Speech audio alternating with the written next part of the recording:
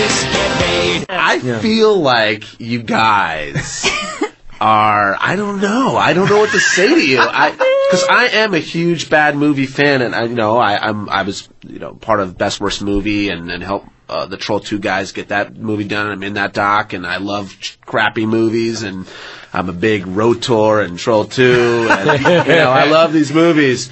This movie felt like, to me, a guy who says he likes movies like that, maybe has seen a bunch of them, and then I don't know, is just sort of jugheaded. I just can't do it. Did you not like that the main villain was like an Elvis Harry Hamlin? I couldn't get that out of my mind. Yeah, I just thought, it's like nothing.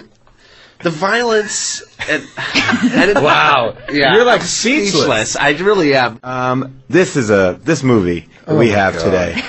I'm fucking furious. Yes, I mean we love. Jason's go-to emotion is anger. No, this movie enraged me. It's warranted. I mean, we love crappy movies, and I don't think there is one crappier than Battlefield Earth. Here's the basic premise, and I had a hard time distilling it. Don't bother. Fuck this movie. The movie takes place in the year 3000. Earth has been conquered by aliens. Wait, is that true? It takes place in the year 3000? Yes. Oh, come on! The subtitle of the movie is... Now I'm even angrier that those fighter planes fly? Yeah! Oh, fuck you, movie! Well, we won't get too far. Basically, aliens have been taken over by... or aliens from the planet Cyclos have taken over the remaining humans left on Earth. One of the villagers who is still alive, living far away, is captured after being caught in an abandoned mall and brought to the Human Processing Center in Denver, where he meets Turl. When those fucking chirons come up and it's like Human Processing Center, and then it's Planet Cyclo, I was so like, bad. Really? I need to know the... But you know what? As I'm even explaining it, it's a terrible idea. So basically, a caveman is captured by an alien. The alien wants this caveman to mine gold for him so he can get back to his home planet. But guess what? It messes up for him. They steal gold from Fort Knox, steal nuclear weapons and Harrier jets, and blow up the aliens' mining operation. That's the basic premise. But why do the aliens need the gold? Why does gold hold value throughout the universe? Well, let's find out these questions. The universal currency is based on gold. It is not! No way! Every planet's currency is based on gold. All right, let's just hear a clip from the movie. This will just give you an idea of the movie. This is when Turl finds out he has to stay on planet Earth a little bit longer. Oh, thank you, sir. I don't know if I could have kept my sanity to be here another 5 cycles. We've decided to keep you here for another 50 cycles. With endless options for renewal. With endless options for renewal. With endless options for renewal. That is the movie. Now, here to help us make sense of this movie is our friend. You've heard him here on Earwolf on a show called Mike Detective. You've seen him on Human Giant and on Children's Hospital. Please welcome Rob Hubel. Thank you. I'm leaving. No, I'm leaving. No, this is why I'm leaving. Because I agree with Jason. I agreed to do this podcast before I watched this movie. And about 3 minutes into it, I wanted not only that 3 minutes back, I wanted the future time I was going to give up back. It's an hour and 57 minutes, and there's nothing you can do, Sheer, to get me back that time. Well, I'll tell you this much. It's an hour and 57 minutes, but if the movie didn't have the slow-mo, it would probably be about 45. There's more slow-mo in this movie. Why would you couldn't make the action scenes work? So the only way to make the action scenes look good was to do them in slow-mo. They look terrible. Like anything that's supposed to be action-y, they cut to slow-mo. It's like, fuck this. If you like slow-motion horse scenes, then you'll like this movie. I've seen more slow-motion horses. But that horse's journey was one of the most developed. I'll go out on a limb and say best acting in the movie that horse. done by that horse. Yeah. When he came running back into town, into camp, that was good. That was like I was like, oh no, he did the right. How did he find his way back? Well, here's what I couldn't get over watching the movie. I couldn't feel worse for the costume people and the art director and the set build, because there's so much work that went into actually building what that world. I mean, a lot of it is crappy CGI, but all the costumes and just those sets. Hair and makeup, 4 hours each Can you morning. imagine? Can you imagine getting that fucking makeup every day? Every day to deliver lines that make no sense. Listen here, rat brain. We Your skullbone is definitely a skullbone. Can we talk for 1 second about John Travolta's accent? What? Where Which would you one? place Which it? We one? could talk for 1 hour about John Travolta's accent. It changes What's from that? scene to scene. Sometimes it's colonial British or something like that, Yeah. and then other times it's there's 4 or 5 distinct different voices. Yeah, Right? yeah. This, I wrote, I was writing notes as I was watching it, and, the first beat happened, and then, in the course of the next scene, I just started writing, this movie instantly makes no sense. I have no idea what any of these people are talking about. And then I just wrote, why did these actors take this job? Forrest Whitaker is the only person who's come out and said, I made a huge mistake. Is he doing this really? movie." There's a long sequence where they let the man animals, which again, that's a fucking dumb name. That's the other problem I have That's is like what they were, but the language is so unimaginative. It's lazy. They say words like vaporize, like I'm going to vaporize you. That's what a little kid would say. Although there are some phrases which was interesting to see, like, okay, in 3000, these are the phrases that stood the test of time. Yeah. Piece of cake was in Yeah. there. Piece of Grass cake, is I was always like, greener. Grass is always greener. And Let's get the hell out of Yeah, here. like, And- those phrases held up. Leverage. Leverage is Yeah, used yeah. so many times in this movie. Leverage. they have that I hope whole- you got some leverage. They have that whole sequence where where John Travolta wants to get leverage over the prisoner guy. So they let him go so that they will watch him eat his favorite food. Rats. Yeah, so that they can figure out what the fucking guy's favorite food is and feed it to him as a treat. They talk about his favorite food. I wrote that down too. For like 15 minutes. That sequence that Cubal's talking about, and they're just going, "See, that's his favorite. He could have chosen anything, but that is it." You're like, what? And meanwhile, he couldn't have chosen anything. He's in an abandoned warehouse. There's no food to be found. Yeah. And it's like, he loves raw rat. This movie, I looked it up online. It cost $73 million to make. Yes. And who knows what they spent on advertising. Well, here's the thing. Apparently, there was a huge lawsuit because the company that made it inflated the budget by $40 million. So that 75 went to some French guy's pocket. No. Oh, really? They lost a gigantic lawsuit. I didn't do any research on this. Did Scientology themselves have anything to do with the making of this movie? L. Ron Hubbard was supposed to direct this movie in 1985 when the book came out. Did he direct other movies? He directed, like, training videos for the Church of Scientology. Not kidding. Just videos. Yes. Just training videos Yes. and pamphlets. And John Travolta was supposedly being the young man, the caveman. Yeah. But then he aged out of that role and then took the role of Terrell. And did you notice that Kelly Preston is in the movie, Oh, yeah. too? What does she do? She's the bald, sexy woman with the big tongue. Yeah. Who says the best line in the movie. She goes, "I'm going to treat you like a baby on a straight diet of Fandango." That was... What does that mean? A straight diet of Fandango. This entire alien race appears to come from a planet where, like, all they're ever taught is maniacal laughter. Like, every single character has crazy, broad laughter as a part of their everyday speech. All the aliens have broad laughter, and all the slaves have, like, tribal screams. Like, Yeah. no! Yeah. that was start my doing favorite. that. I love when they devolved into But just it makes no sense. They're like, now we have to get out of here. We have to come up with a plan. Wait a minute. Why do you sometimes grunt and sometimes speak perfect English? And Here's why I actually do think that a lot of times they would sort of signal each other, like, this is when the revolt is going to begin, by barking. And I think that was kind of a fuck you to the Cyclones, or whatever they were called. Cyclones. Like, But the you think Cyclones- we're man animals? Like, we'll show you. But the Cyclones And that's what they're couldn't. working. One of the most amazing things is language. Yes. Everybody is speaking English, but they're meant to be speaking languages that the other cannot understand. Right. Exactly. So inexplicably, then Barry Pepper, right? That's who it Yeah, is. that's Yeah, his name, Barry yeah. Pepper. Barry Pepper has to go in and get like a fucking mind meld, like a Matrix style like download of the Cyclo language. Which is my favorite favorite scene of the entire Why movie. does that happen? Okay, he has to Why go... does that happen? Again... Because they're trying to train him to go out and get the gold. Okay, well here... Yeah, they wanted him to go mine gold for them. Oh, so my they God. trained He's him. already proven to be the most resistant, strongest, like, rebel in the whole crew. And they're like, kills somebody. let's give him more Why power. Why are you guys so against Scientology? That's what I want to know.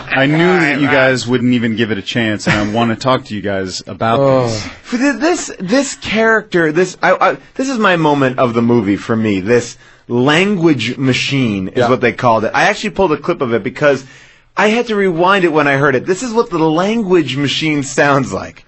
Excuse me, but I am your instructor if you will forgive such arrogance, for I do not have the honor to be a cyclone. I am but a lowly Klingo language slave. As you are listening to me, I most likely do not exist. This is as the we may dumbest have been thing. exterminated. That's like a hologram that shows up. It looks kind of like Jar Jar. Yeah. And Yes. he's very low status, and he's like apologizing that they're not as good as the Cyclos, but somehow he's going to teach them language. And then it just shoots into his brain anyway. Yeah, so they have just this shoot laser whole- beams into his eyes. And then he learns, like, calculus And geometry. Yeah. And he goes back into his cage and he's telling the other slaves, like, this is a triangle. And they're like, oh, what is it? He's like, it's the strongest thing in the universe. We thought you were going to help us get out of here. And he's like, this will help us get out of here. It's the craziest fucking gobbledygook nonsense. And I don't understand. Why give him this power? Why give... I'm like... Well, he wants... I was so angry at this movie. I didn't understand this movie. I had to look on Wikipedia to understand what was happening because I was very confused. And so... Who directed this movie? I know they asked Quentin Tarantino, and he said no. I wish he had said yes. And then it was This is given... right after Pulp Fiction. Yes. Yeah. And it was 2000, so it was a couple of years after. But then they got the assistant director of a Star Wars movie to direct it. Wow. Is that why they have those terrible dissolves between scenes, like the Holy terrible! the Yeah. Star Wars? It looks like what you could do in iMovie on the Mac. It was like Yes, it looks like my acting reel. If you've ever looping scenes. If you've ever looked online at like Turkish Star Wars, or Hungarian Star Wars, those like rip-off movies, this movie is 10 billion times worse and more complicated to understand. This reminded me of, at Comic-Con, have you ever seen at Comic-Con where all of the Klingons get together and they have like they put on that sort of that sort of presentation where they're like talking back and forth. It's like a Klingon play, you know? Yeah, and it's very over theatrical and overdone, but way better than this movie. Way better than this movie. I just love. There's so many things wrong about this movie too because why are they even on Earth? They conquered human civilization in 9 minutes. And now they're there to mine? But what are they mining? I guess there is gold? a shocking lack of, at a certain point, like, Barry Pepper and the other rebels are, like, running around doing stuff. And there are no Cyclos anywhere. Yes. The whole planet, it has, like, about 15 Cyclos Well, the around. Cyclos only live in that glass facility. Right. In Denver. Yeah, in Denver. Where they have special oxygen. But yet Barry Pepper needs to wear the special oxygen mask, too.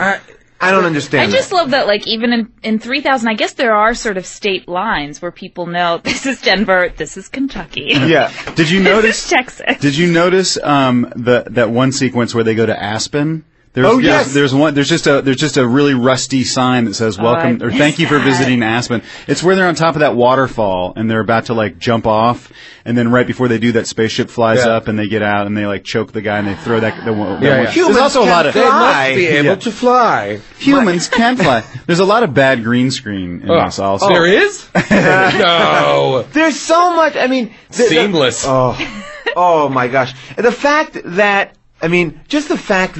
he went to the library, read a couple books about Fort Knox, the White House, and a secret military base underneath the world. Fort Hood. They go to a library and he reads, like he's looking at paper, and then he turns it over and it's the Declaration of Independence. Which is not giving him clues to anything. It is useless. And it doesn't even really pertain to what they're doing here. I mean, does it? I mean, is he... Guys, there is a sequence in this movie 1,000 years from now where cavemen sit in a flight simulator at Fort Hood and learn to fly Harrier jets. And then do. And these are cavemen who only a day before were literally grunting. They are wearing pelts for clothes and then learn to expertly fly F-18s and then wage war. Exactly. They are a precision machine. Absolutely. It is flawless. It is, without a doubt, one of the most insane sequences I've ever seen. Barry Pepper is told after he tries his fight machine once, you make another mistake again and I'll smash your puny skull. And he's like, okay. Then the next time he flew it, flawless. Like, oh, that was all it takes is some good threatening? When Forrest Whitaker got his hand cut off, and it's like, he just shot his hand disappeared, and Forrest Whitaker just looks at it for a long time. Like,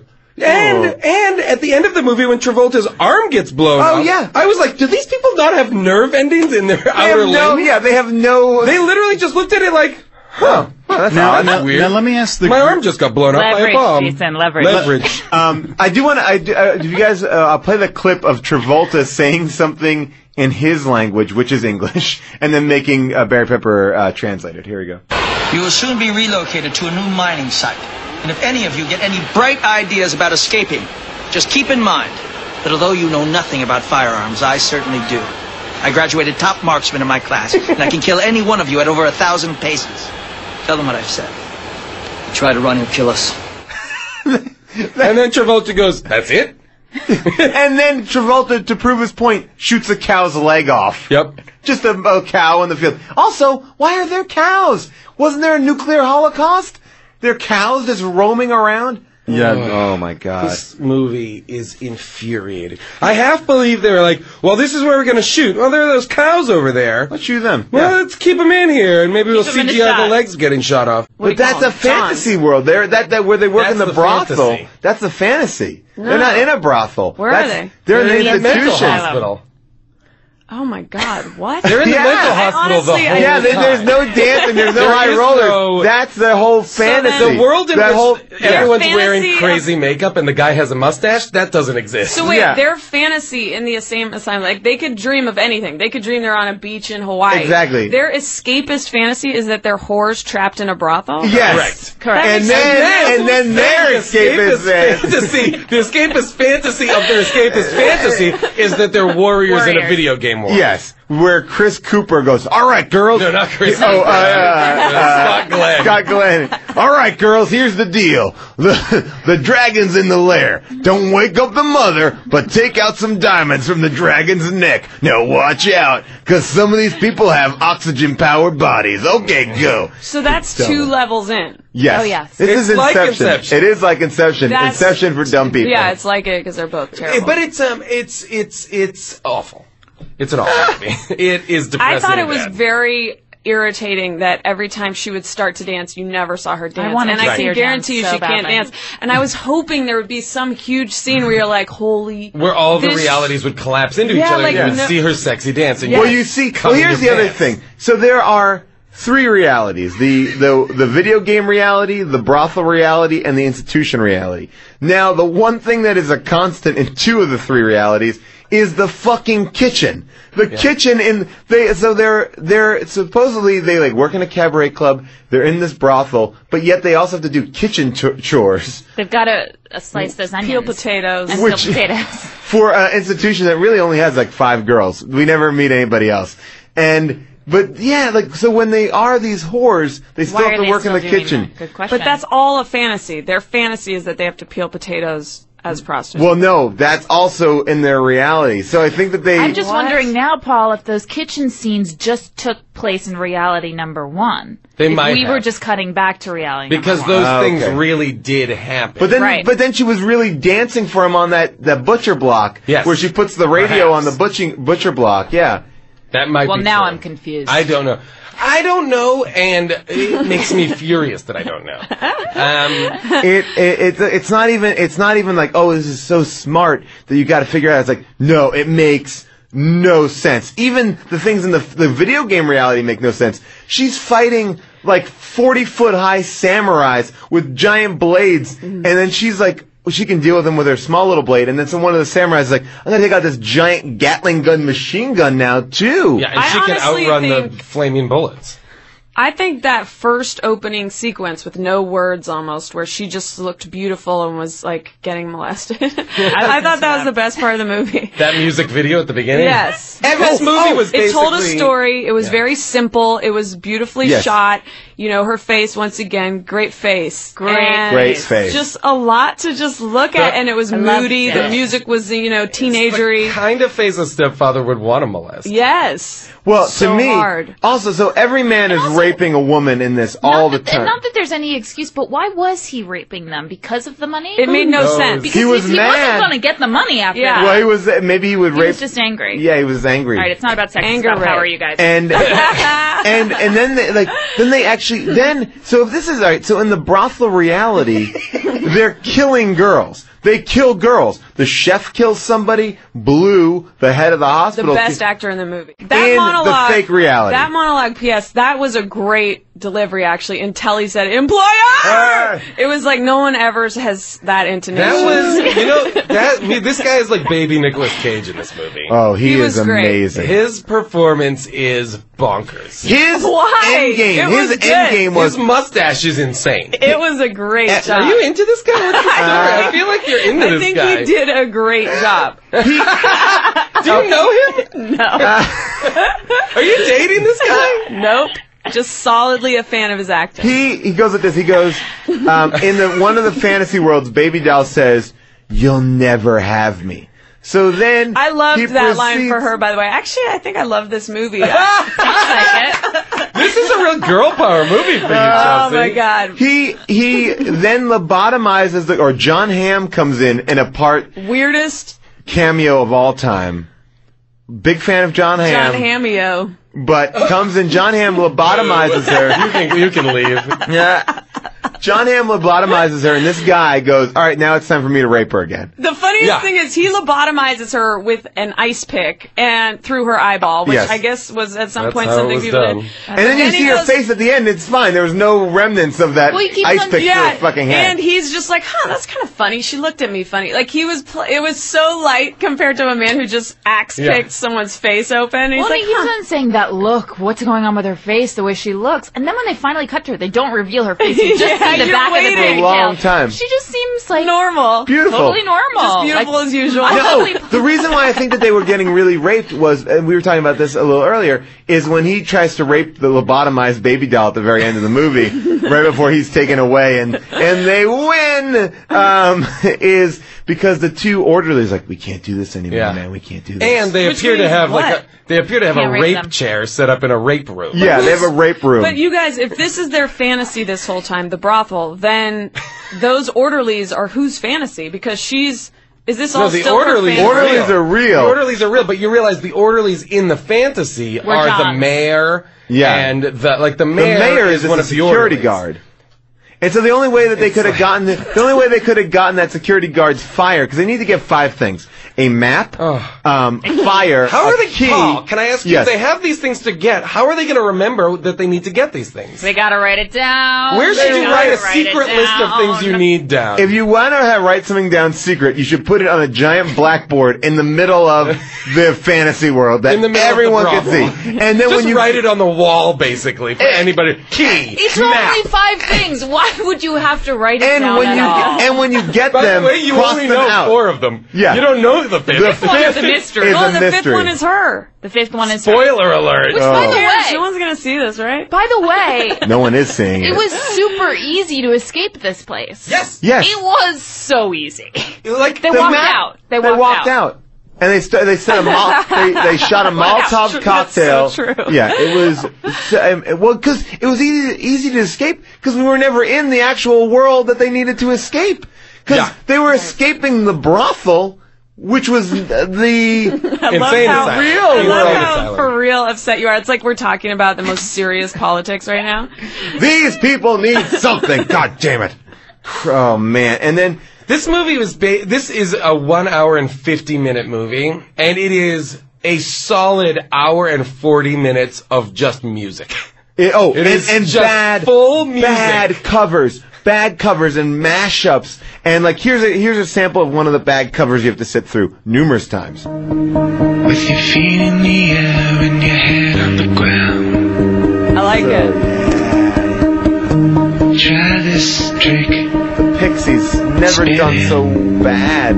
Yeah. So this is like just picture this for 5 minutes over just girls like washing floors You ask and yourself, looking miserable. I don't have to hear any more of that. Wait, I'm sorry to go back to this, but what was up with the play within the play when they were doing their theater like art therapy and Yes. Well, the whole movie is a play because it opens on a theater audience. March. Yes, watching, and then the curtains open, it says Warner Brothers, and then the curtain opens, it says Legendary, and then it cuts to the girl sitting in the bed, and it's on a stage. There are flats, and then you zoom into the flats, and then it becomes a movie. So basically, this is a show that people in an audience are watching nightly. I wonder if this is like Spider-Man. Is that suggesting that the whole thing is in the institute? Oh God, I can't even believe I'm trying to make sense of Sickening. this. That the whole thing is the institutional theater stage? I have no idea. Vanessa Hudgens. Vanessa Hudgens gave a great audition. Oh my God. June has it from a great source that she I read in killed Us it. Weekly, there was a quote from Zack Snyder that said, Vanessa, what's her name? Vanessa Hudgens. Just killed it in the audition room. Yeah. She came in and blew them away. Guys, there are naked pictures of her on the internet. Oh my God! I'm reading the Wikipedia page as I'm talking here, and it doesn't even trying to understand this. She performs erotic dances, which then propels her into a fantasy world. So, and the fantasy worlds really are essentially like terrible video games where it is beat the army, where Scott Glenn is the cutscene guy who's like, we got to get over that hill in the next 15 minutes. Now watch the guy on the left, watch the guy on the right. You got your weapons. Now let's all come home safe. It is bad a full missions. Bad, and you know, after a while, besides the train sequence, they look identical. Yeah. They look identical. It's like, okay, this is, sepia toned World War II. This is sepia toned, Lord of the Rings. This is sepia toned. You're watching her always kicking and jumping in the air from like what looks like 50 feet away, and it looks like you're watching someone play a video game, which is not the most engaging activity. No, not at all. And the girls are trying to be sexy all the time. Like that one girl had the lollipop in her mouth, Like they're all walking with big machine guns, and she's just eating this lollipop, like killing. But I will say those scenes were by far the most interesting scenes. Oh, I kept awake the entire time. Action to them. Opposite as your voice. Opposite. I could have lost every single fight scene. You wanted to stick with the plot scenes? I loved Kill Bill, for example, Kill Bill 1 and 2. I loved watching those fight scenes. I loved it, and it was all motivated by like legit vengeance. Yeah. These things, it seemed totally unmotivated, even though you were watching them being like molested and raped. I felt like in some way this was some weird, like, why then go fight a robot? It didn't connect for me. It didn't connect in any level. It was almost like, it was like, hey, we want to make 5 great fight scenes and we'll just tie them together with the shittiest plot. That, I'm trying to be so deep here. Girls need to empower themselves. Do you think, the weapons they have. Love this movie? Yes. Like, is it possible teenage girls are obsessed with this? No, not according to the box office. Okay. All right. How much money did this movie cost to make? Anyone want to take a guess? $80 million. I was wondering because it really looked like the special effects. I was almost like, why did you bother making this movie? Because if you're going to have to make it at this level, what's the point? Well, those fight scenes? Those fight scenes were $82 million it cost. Oh my God. And you think about how many people have written these screenplays that are so like, I guess. Why did they think this movie was a good idea? $82 million, and how much has it made in the first 2 weeks that it's been out? Anyone? 10? It made a little bit more than 10. No, I think it's 40. Anything? I have no idea. $35 million. $35 million. It's not even in the. I think it's like in the 2 weeks though. That's bad. That's bad. It's bad. It's a huge failure. No one's seen this movie. I don't think. No, I think it's. I think this movie will play internationally, so I bet it makes. Internationally. Money back. Pervs will love this movie. Men Yeah, it's really disturbing. It's really gross. Actually, it's like if she's 20 years old, why is she in a Sailor Moon costume, and why does she have pigtails? Well, really you're watching disturbing. someone who essentially her mother dies, her stepfather potentially molests her, then tells people she's insane, sells her into an insane asylum. Well, and at 20, couldn't she just not go to the insane asylum, or wouldn't people take her word for it? She's just passively being molested throughout the movie, and then like going and fighting robots. And the other girls, we don't know what the hell's going on with them. We never learn about their stories. Well, the sisters, you do a little. Sweet Pea and Pucker? What was that girl's name? Pucker is the worst, if that's her name. Sweet Pea, Abby Cornish is Sweet Pea, Jenna Malone is Rocket. Rocket. They all have these names. Why do they have these names? These are not names these are their regular names, right? That's what I was wondering. Was Baby Doll anointed Baby Doll when she went to the club? Yes. Yeah. Well, do we know her name beforehand? No, she is credited only as Baby Doll. And they also say like that when Jenna Malone shows her, goes, "This is the room where we take the people and we fuck them in this room." Remember that scene in the beginning? Like she's like, "This is the rules." The rotating bed. Yeah, she the goes, rotating flip bed. that switch for me so I can finish this monologue on a bed that's rotating. Yeah. Like there was no reason that she had to flip the switch. She just sits on a circular bed rotating while she completes her monologue. That's the rape room. Yes, that's what I think. That's the rape room that is like where, right? Yeah. Maybe so. But they're all that's the fantasy realities version of the rape room we see at the end of the movie. Oh boy. Boy, oh boy, oh boy. I what a don't depressing. It's one of those things where things start to, you start that to should be like, be the poll quote for this movie. Boy, oh boy, Boy, oh boy, boy. That's Wait, so if you wanted Inception but wanted it to be a little bit more rapey, enjoy this movie. A little? Wait, I'm going to say a lot more rapey. That's like, all this is. This is all rape. If you want Inception with 100% more rape, this is the movie for you. Somebody wrote an article entitled Zack Snyder does not know the difference between empowerment and why am I ever getting this? Damn it. Empowerment and non-consensual sex. Non-consensual sex and rape. And exploitation. That's what it was. He's Empowerment. like, wait, what is the difference between empowerment and rape again? I forget. Oh, well, I'll just make this movie. Well, in this movie, the woman is raped into empowerment. Right? That's how it works. They're raped enough that they fight back. Oh boy. This was a depressing and Rocket and Sweet Pea ended up in the insane asylum because they ran away from home. Because Rocket did, and then Sweet Pea followed. All right, well, let's get into now. There's a lot. This movie obviously is depressed. How did they end up in the insane and talking asylum? about it is depressed us so much. But there are sometimes moments. Know what era this movie took place in? No, good question. No, it does not exist in reality. You refuse to. I think like the 1940s. Or the 2040s. I'm not sure. Yeah, right. Honest to God, I don't know. It was like Moulin Rouge, right? Like that kind of a time. This is like Moulin Rouge. It was the year after Moulin Rouge. So there are many points in the movie where it gets so bad that you just think, no more, I can't take it anymore, and this is the time we'll talk. So, and this is a point where you guys really were like, boo on this movie. I mean, obviously the whole thing, but was there a line, a character, anything at all? For me, I think it was just when the head of the orderly of the hospital shoots two women in the back. That was amazing. Just shoots them. One for snitching. That was the best. No, the snitch was last, so he kills the first one to make a point to the other girls, like, don't be disloyal to me. Then the second goes, who told him the information, he's like, also, we don't like snitches. Boom. And he Which kills he does them. like snitches. That served him very well. Yeah, it helped him. Yeah. It helped. The snitching helped him. And then he killed her. It's very mixed messages Here's to the the thing. girls. You've got a girl who's cooperating. Yeah. Why not just keep her around? Who knows what else she'll give you Find later? out. He's he crazy. shoots them, and they have to kill these girls in such a way that you don't know that they've really been shot. Yeah. You see a gunshot, and then you hear a thunk, but they're never discussed. You don't get to see that face. You see blasted no open. body. I wish. You see I no wish. blood. And again, how do you justify this in Did you the just world? say face blasted? Yeah, face blasted open. That's what you're looking for. But you don't justify. You can't justify this in the world. Oh yeah, the orderly has a gun and just killed two girls. Like how? I mean, it was enough of a leap that the chef stabbed one of them with his knife. They must have been raped to death. That's the truth of every character. Everybody in this movie has been raped to death. But that means who's death. raping them in the insane asylum? The orderly. The guy. The orderly. The orderly. At the end of the And the movie, lead guy. didn't you feel like Baby Doll gives herself to the group of men to be raped to death? Yes. And she Well, makes that's her what John face Hamm very says welcoming. at the end. He's like, it looks like she wanted it. Which Guys. was a really disturbing message. That's a crazy line. It looked like she Is wanted John it. Hamm going to call in? I wish. Yeah, we gotta get his Ring, take ring, on ring. that.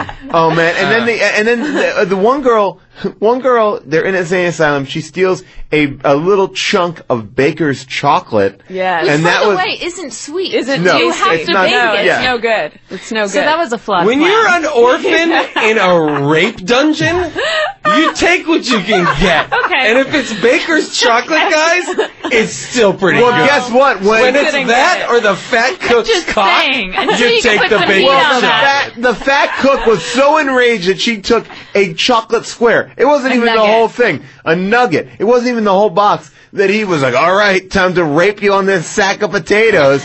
Throws her down on the sack of potatoes. He was also great. Oh, he was He great. was great. He His looked like a skin was cartoon great. character. His skin was great. His whole look. I mean, some of the look of stuff in this movie was pretty cool. Yeah, I agree. And Carla Gugino, she was like the only ally of these girls, but she was like, hey, look, get raped, but get your shit too. Like, Yeah. you can use your body to help get you other good stuff. What Like, do you think the dancing actually looked like? Who knows? Like, like crazy They were crumping? fucking. No, but I mean in the fantasy reality.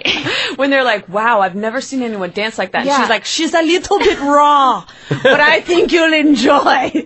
Yeah, why are all these guys I wanted to fascinated see by that. erotic dancing? Guys, does everybody forget the fact that we've glossed over because the movie just told us it's okay? Which is that when Baby Doll dances, everybody falls into a trance.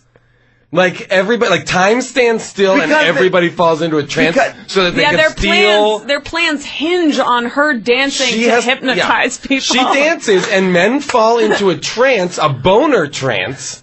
I did love their dance outfits. But it's also like.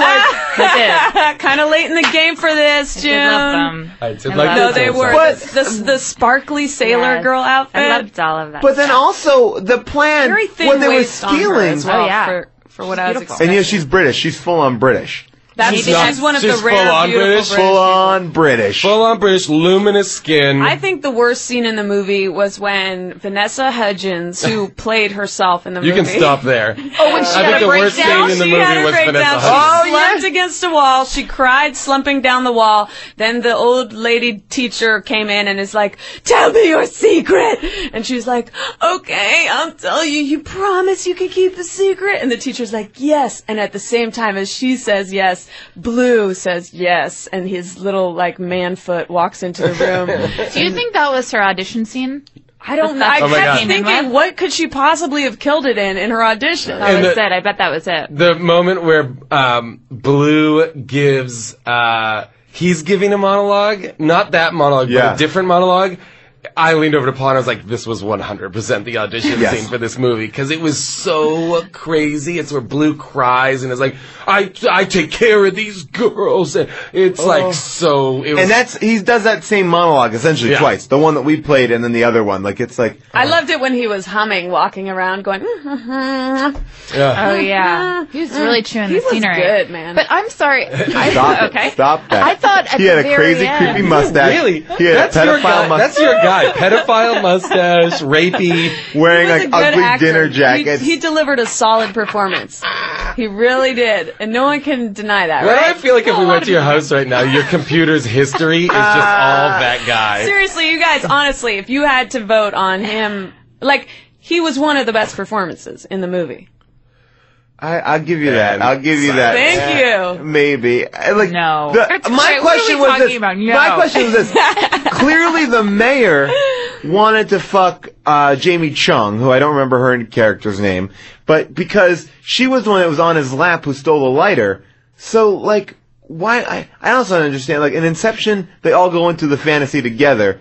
In this, really, have they One by decided? one. Well, no, I don't even think that they were all on the same page. I didn't even understand how they. Are they all? Wait, No, when Baby she Doll's dances- gonna dance, he'll fall into the trance, and that's when. When Oh. she dances, they all can go. But my question is, if the mayor is just fucking Jamie Chung, why does this other girl need to be even involved in it? The other outfit Good I question. liked was Jamie Chung's pilot hat and Yeah, outfit. I thought that was That good was really too. cute. Although what I didn't like, one of my boo moments was Vanessa Hudgens' aviator helmet and goggles. Oh. And Abby When they were looks fighting like- a flying dragon. No offense to Vanessa Hudgens, but she looks like a straight transvestite. She most did of this in that movie. So It weird was 'cause very she's so weird. cute. She is like naturally so cute Yep. and beautiful. Yeah. This movie did not flatter her. No, they only She looked like lit Baby Smi- Doll. She That's looked the like only Doll lighting that got they did. it all. Vanessa Hudgens was wearing an outfit that was a kid. You can relax. Wow, you really No, love this I movie. could not believe couldn't Baby take my Doll's eyes face off of on her. a constant basis. It was flawless. Yeah. She was a baby She doll. has those big DSLs. She had the big eyes and like the fake eyelashes that were perfect Yeah. and like What flawless is DSL? translucent skin. dick sucking lips. Oh, okay. Oh, wow. And she She had did. rosy cheeks, Big you know. boobs, gorgeous. tiny waist. Tiny waist. I mean, she's ridiculous. She There's should supposed to be killed. a Okay, Amanda I'm Seyfried. getting on board for Chelsea's opinion. This is a great movie. Yes. It's pretty yes. great. Hey, look, if you can basically just knock out the 5 scenes in the movie where they have dialogue, pretty impressive movie. It's not even 5 scenes. It's like probably You a know total of 10 minutes of dialogue in this I think entire that movie. the very end scene was also pretty amazing where Baby Doll's like, no, I'm going to go kill myself. No, it's fine. You stay. Stay. This is your story. She was so blasé. She's like, no, stay. I'm going to go get raped by 10 guys. I'm gonna go okay, get- bye. No. Let me get raped by 10 guys. This It's is all how about it's you. always supposed to be. But by the way, we've already seen a major character sacrifice herself. Yeah, it's like a that minute was before. Minutes Who? before Rocket sister. for Sweet Pea. What are you When talking Rocket, about? you only watched. Oh, the first- right. Yeah. Why do I Rocket feel took like the when train. Baby Doll wasn't on the screen, Yeah, you were checked checking out. your I phone? did. Baby You Doll. were Googling that guy. Baby Doll or Blue was Blue not on and the Baby screen. Doll. If it had just, honestly, seriously, if it had just been Blue and Baby Doll and he just was repeatedly molesting her, I would have been in Happy as a heaven clown. You just would have been like jerking it the whole movie. to the entire film. Oh my gosh, I'm looking at what this guy did here. What else? He was in Che Guevara. I Yes. IMDb'd him, I'll be honest. He was in some Oscar Isaac. What Oscar- is happening? Oscar Isaac, guess what year he was born? Want to know what year Oscar Isaac was born? 82. 1980. Whoa! Weird that we both said that. He was in Robin Hood. He's young. He was in Body of Lies and Che. Now you know what's going to happen is we're going to meet him and he's going to be a really nice guy because he's going to be Chelsea's boyfriend. Yeah. Yes. And then we'll feel bad. Oh, I call him man. Blue. Question about Blue, Blue. and I'm going to direct this right Yes, to you, sure, Chelsea. please. At the very end, it almost looked like he was now an inmate. Yes. It No. did. It looked He like had he been was. stabbed. He had been stabbed, and so he had that, like, he was walking with weird, but Yeah. he was not an inmate. But he was wearing a dirty shirt Yeah, for no he reason. looked like an inmate there. Everyone was wearing dirty No, shirts but there. he had been so crisp prior to this. All of a sudden, 'Cause he's he'd in a been stabbed. yellow, white Hanes shirt. Like, remember me? And you're like, what is happening? I thought he had become one of them. Like that was going to be. No, the twist. he had just been stabbed and was like out for rape Oh, revenge. Here's another thing that makes no sense. Seems like Carla Gugino is very in on the fact that these girls are getting raped, but at Right. the end when but what she doesn't stand for is lobotomies for no reason. Because that Look, we finally all got to crossed draw the line. We all got to draw the line. John Hamm was like, hey, do you see your signature on this? And she was like, wait a second. You can rape my girls, but you can't lobotomize them. And that's how the end But of the I didn't movie. get that. Was it her signature? And she just No, like, Remember forged Blue in the beginning is like, I can forge it, I've done it a dozen for times. $2,000. Yeah. How do you like Blue now? But how about this? How about this? Don't you dare put me in this position. Blue goes like this. Blue goes, I need $2,000. And then the father of Baby Doll opens his wallet and shows a 10. He doesn't My have favorite- $2,000 in cash. No one carries. Ew, their discussion, but right behind Baby Doll's face, is so comedic. Oh, yeah. They're whispering right behind her face, and it's so abusive and gross. Like, for real, you feel sickened in your seat. Just like, whoever wrote this has probably molested someone. But they're going, like, whispering behind each of her ears, I'll take her off your hands. I know you, like, killed her sister, but I'll take her off her hands, but I need more money. And he's like, okay, and you're He's gonna like, are you trying to rip me off? This wasn't the deal. we had." and the scene is shot with her face cut down the middle, and so you would see her left eye when you saw her dad, and her right eye when you saw.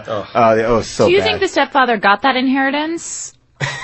Let's That- be practical. all That's those the kind of sequel. questions. That's the sequel is what he's doing with that money. I think we've done its justice. No, we haven't. I mean, we haven't talked about the surface. We haven't talked about the fact that in the fantasy reality, in level 2, the stepfather is a effeminate priest. Oh my God, yes! With an Irish accent.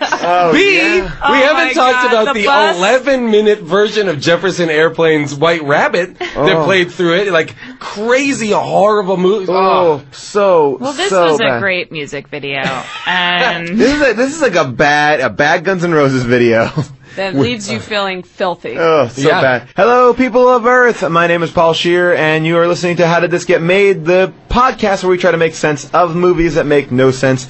I am joined, as always, by Jason Mantzoukas and June Diane Raphael. How are you both? Doing well. Hi, Paul. Not too bad. And Although I had to fucking watch this movie, which is my goodness, not great. If you didn't know this already, today we are talking about the McDonald's classic film, Mac and Me. We are joined by a good friend of ours, and you might know him from the new ABC show, Happy Endings. Please welcome Adam Pally. Hello. Hi, Adam. Hi, how are you guys? So, yes. Mac and Me. Yeah. Now, I actually did some research. People think that this was a movie sponsored by McDonald's. I assumed it was at a certain point. Yes. It is not. It is just a terrible, terrible E.T. ripoff. What about Coca-Cola? No. What about Skittles? No. What about Coca-Cola, Skittles, and McDonald's? And Sears? What about Sears? Yeah. What about Sears? What about Sears? What about Acme? What about wheelchairs? Is it sponsored by wheelchairs? And that kid is really in a wheelchair. I thought, oh, this is cheap. He is? Yeah, that kid's really in a wheelchair. He was he was on like General Hospital or something like that. I watched a clip of him on Geraldo. Because I was going to say, he was doing amazing physical work Feet there. work. Great feet work. Yeah. When he's sliding down that hill and his little feet are bouncing. Bouncing in the chair. Wait, I'm sorry, Paul. I know you're about to jump into the plot of it, but do we ever know why he's paralyzed? No.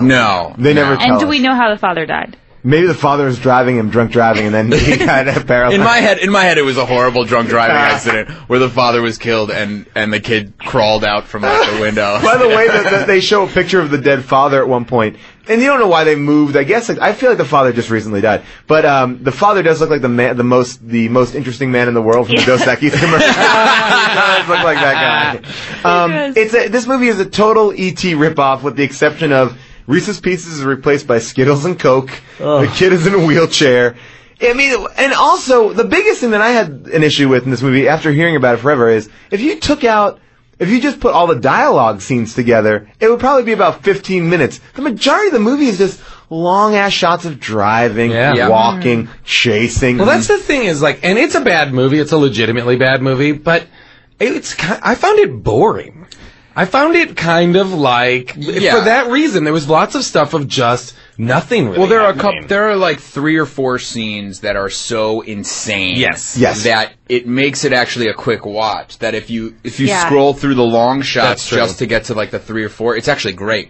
I gotta say, I was shocked when he went rolling off that cliff into the water. The body in the chair is so lifeless. The kid is chasing Mac through the backyard. Mac is the alien. We should set this movie up. I'm sorry. So, yes, it's Mac and Me. It's an E.T. ripoff. An alien... Well, man, the beginning of the... Basically... oh, boy.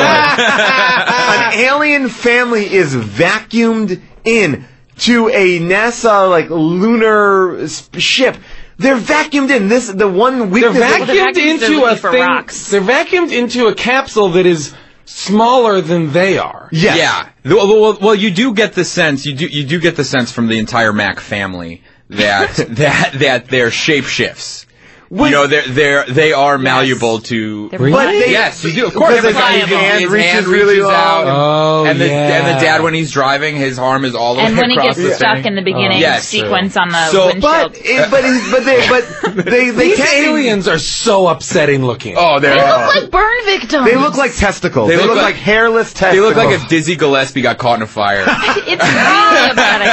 It's really upsetting, actually. It really is. They're not adorable. So basically, this alien family lands on Earth, and they escape the NASA room, and the baby Mac partners up with this family And then he never really even becomes friends with the family. It's not like even like friendly like E.T. It's weird that the family is so blasé about it too. They like when they first meet him, they are not radically upset and they're not radically happy. No, they're just like, oh, I guess he's here. They're like, I guess this little strange So thing this is has here. So happened. this has happened. Although I gotta say, you're right though, because even through the last 15 minutes of the movie, the main characters are asking the question like they might be dangerous. Oh yeah. Like they're going back and forth about that. It's like there's none of these people and the aliens are connected to each other. Did anybody else feel like, here's the thing, the alien family is wandering on their desert planet, sucked in, brought to Earth, and now they're walking around, they're humanoid, but they are genitalless, and they're always nude. But they are gender till the specific. very They are end. gender specific. Until the end when they're in business suits. They are nude. And one of them is just like Jackie O. Okay, that's what was so crazy. The mama alien was dressed from the 1960s. Yeah. Oh my god. Had like a little Well, hat also, on. and they get in that car. They get in that car, which looks like the car that was driving down Dallas. Oh my God. At the end when they're made citizens, Oh my God. Eric and his family come up and kiss them all on the lips. On the mouth. Yeah, there's a bunch of weird mouth kissing. Well, I wonder what would happen if you did press into the cheek of one of those.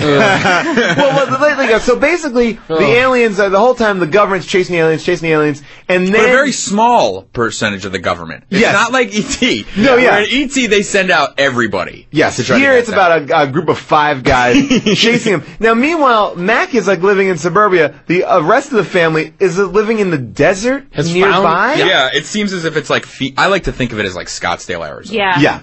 It looks like E.T. I mean, except for that stuff where they're in the desert there, and they're dying because they're not drinking soda. They're dying because they don't have any food. The first shot though is like them putting a straw into a planet and slurping it up like a soda. Like that's their On planet. their planet. That's why their planet is dry, because they've drunk all the. Oh, is that what the whole thing? I would assume. Oh. In my head, Guys, do you think this movie is an allegory for using Earth's resources? Yeah, I think it's the original WALL-E. I think WALL-E was based on this movie. Maybe all right. So we should. There's so many things to talk about. Genuinely hated this movie. I'm blown away by it. So like the kid goes to chase Mac because first of all, Mac is no one knows when he's in the scene with them. The kid's like in a wheelchair. Mac is next to his knee and he does not realize he's in the room. Well, to be he's fair, in a car with them for like a full day. A full day. There's an alien in the car with the family. The family's like, let's go over here. Who stole my soda? I don't know. Meanwhile, there's a fucking alien whistling audibly in your car. Oh, that audible whistle is there throughout the whole movie. He whistles like R2-D2. That's the whole thing. That's why those. And it's that's never why like, hey, Eric, are you fucking whistling? No. Then there's a goddamn alien in the car. So somebody better fucking figure this out, because that whistle is insanity. And the alien is like very aware of being spotted by the family, but not very aware of being spotted by other people, like that little girl who's like with the teepee, Debbie. The teepee, Debbie. To be fair though, I think that there is a consistent theme with that, which is whenever another character is moving besides Mac, he is superimposed. Yes, onto the film. Any action scene, it looks like color forms. It really does. Any action scene, they've decided we will not have this alien in the same scene as the action that is going on. That's a choice. That's a choice. Oh, I think it's got to be a choice. Wait, I have a big question though. When Mac first arrives and they're still in the scenes where they're unpacking and getting the new house ready, they wake up one morning and maybe I missed this. Mac has taken over their living room and brought all this.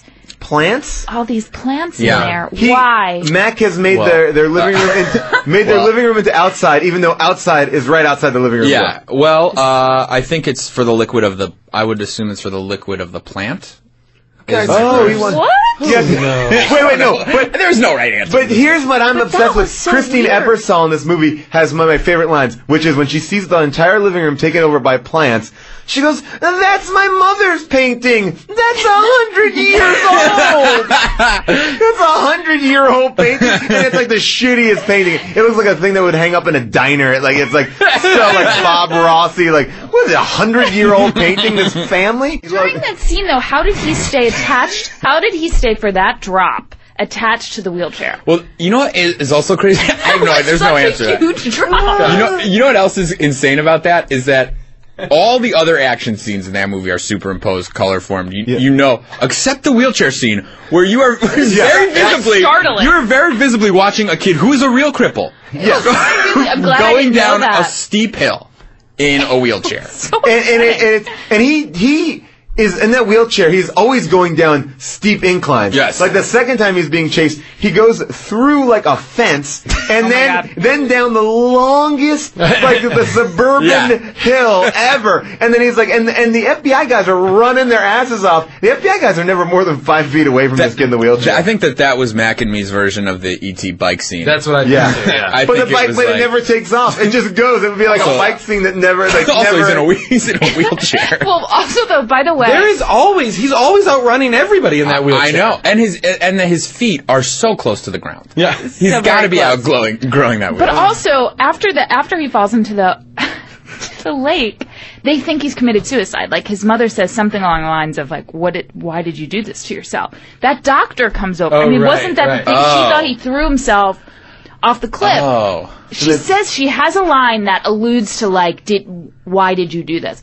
Then the doctor shows up and puts him on sedatives, and he's totally lucid the whole time during the doctor is kind of creepy. The doctor's like, Mom, can you leave for a second? Yeah, it's like... Here, take this pill. Like, it's so... I have never seen a doctor with a minor, especially one in a wheelchair, that says... Could your mother leave the room for a second? And by the way, he's making house calls. Why wouldn't they bring him to a hospital? His hair is still wet. It's like, get him out of this river and bring him back to the house. Also, in that scene, Mac is so crafty in that wheelchair scene. As soon as like he hears another voice from outside the lake, Mac is underneath the water, so no one sees him, and the kid is where'd you go? And that is the only time that Mac is crafty. Mac is very crafty because he was even he timed his appearances with that one kid's sunglasses. Okay, the kid would put on the sunglasses.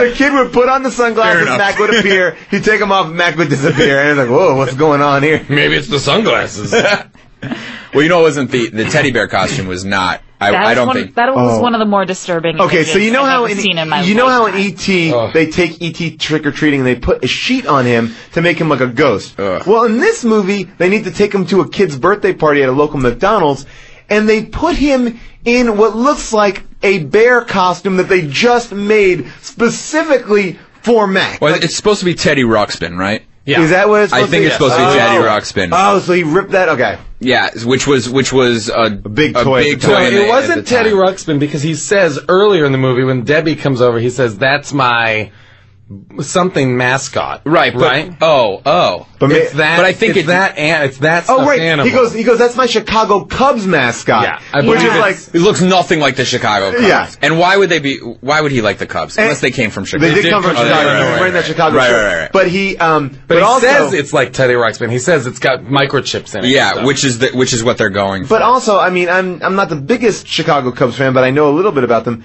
I've never seen the Chicago Cub bear. No. Ever. In any sporting event like that. I know it's on the logo, but it's not like somebody who comes out and like pumps up the crowd. It's like, oh, here comes the Chicago Cubs bear. And that bear, if anything, the Chicago Cub bear may have been like on a hat from the Negro Leagues. Because I've never seen that logo. No, I have like a vintage hat. Like and also, if they were to make an animatronic bear, what market are you approaching? Yeah. It's just people who live in Chicago that would be the animated cub. Oh man! All right, Bear was a huge hit at that time. Let's talk about this party. At Debbie's birthday party, which takes place in a McDonald's. Which just looked like so much fun. It looked like a blast. From the moment you arrived in the parking lot, people are dancing before Max starts dancing. I mean, there is a full-blown like poppin' and lockin' break dance. It looks like a scene from Break-In. They're in the parking lot. They're dancing. They go inside, and it is the most diverse group of people. It looks like I want to be a Dr. Pepper. It's like there's football players that are older. Yeah. They're like young cheerleaders. They're hip hop guys. They're like it's everything. All there for little Debbie. I know. If she made the guest list, someone has to. Well, by the way, you know Debbie's mom did not stay for that party. No, she She leaves has a him. line Yeah. where she's like, "Okay, so I'm gonna be going." Yeah. It's your 7-year-old daughter's birthday party. It was no. It was her friend's birthday party. It wasn't Debbie's birthday party. Yeah, it I'm was sorry, Debbie's I thought friend. it It was was Debbie's Debbie. friend. Well, which is also weird that the mother would leave too. It's Sure. like, well, just- the older Oh, sister's okay. there, guys. Remember the hot older Hot sister shot. Who works at McDonald's. Yeah. Mamma who mia! dances too? Who dances with the bear? Well, the bear becomes the hit of the party because now Mac, who decides that he's great at popping and locking, he jumps up on a counter and dances in a Yeah. McDonald's. Well, it's not a jump as much as it's a float. It's like Yeah, you're right. he doesn't jump up. He floats from the other side of the restaurant. Well, I'm calling McDonald's a restaurant, but he floats all the way across, and it makes a sound too. Yeah, his floating. It's like in my head, it was like one of those like things where he was like farting and the fart was propelling the fart because it was like blah blah blah blah blah blah blah, and then he's like on the counter. But that's like how bad the CGI is. They're like, oh, we can't animate him walking. We'll just like shoddily just move him across the screen. Anytime the character Mac needed to move was almost impossible. Oh yeah, Yeah. It was. But I gotta say, I think the main problem with the movie was that Mac didn't have many personality traits. It's like, I don't know why he's all of a sudden dancing. I don't know. No, why. Well, that's in, it. in He fact, was not- Mac was actually kind of a douche. Douche? Like if he was my friend and he Yeah. was jacking the spotlight for me, and he was kind of making fun of the wheelchair kid when he started to dance a little bit. You know? What I mean? Look at me. Look at my legs. Look what I My can do. legs are Yeah, better yeah. than Look you. at what an able-bodied person Yeah, can do. and that poor kid is just like my bear. But there was something like terrible about that creature. There was nothing lovable about him. Like you wouldn't want to hug that No. creature. There was nothing interesting the about. sequence where the alien family all walk into the supermarket. Oh god, that is a creepy sequence. It was in front of the brawny It's towels. like a Genesis video. It Yeah, really it's is like so upsetting. Yeah. It was, and then I can't do. Well, we can get back to we haven't even finished the McDonald's dance party because that sequence that really was like every 2 seconds a different fully choreographed dance routine breaks Yeah. out I between love people, and then it'll just cut to the Mac in the bear suit, just like. which is clearly a midget in a Which is bear. clearly a midget in a bear Worst day suit, ever for that. just movie. Yes. kind of moving back and forth. Yeah. And everybody's like, he's dancing! He's dancing! Because they think it's like a toy. And they Yeah. love this toy because the toy can reach out and drink a Coke, can steal people's Cokes. That's one of the best right, things the toy that's can right, do. yeah. That scene was like 4 different versions of the parade in Ferris Bueller's Day Off.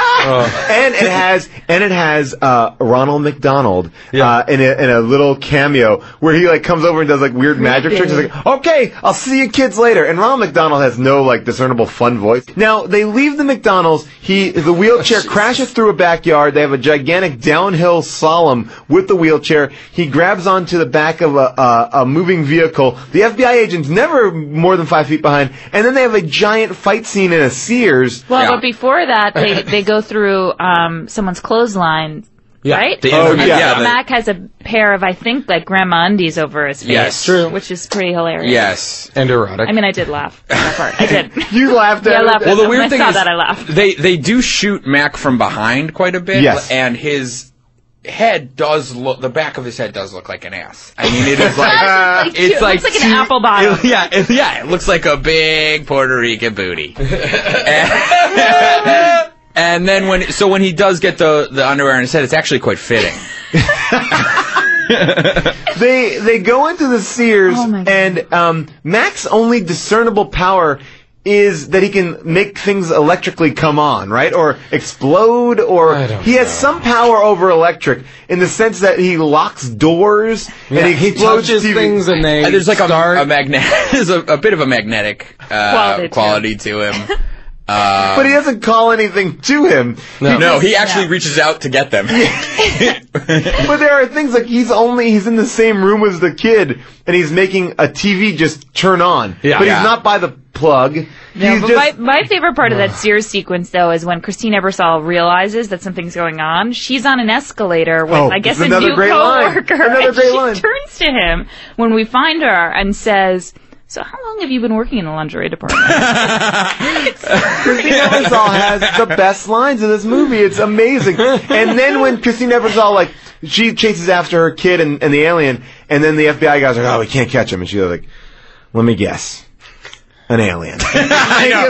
Yeah. It was a little boy in a Take a wheelchair stab at with, and she goes, "Let me guess, a creature from another planet." Yeah, a creature from another planet. Like they're so. This is the most. I guess after their father died, the aliens are not cutting Nothing everything. phases these guys. I gotta say, they They've didn't seen seem it to all. be grieving at all for that dad. No, There was not one. And they move away, mention. like, they move away from where the dad died. Yes. So you have to assume that they are cutting all ties. They don't want to Yeah, see yeah, the grave. They don't want to... By the way, For what? Her great job at Sears? Yeah. you guys, Like she needed to. I would wager they're responsible for the dad's Yeah, death. that's what I'm saying. I really, And are on the you know what? run. I'm going to change the death. Christine Ebersol was driving drunk, and the dad was in the dad was in the front seat, And the kid was in the and back the kid seat was in sleeping. the back seat sleeping. But then the kid wakes up and starts messing around with the mom, and it's like, God. "Oh, no eyes," and she's like, "Stop it!"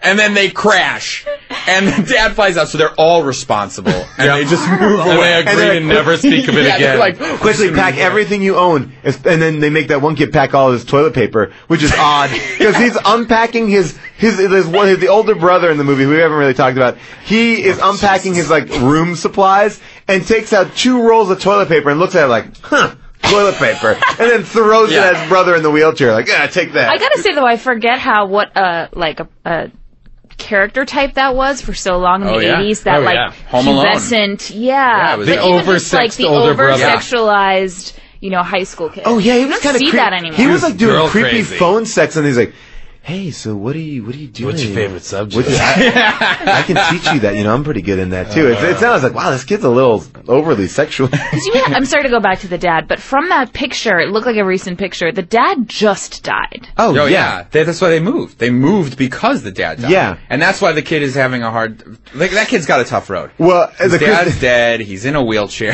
He can't make any friends. And Christine Ebersol also goes, "Look at this house, isn't it great? Small counters, low windows, like No stairs anywhere. No steps It makes you think that anywhere. maybe he died on the steps. Staircase. Maybe that scene was actually her saying, "Look, there's low counters, so nothing like how your father hit his head." Or No, it's all for him in the wheelchair. My favorite thing was she's like, all the windows are low so you can see out of everything, and then when you cut to him in his room, the windows are they're way higher. He's looking up. Yeah. And she really is playing to that one kid, the older brother. She's like, "Let me show you your room." And meanwhile, the other brother's already unpacking in the other room. What? I didn't understand this. I feel like I may have checked out for a moment. What was happening in the scene when the horses started chasing them?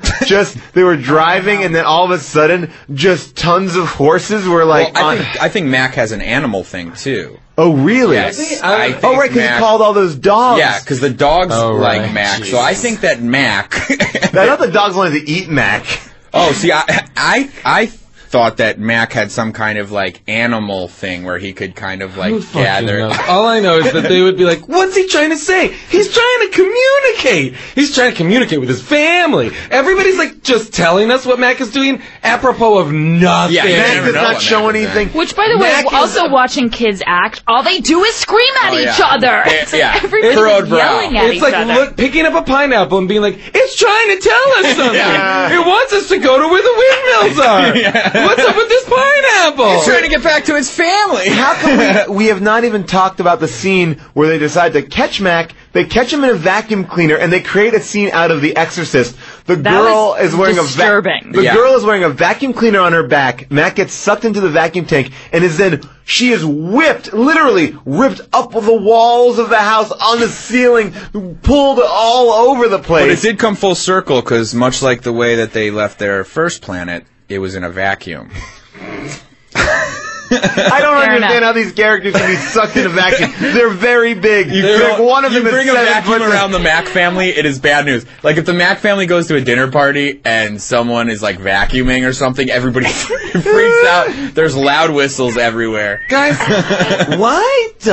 I checked out for a minute, why at the end of the movie does the father alien, who is, for all intents and purposes, a naked man, why, just walking through the aisles of a supermarket, why does he have a gun? He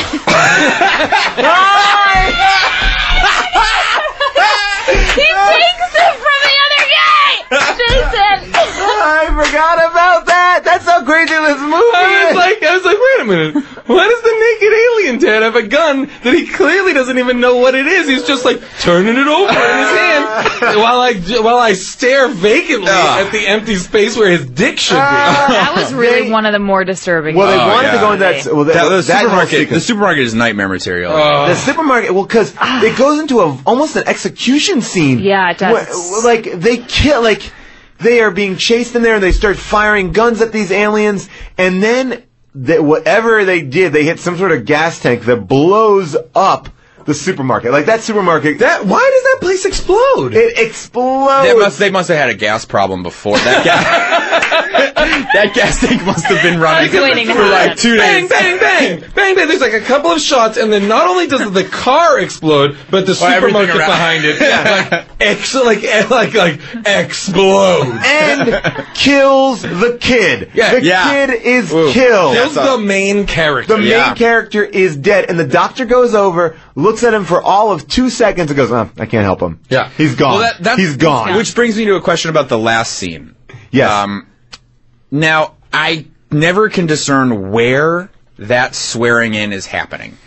It appears to be a church. It appears to be a church. It's church pews in the LA.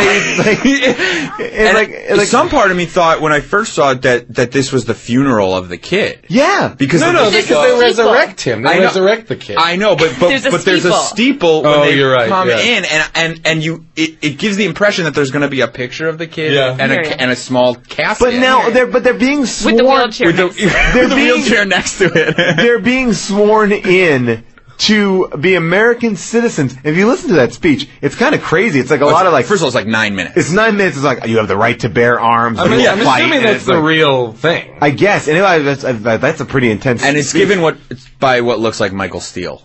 It's the head of the RNC. Now they give this whole thing. Now, did they let them become American citizens simply because they resurrected a child? Yeah. And now they clearly. If you bring a kid back problem with that, Paul? No, I guess if you bring that's a fine. kid back from the dead, you can be an American. Now, not only are they aliens and they are now American citizens, they're wearing full clothes, like we talked about. They're wearing the Jackie Onassis thing, and somehow in between all this, they got their driver's license because they go out in a convertible with the kid. Yeah.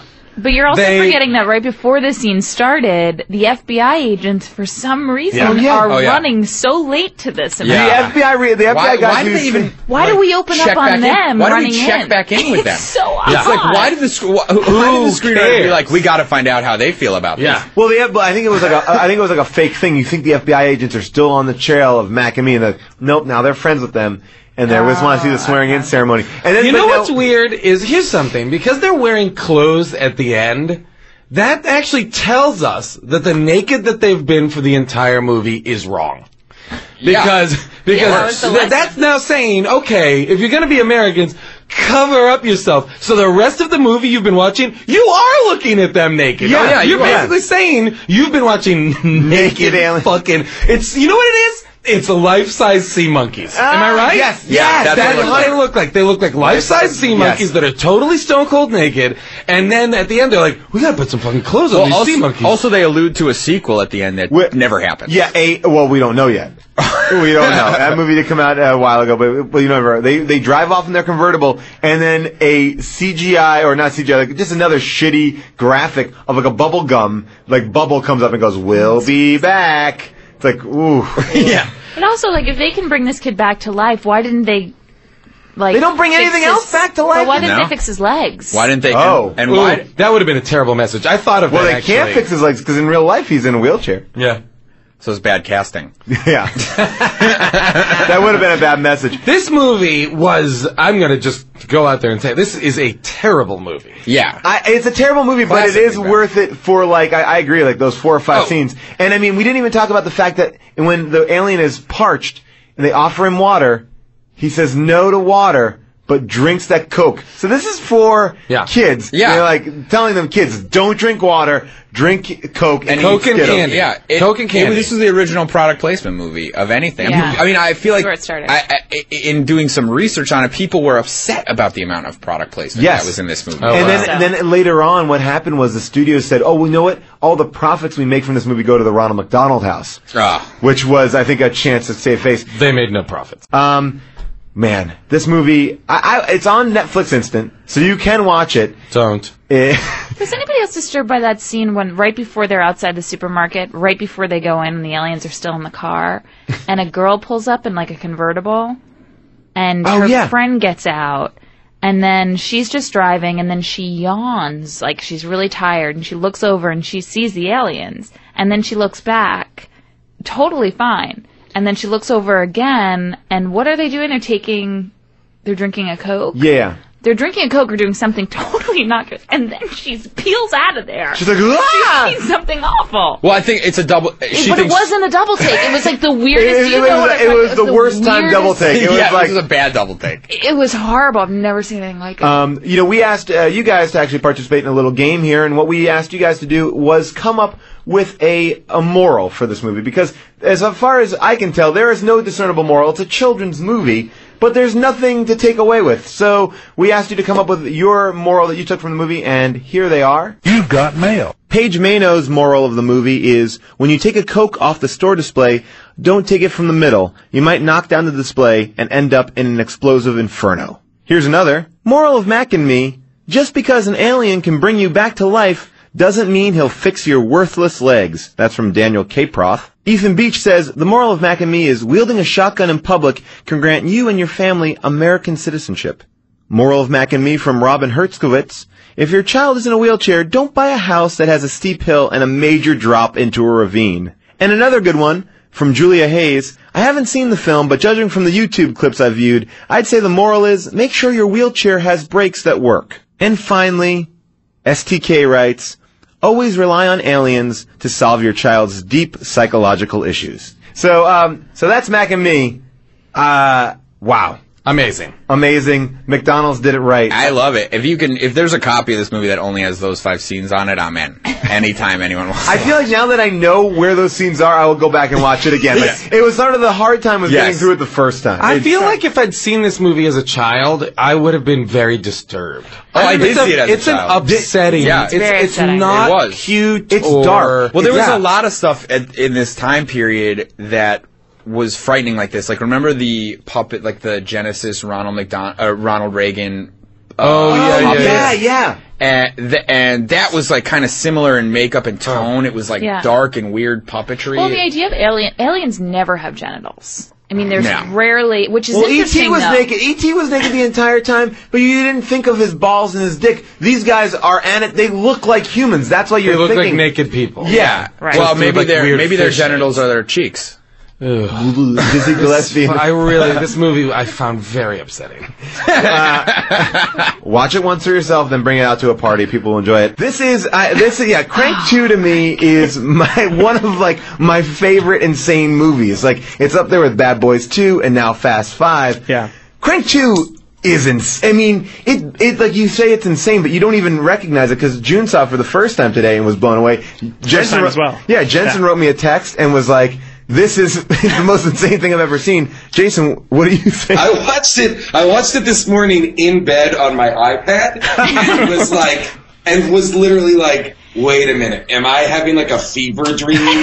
What's going on? I gotta say, I loved every second of it. I loved it. I watched it with that Kevin Smith face when he was Silent Bob, that like that weird bad one-tone face of like, this is so shocking, and I did it through the whole thing, the entire movie. Because it keeps on every step of the way. Every step of the way does not disappoint. I mean, first of all, this is probably the most offensive movie towards the Asian culture ever. I mean, since the breakfast at Tiffany's. Yeah, this is the new breakfast at Tiffany's. I think Bai Ling's portrayal alone is the most offensive. Oh my God! Well, she was speaking Cantonese. Yeah, it's offensive to Bai Ling more than anyone. Bai Ling speaks in English, but is subtitled the entire film. She's speaking in English. But by the way, thank God she's subtitled. Thank God. Because we wouldn't want to miss those gems. No more fucky sucky. Just not to get ahead of ourselves here. Crank 2, just if you don't know, follows the further adventures of Chev Chelios, who in the first Crank movie fell out of a helicopter. This one he is scooped up. His heart is ripped out, replaced with a robotic heart, and he has to constantly charge that heart to keep himself alive. And when he charges his heart, he gives him super strength and energy, and he charges it in all different ways. Logic is not really important. We'll talk about things like that. But and Paul, it's important to say I've never seen Crank 1, but yet felt completely fine just tuning into Crank 2. Oh, yeah, you don't need... Don't worry, guys. It's only one is streaming on Netflix, and I think that's on purpose. Yeah. Just see Crank 2. It's fine. Crank 2 is ultimately a better movie than Crank 1, because I think they realized, the first movie was like, he needs adrenaline or he'll die. And this movie, he just needs static electricity or any electricity or he'll die. I love when he keeps calling the doctor, and the doctor keeps thinking of new, more mundane ways I'm to get obsessed with that doctor. Dwight Yoakam. He was amazing. Yeah, Dwight Yoakam, who in the first scene, you see him with a naked woman's ass on his lap, and he's just rubbing an ice cube on her ass cheek and then eating the ice cube. It's a black hooker. Did anybody else? She was also incredible. Yeah, black hooker. She was incredible. Yeah. Chocolate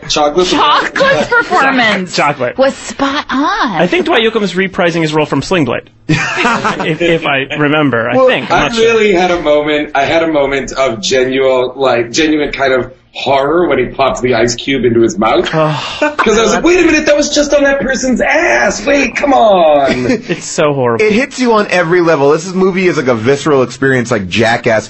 And I think one of the first, basically, Chev Chelios has been in this hospital for 3 months since the first movie, and when he finds out they're going to cut off his amazing Chev Chelios dick, which you understand to be very big because it's drawn that way. It is. It's drawn that way. There, we'll take his liver, his heart, and his fine big with those. dick. Fine with those. Take those, please. Take those. My dick? No. Punch in the face. Now I gotta get out. When he heard that they were going to take his dick, he gets up, and they did all this operation in a whorehouse. That's the other thing too. Yeah. It was like a massage parlor. Yes. Slash operation. Slash. And the first thing that he does is he gives somebody a tar enema. He takes a shotgun, dips it in tar, and then shoves it in a gang member's asshole and goes, "Tell me where the strawberry tart is." Yeah. Which is British slang for my heart? My heart. And doesn't it give you that subtitled, right? Subtitled. Yeah, he uses Cockney rhyming slang like every once in a while in the most bizarre ways. He's amazing. I just wanted to see amazing. I wanted to see like the Backstage West ad for that role. Like looking for Cholo gang member. Somebody played that part. I mean, that guy did that. He went to the premiere. He was like, I'm in a movie, guys, and invited 2 friends. They gave him 3 seats, and then they were like, when's your part coming up? Oh, it's in the beginning, and then they all watched it together. The worst was the sound effects for that scene. Oh God, that was upsetting. Yeah, it was not nice. I love these directors. They're amazing. I mean, apparently, like they're amazing directors, but they're kind of like the Tim and Eric of action movie directors because there are some genuinely fine performances, and then there are just people that look like they just literally picked them up off the street. May he rest in peace, Corey Haim. Oh, yeah. Corey Haim does a decent job in this movie. I thought he was incredible. I was like, why is Haim okay in this? He was quite good. And David Carradine, rest in peace. Yeah, quite good. I have no idea why he's in this movie. All he does is make like a sound like he wants to go down on chocolates, on chocolate. That's all he does. He's like, oh, fucky sucky. That's all he says. There's a gaggle of porno stars that do cameos. A good group of them. Ron Jeremy has some classic lines. The dropping loads guy from Stern. Yes. Oh, really? Yeah. Yes. He doesn't say dropping loads in the movie, but in the does credits. in the credits. Yes. He does in the credits. That's all that matters to me. First of all, let's talk about the credits of the movie. The bloopers. Not even really bloopers, technically. There's one blooper that I need to talk about, which is... I didn't see bloopers. Where are they? Bloopers at the end of the movie. Mantukas, you are not committed to this podcast. You have to go all the way through the credits to see snippets of bloopers. I'm going now.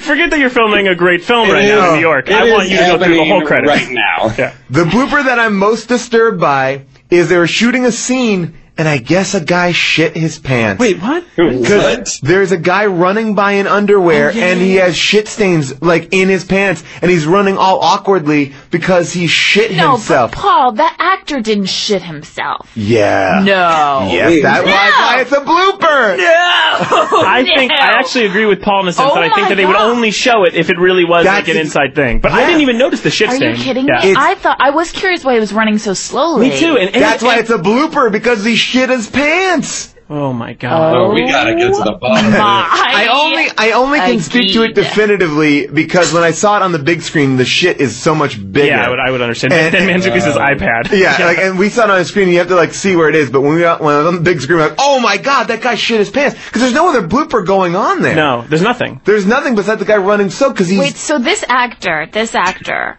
artiste, please. This artist, yeah, because he was so excited to be in the movie, shit his pants. I have no idea. We don't know why he shit his pants. This is because he got him on. He was probably like, "Holy shit, that's Chev Chelios." Chev Chelios is my favorite character in the history of cinema. But there are, I mean, again, talking about the racist moments in this movie, in that same scene where the guy shit his pants. People leave this whorehouse wearing the rice patty hats. Yeah, they're wearing rice patty hats. They're in a whorehouse and they're escaping in rice patty hats. Those props should only be used in like Apocalypse Now and Full Metal Jacket. If it's like a time-ready piece, that's the only time you should do that. You shouldn't put that in a modern-day film. In the middle of downtown Los Angeles, they are wearing rice patty hats. Yeah, where's their bike and the thing on their head? I mean, at this point, just put it all just do all of it. Just put it all in one film. You're already racist enough. Oh my god. This was, like, front to back, one of the most insane... Like, I really want there to be, like, a mashup movie between this and the Fast Five movies. Oh, yeah. It would be so good. I mean, these directors are amazing. Like, they literally wreck their own cameras. I know that for a fact. Like, they buy cheap cameras from Best Buy and then, like, will crash a car into it, and that's how they get their scenes and stuff. This is like the NBA Jams compared to, like, NBA.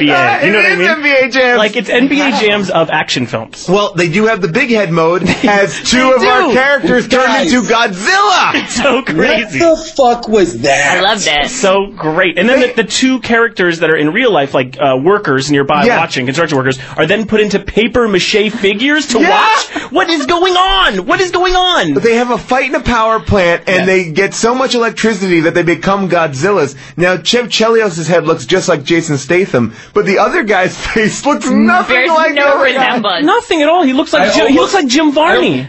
I He looks almost like feel Ernest. they made the puppet and shot the scene before they cast the actor. Absolutely. Totally. They had to start production on those puppets months in advance. So crazy. Big Asian puppet. Because I believe that the guy that he fought had blonde hair, and the guy that he fought in Godzilla mode had black hair. By the way, that is the name of my new death metal band. Big Asian puppet. My new band name is called Skin Sushi. From that, I can't talk about that. I gotta check out for a second. When they have that scene where they're in the back of the strip club, and he's like, "Make me some sushi," and they take a guy's elbow and just chop off the skin, gross. like the fatty skin right by the elbow. It takes a lot to be worse than the nipple cutting. I can't talk about that one either. Horrible. Can't talk about it. I put the hand up. right in front of the screen a little bit. I'm not gonna lie, guys. I found that stuff pretty erotic. Can we talk really quick about the descent of Amy Smart's career? Oh my god! Just the sadness of taking that, of reading the script in the horse race scene and being like, you know what? I beg to differ. June's like, I thought her performance was amazing. Understood, but look I thought it was incredible. June, first that was of all, full commitment. has a full-on crush on Jason Statham. I'm obsessed with him. And I think a full-on crush on Amy Smart. Both of them. She kept on saying, like, wow, she is pretty, isn't she? Wow, he is very attractive. You're going through something this morning.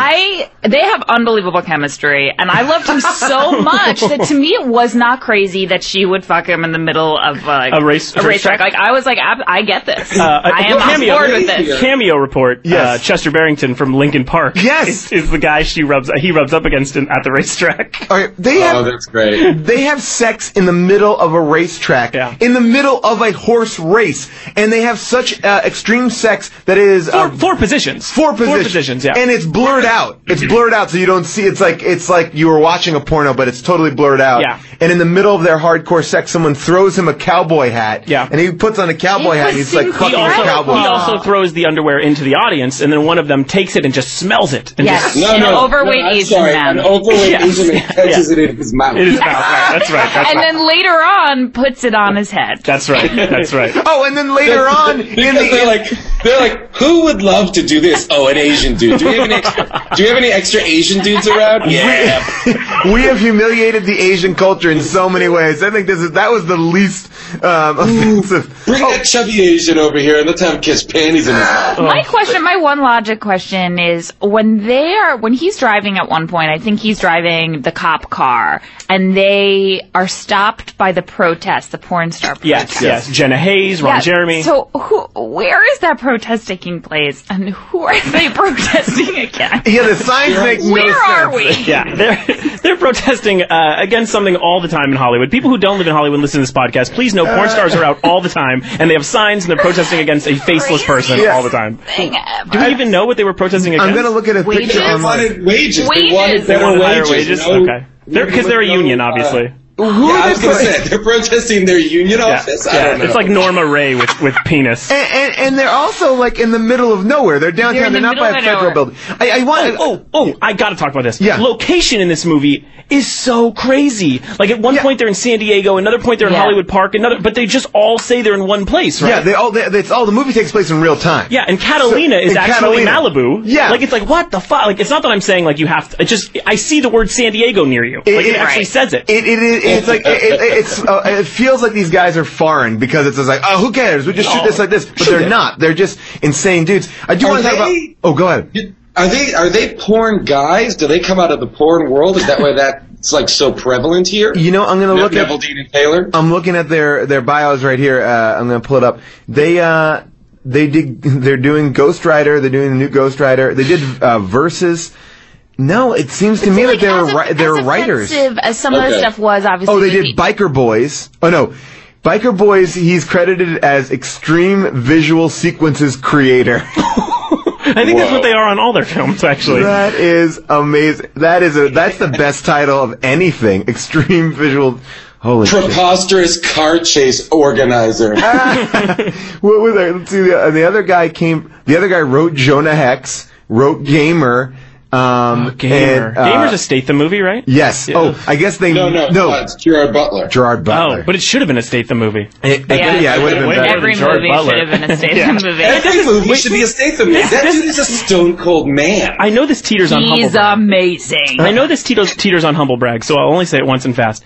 A girl I dated recently got out of a relationship with Jason Statham, then dated me. Really? Yeah, wow. and I said something like, I'm Jewish and scrawny, and I've been in therapy 14 years. What did she say about him? She I didn't get much out, but she says he's like a normal guy. That's what I didn't believe. I did Prana with Kelly Brook, and she dated Jason Statham for years. Said he's the best dude in the world. He clearly is. He's actually funny in this movie. We all have crushes on Jason Statham. I'm not going to be the only one. I was excited. I was like, you dated Jason Statham? He's unbelievable. He's the action star that no one is letting be a fucking action star. And by the way, he handles the comedic moments in the movie that are like he's so really outrageous. Funny. Yeah. So well. Yeah, he's funny. Like he's not too much. He's not too little. Like he's nailing everything. Can I just talk about one moment that I just feel like it needs to be examined? When they're having sex in the racetrack. My favorite scene. And she climaxes. You see a close-up of a horse penis as it is jumping over her. That was an acceptable shot. Yes, that was what they decided. Paul, that was storyboarded. Yeah, imagine that being storyboarded. had no problem with that. No, horsecock? Sure, bring it in. Horsecock! Yeah. And the horse is jumping over them. Yeah. Man. And she has a really surprised, even while climaxing, she's like, horsecock. Yeah, it was. Oh my God. Hey guys, can I just ask a quick question? Sure. How long have we been going in the podcast so far? About 16 minutes. 16 minutes, and we haven't mentioned the stripper who gets shot in the tit? I know! Her boobs smell like Raiders of the Lost Ark. Yeah. It's amazing. Her boobs are like on Nickelodeon when you say, I can't do that, or whatever. Yeah, I don't know. I don't know, right. Good I don't know, and her boobs explode. Boobs. And they come back to those tits melting 3 times. So crazy. And so many dead strippers, so many dead... Oh my God. So many dead things. strippers. Yeah. And then I love when they're in Catalina, and there's that...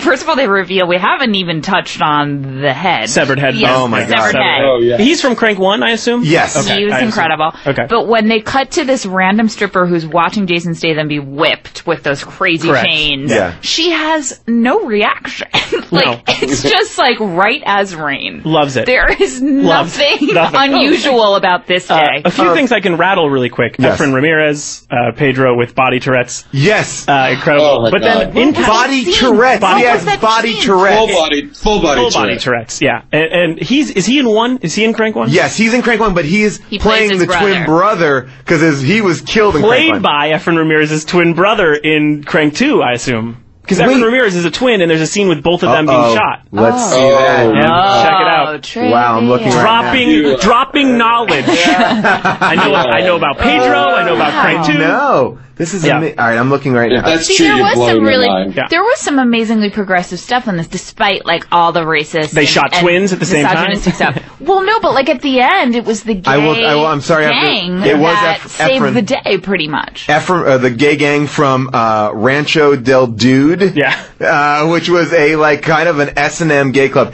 Efren Ramirez did not play both roles. He played both, not his twin. Oh, he did. Oh, because Efren Ramirez is a twin. Yes, but he did the job. Now that's revolutionary. Efren Ramirez is kind of like the Armie Hammer of the Crank movies. He really is. I would like to talk about the scene when Jason Statham murders an entire limo full of people, Asian people, and then says, chicken and broccoli. Yeah, what? What is that? I think he was referring to like their intestines.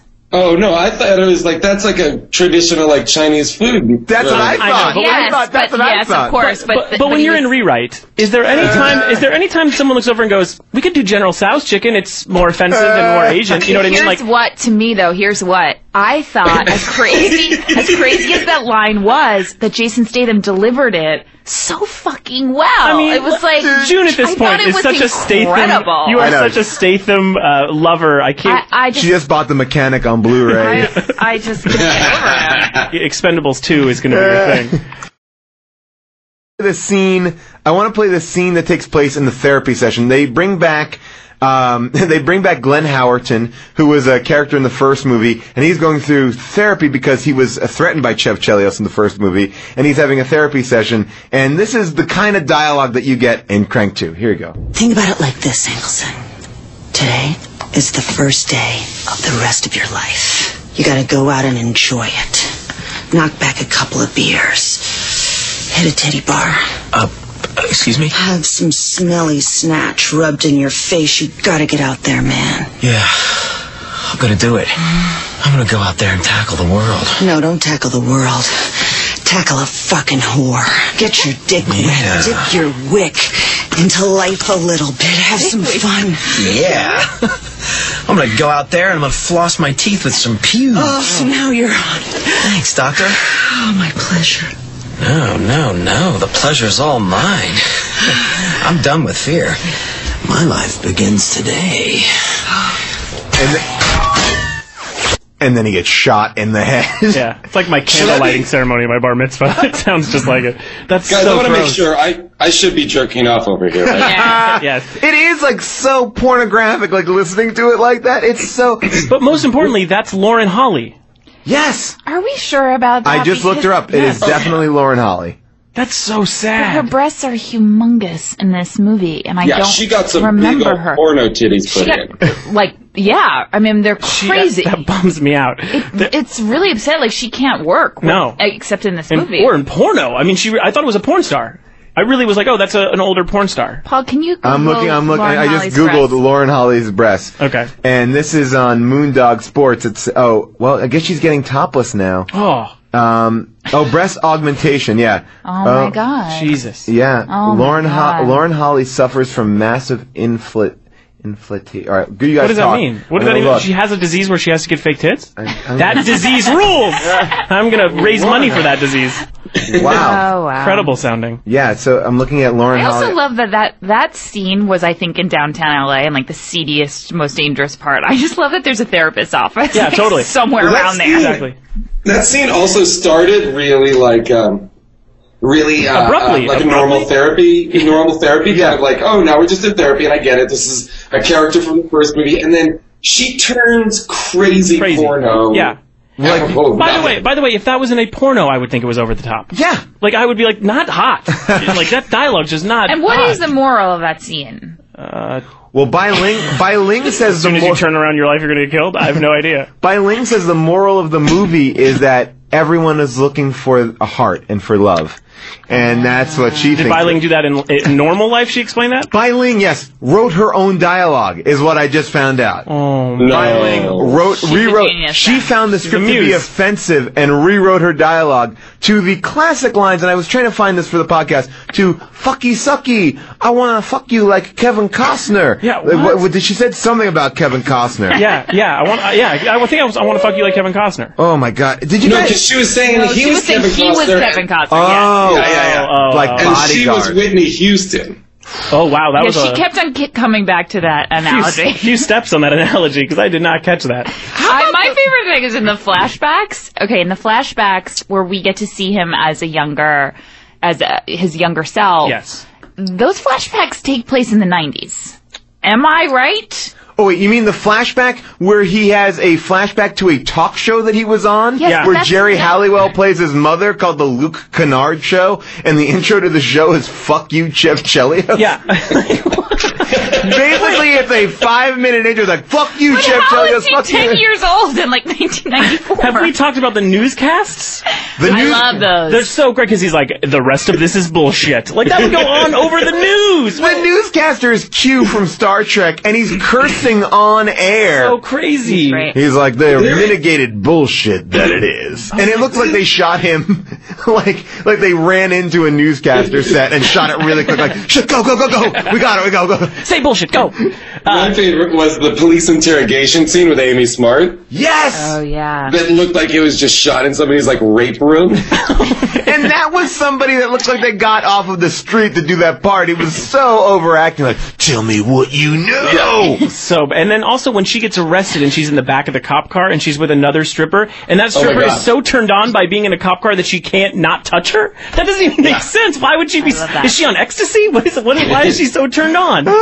So they're being shot at and chased, and the stripper is like grinding on Amy Smart. Like trying to finger her. Yeah, like literally, I think she says finger. It's so crazy. I think my favorite line of the movie, throwaway line, is just when Chef Chelios is talking to Dwight Yoakam, and Dwight Yoakam's like, "Yeah, I used to be a surgeon until I botched my wife's vaginal rejuvenation." Yeah, in the back room or something. He said. Yeah, he actually references where it was. Yeah, just to let us know how bad it was. Dwight Yoakam, pretty great. Let's Do you think him and Chocolate were together, or that he was paying for her services? Paying for her services. Okay. I thought he was a pimp. Yeah, he's a pimp, right? No, really? I didn't Yeah, know he that. goes, "I got some girls out on the street getting information right now." Oh, maybe, yeah. Can we? Let's talk about No, this. that really casts him in a different light. Yeah, I'm not really. Look, he was a doctor who got barred from the doctor board. He's still studying at home, though. He's still studying, and he has a lot of knowledge about fake hearts at the drop of a hat. Even immediately when he calls him, he goes, "It's so weird they put something." That's because they put this. He knows immediately what's in his heart. It's and the specifications of how you everything. Need it. He's like, all right, you got a box attached to it. All right, here we go. And then we have our version of the Jurassic Park Amber bee scene, or the mosquito thing. There's like out of nowhere you get a history lesson on what's going on with his heart. Out of nowhere at the beginning of the film. You're seeing like literally graphs and charts of how this heart works. No one cares. No one cares. No one cares. He's already shoved a gun in someone's asshole at that point. And he took a car charger to his tongue. Yeah. I'm not really in the mood for the scientific explanation at that point. The end of the movie takes place on Catalina Island. His villain is a head, not in a jar, in a fish tank. Yeah. And there's another part in that movie where there's already been about 3 minutes into the shootout at Catalina, already 3 minutes into it, and there's a gardener still working who gets shot. Yes. We've already been 3 minutes in the shootout. This guy is still he's still hedging. He's still cutting bushes. There is a massive shootout, and Bai Ling just shoots him with a semi-automatic machine gun. The gardener's still working, dedicated to his craft, but still kind of stupid. Wait, were we to understand that the guy, the bodiless man in the fish tank, was only staying alive to see Jason Statham tortured and killed? I thought it was. I thought he was getting those parts. But he couldn't speak. He seemed pretty much brain dead. He was in the water and going, "Fuck you, Chelios, He was like that Teenage Mutant Ninja Turtles big Kranos or Krang is his name. Do you? But the thing that blew my mind was that he was functioning as a head in a jar, and when he talked underwater, only air bubbles came out of his nose. Like, where was the why? But I'm just confused. How would he even be able to express to these men that he wanted this guy dead? Where did that instruction come from? When did he explain that? He really is the quality of life. Do me a favor. Before if I die, in the weird place that I die, do me a favor. Keep my head alive in a fish tank, and then kill Chelios in front of me. But that's in case I die. Not a big deal. It's just a thing. In case. And the thing I would really hate is if he broke my fish tank open and then kicked my head like a soccer ball. That's the worst case scenario. Into a pool. Please don't let that happen. Don't let it get to that point. Yeah. Stop it before that, if you can. Now, the ending of the movie, Chip Chelios gets into a final fight. He really jacks himself up so much on electricity that his body starts to erupt in flame, as if he's like a piece of land where lava is coming out of him. So he's not on fire per se, but like fire is erupting out of his body. In some of the most unbelievable CGI, fire CGI of all time. He then catches the other guy on fire. Now, there are pools all around him. He does not jump into any of those pools. No. Or in the ocean. Right. He's right there, too. He instead turns to face the camera. Well, first, though, he sees Bai Ling. And he gives her the fire. Yes, he gives her the fire. He molests then Bai Ling. Well, in his mind, it's Amy Smart. Yeah, he's having a fire dream. It's Amy Smart. And we know it's a fantasy. Fire dream. It's like a fire dream. We know it's a fantasy because her hair has been washed. Because her hair has been washed. Then he turns to camera and gives the finger to the camera while he is on fire. So like crazy. From within, like molten lava bursting through his skin. And he has the thought to break the fourth wall, which is even smarter. Just out of nowhere, he's like, I like Ferris Bueller's Day Off. I'm going to do what he did a couple times. But he's telling the audience to go fuck themselves. Like, fuck you for watching this. We needed to hear that, though. All of his faces are great. He had a point. And then in the credits, Jen is fully willing to be dominated by Jason Statham. Oh my God, I'm ready for her to leave me for Jason. I know, you're done. Did anyone else notice the statue of David with the ball hair on it? Yes. That was a quick shot. That was a fast Clockwork Orange-like snippet put into the film. Yeah. But we all saw it. I can't recommend this movie more highly to you. No. Like, if you were listening to this... It's a great movie. Yeah. This is one of the best ones we've ever done. Yeah, this is a great movie. It really is. This is... Yeah, this borderline is almost shouldn't be done on the show. I know. It's good. It's so funny that Pally got Mac and Me, and I got Crank too. Yes. I mean, two completely different films. This movie is more like it's insane, and you have to watch it, and you have to discuss how insane it is. We've decided now 2 categories, but after a couple of bummers, we needed a good one like this. The only way this movie could have been better is if at the end the main bad guy had been Nicolas Cage. That would have been beautiful. Amazing. I know where there's a gazillion bad guys. Yeah. Oh yeah. So many bad guys, just so they can get killed in violent ways. There's bad guys from the first movie, bad guys from the second movie, bad guys fighting the other bad guys. What's the bodiless bad guys? The subplot of the animal. What's the animal? The ferret. Oh, the ferret. The subplot of the ferret doesn't make any sense. No. But yet they just needed to kill the ferret. It's just like what? Just more and more. It's like it really is a video game. The first section of the movie opens up with an 8-bit graphic. It is a video game. With the sound effects, the whole nine. This is amazing. A tough guy hitman with a heart of gold, a criminal lesbian, and a retarded man all become best friends after they take him hostage in a movie called Geely. People of Earth, welcome to How Did This Get Made? I am your host, Paul Scheer, joined as always by June Diane Raphael, and via Skype, Jason Mantzoukas. How are you both? Good. Great. This is the podcast where we try to make sense of the movies that make no sense. Each week we have a special guest with us. This week is no different. You've known her from a lot of different things. You've seen her on Comedy Central, on the Spike Show Players. Please welcome Danielle Schneider. Hi there. How are you? I'm good. I should tell you that I was an accomplished voiceover artist. So. Ooh, wow. So you're really stepping it up. You have a voice on your hands. You have a golden You're listening to a voice. Yes. All right, so let's talk Geely. First thing I want to say about this movie is... Oh, my God. It's fucking 2 hours. Oh, my God. It's 2 hours. it's a long haul for a shitty movie. Like I thought, like this would be like an 88-minute movie. Like you couldn't even make the hour-and-a-half mark. I watched it on my computer, and you know how it sort of like times it out for you, and like I just kept going like, "There's so much more left." Like, you could I did feel like at hourglass. I feel like at the end, like the last 40 minutes, it kind of felt like people like at a house party, like we don't want to leave yet. It's still fun, isn't it? And it's like, no, just get out of the house. We're done with you. The first 45 minutes of this movie is all exposition. Yes. Yep. And it's all redundant exposition. It's like new characters enter and explain the whole plot we already know to other new characters. But don't you understand like, that sometimes when the characters are talking in this movie, I don't even understand what they're talking about. They're talking in code, and I'm like, what? It was like rhymes and riddles and rub-rub-a-dub. I could not. There were monologues. There were sex monologues. There were crime monologues that I could not make. Well, it also felt like it also monologues. Like how many movies have like multiple page-long like when she gives that monologue to the gangster kids. That was about Cow My or whatever that was her Samuel Jackson moment in Pulp Fiction. You know what I mean? It was just like, but it was so unintense. Like it was like I felt like the kids were like, when do we get to leave? Like basically, like I felt like that movie. The movie should have been like she says that whole thing, and the kids are like, "Yeah, we're gonna rape her." Right? The best part of that though is at the very end when Ben Affleck grabs as he's walking out to get his in, he grabs one of their computers, throws it on the ground, and then says, "suckmydick.com." What? Because that's from an era when .com jokes were hilarious. Well, also the fact that there were these white ruffians sitting, a white gang with computers out. Yeah, of course. The white gang is basically they're playing music loud in a restaurant, like a shitty chicken restaurant. Mexican, like on a beach hut. Yeah.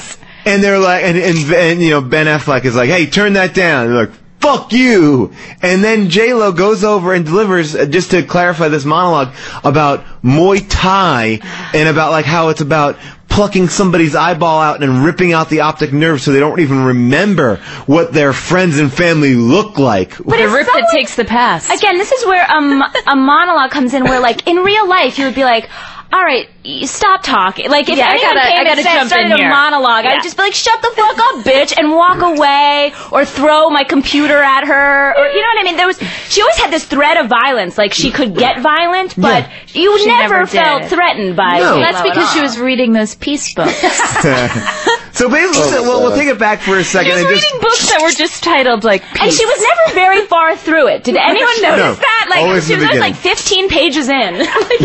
But in scenes where she has the book out, she turns a page every 2 seconds. She's the fastest reader you've ever seen. And yet couldn't get through any of the book. So basically, the premise of the movie is Ben Affleck doing a good old-fashioned newsy voice, going, "Hey there, kid." Everybody, this takes place in Los Angeles. Yeah. Every character has a New York accent. Did anyone notice Ben Affleck's is Boston. Yeah, well, no, it's not. It's No, like it's not. I wish it was a Boston accent. It felt That's like a Bronx 1920s. accent. Yeah. Oh man. Everybody did. She did. Christopher Walken did. Al Pacino Christopher did. Walken said privacy. You knew He's an LA cop.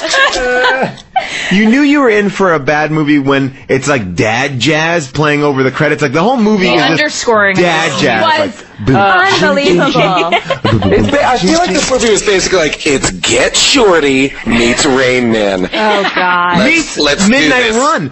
I was in the middle of the movie. I was like, this is like a shitty version of Midnight Run. And then I realized it's actually written and directed by the guy who did Midnight Run. Martin Brest.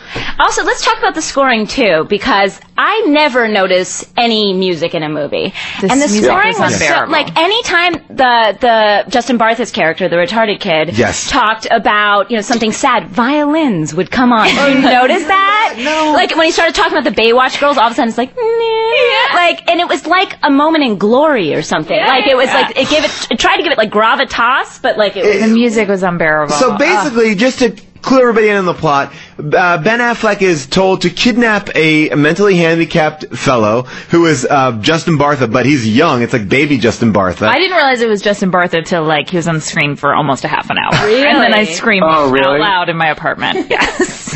And then, so Ben Affleck does that job with ease. Gets the mentally handicapped guy out of the facility that Although he's we in. don't see how. No. He just I guess he just walked him out. He just walks them right out. Walks him right out without a problem. Not a video camera. No inside. security.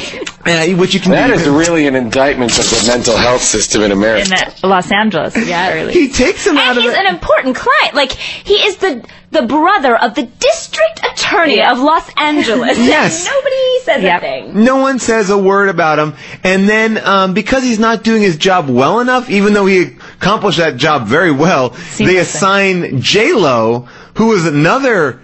Is she a hitman? Is she a bounty hunter? It's also unclear what these people are. Bad guys. They're just bad guys. Well, you can tell But by his you can tell that Ben Affleck is a bad guy by his leather jacket and pompadour. Okay, that leather jacket upset brand me new so leather fucking jacket. much. When I saw that thing in the beginning of the movie, I was like, if I have to stare at this leather jacket for 2 hours, I'm gonna lose my mind. I did. And this is how you know Ben Affleck is a bad guy. He goes, I wrote the rule of cool. I'm the original gangsta.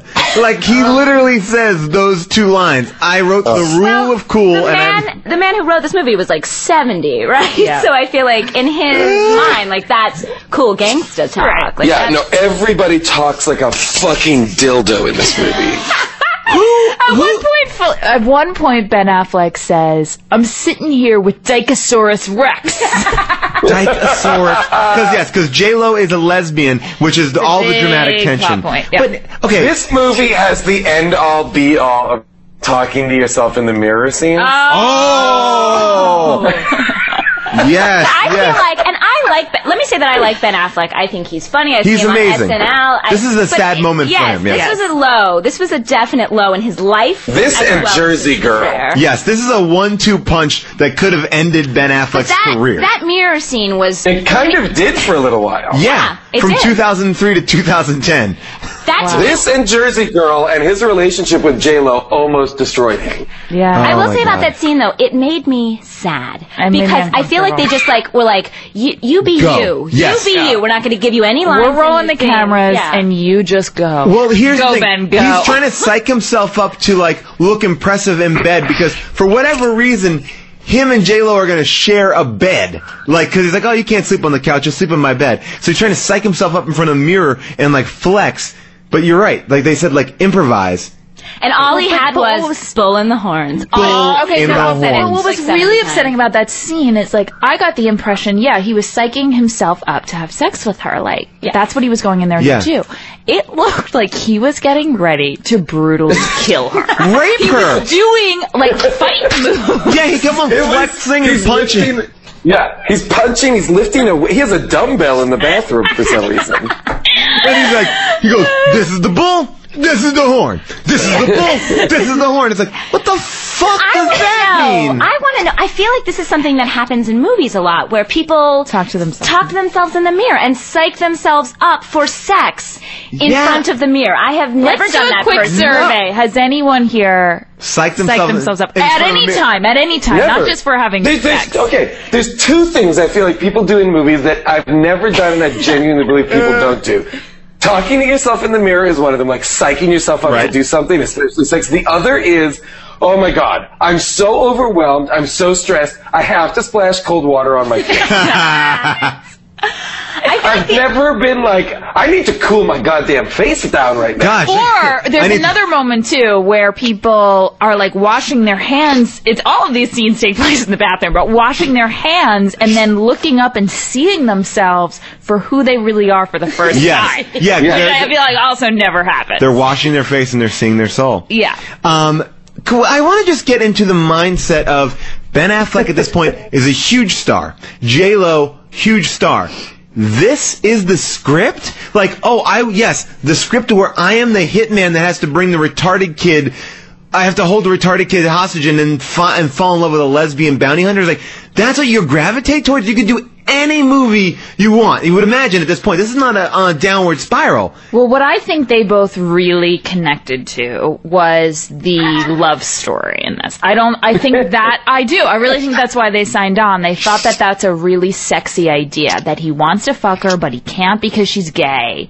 But he's going to be the guy that fucks her so right that she's no longer gay. Are you also talking about the fact that this movie does really say like lesbianism? It's really upsetting. Yeah, really offensive. No, it's an interchangeable sexual orientation. Like it is not set in stone. If you're a lesbian, no, you just need the right man. If the right turkey gobbles you up, then you are on the straight train. Set straight. Basically, Ben Affleck's. They go to visit Ben Affleck's mom. She goes. Whoa, wait a second. Back it up for a second. Ben Affleck's mom calls him and says, like, you gotta come over. What is that shot? The next shot after Ben Affleck gets that phone call is of an enormous ass. Yes, huge ass and a thong. A fluorescent pink thong, and Ben Affleck is shooting his mother in the ass with a needle. And we don't know why. Is it it's some sort of diabetes? But I also thought, is this like a fertility medication? Well, clearly she was getting it a lot. And they never say. Yeah, they never Well, she does say that if he doesn't come over to do it, she's going to have to ask their neighbor. But we don't know what the shot is. Yeah, I think it's an insulin shot. That or she's trying to have babies again. But basically the mom says to J-Lo, immediately J-Lo walks in and she's like, I like you. You're going to get married to my son. And J-Lo has not said a word. And she goes, yeah. And then Ben Affleck's like, hey, Mom, she's a lesbian. And all Ben Affleck says in that scene is Ma. He goes, Ma! Ma! Ma! And she even at one point calls him out on it and says, what's with all the Ma? And it was like, is the actress saying this? Is the character saying this? And why is she in a pink thong? There are whole scenes like that where people, like there's the scene where he goes, read to me, Larry. And J-Lo's like, read to him, Larry. And he's like, I'm not going to read to him. He goes, read to me, Larry. And they just say the phrase read to me or read to him like 500 times in a row. Well, talking about things that are said a million times in a row, here's something that's said quite a few times. The word fuck. The word fuck peppers everything. I wanted to see if play a quick game with you guys and see how many times you think the word fuck was used in this movie. Any guesses? Oh, God. Do you know? I do know. If there are like 100, I bet the script was like 125 pages. So if it's, I would say one fuck every other page.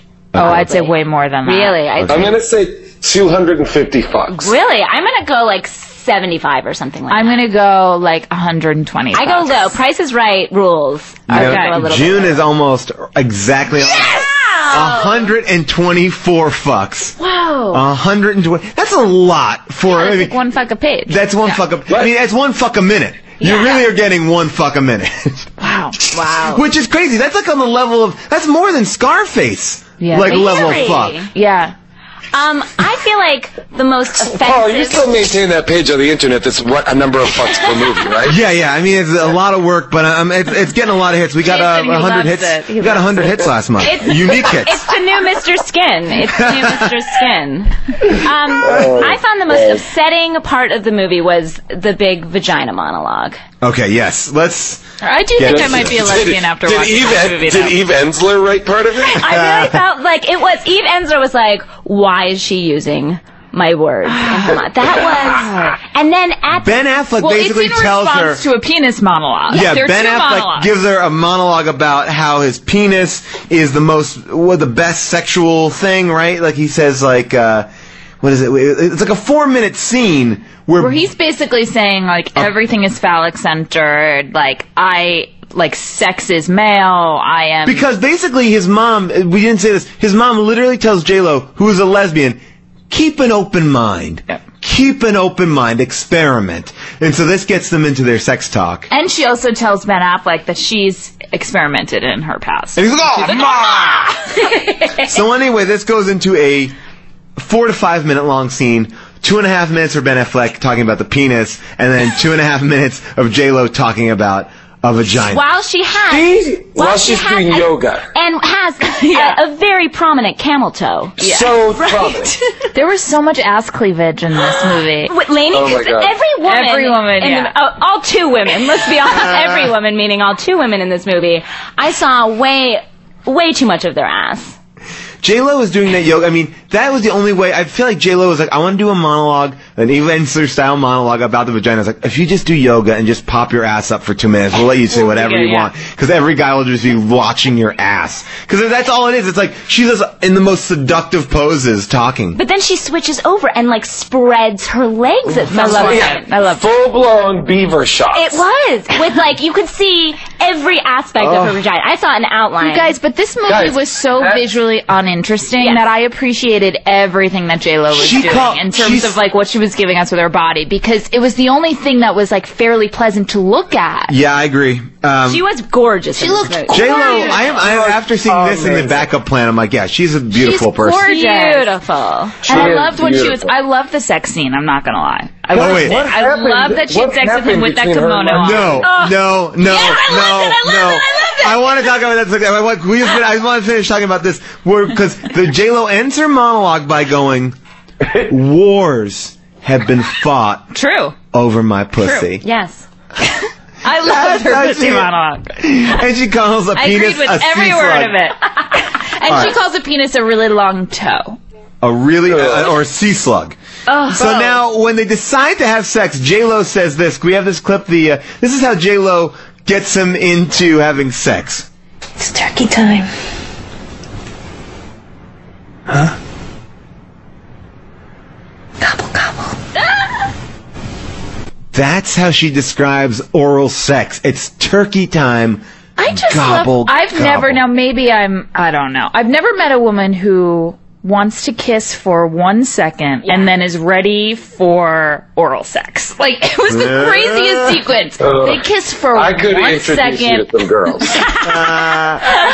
I will say also, the kimono, to me, was such an obvious, like, she's a Zen master. Like, I loved it. Where did she pack all this shit? She had so many outfits. I thought about that as well. And a lot of accessories. Did anyone notice? Lots of jewelry. And it was also, jackets, like, Buddha-based, like, very sort of, and she never came in with a suitcase. Never saw a suitcase. Nope. I hated this sex scene. I hated the sex scene because whenever you have a sex scene with two people who are dating in a movie, it's too fucking gross. It's like too sensual. It's like they're too into it. Like Kim Basinger and Alec Baldwin in The Getaway. It's like, I feel like you're watching like a sex tape where they're just like, it's not sexy. It's like their sex becomes very precious. Yeah, it's like they're just enjoying it too much. It's gross. It's grody. It's grody to me. It's way too grody. I want to see. I want to see. Says it's doesn't grody. Like lovemaking. No, I want to see two people who've never met each other fuck on camera because it's new, it's interesting. These people are like, no. Like, they're into it. They're like, America, we are such a good couple. Watch us fuck now. I feel like the point of this movie was you get to watch them fuck. Yeah. You know, that's like, I feel like the selling point is you get access to what we all are thinking. Like, what's it like when they fuck? I didn't mind it one bit. Now, we don't even talk about the fact that J-Lo is a lesbian and her lesbian girlfriend barges over to the house midstream in the movie and slices her wrists. And this was actually a really offensive movie. Like, was there a big outcry from the gay and lesbian community? Because that's like every lesbian stereotype. It was like really horrible. It really was. Like, and also on that fact, like, these people are like hit people or whatever. They're supposed to be pretty secretive and good at their jobs, and yet everybody can find them. And so she didn't tell her angry lesbian ex-girlfriend where she was, and yet she shows up at Ben Affleck's place, had no problem finding it. Oh, everyone shows up at Ben Affleck's place, and at one point J-Lo goes, do you want to go to a hotel? And Ben Affleck goes, no, I live here. Which is exactly the reason not to hide out in your house. And then, when they go on the road, they're in a convertible. Yes, in a convertible. So obvious, but they put a ski cap on it because no one would suspect that the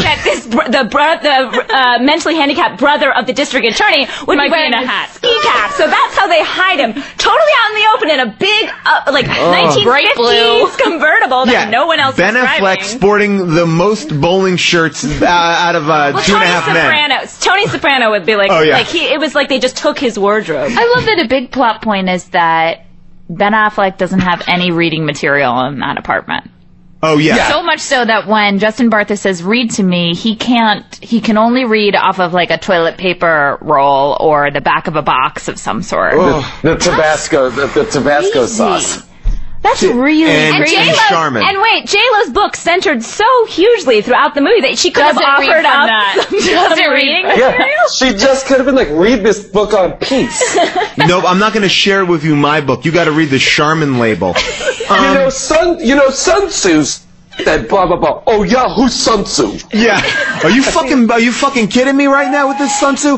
All right, so the thing that we haven't talked about at all, and it's a huge plot point, is that Justin Bartha plays a mentally handicapped person who is everything that we just talked about. Insert a mentally handicapped person in the scene who full retard. Full retard. But I will say, like, in the first time you meet Justin Bartha, he's in this home for the mentally handicapped. Yes. And surrounded by real mentally handicapped people. Yes. They are obviously... Those are not extras and playing then all of a sudden... You can't do that in a movie like this. And then you see Justin Bartha, who looks like a young Tom Hanks, and you're like, he's cute. Unless you are Daniel Day-Lewis, you can't surround an attractive young actor with actually physically and mentally handicapped people. He was like the pick of the litter in that group. I was like, I would have dated him. I had no problem dating him. I don't care what. And Justin Bartha's real. I mean, I guess. We're going to throw around this word, I'm sure, at points, retard. We only throw it around because it is... How dare you. How dare you.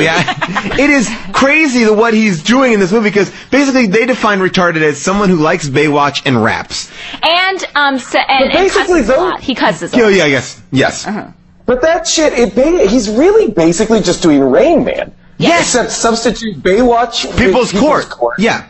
You know, and shit like that. Like, it's a Rain Man, like, performance. Let's, just to give you a taste of his performance. I thought he was pretty committed. I mean, I didn't... He was committed. He really was. Whatever he was given, I thought he did the best with whatever he was given. It was just unwatchable. It was him. Okay, well, here we go. This is a scene. Basically, Ben Affleck is told that he needs to cut off Justin Bartha's thumb. He's not going to do that. They go to the morgue to cut off a thumb, with a plastic knife.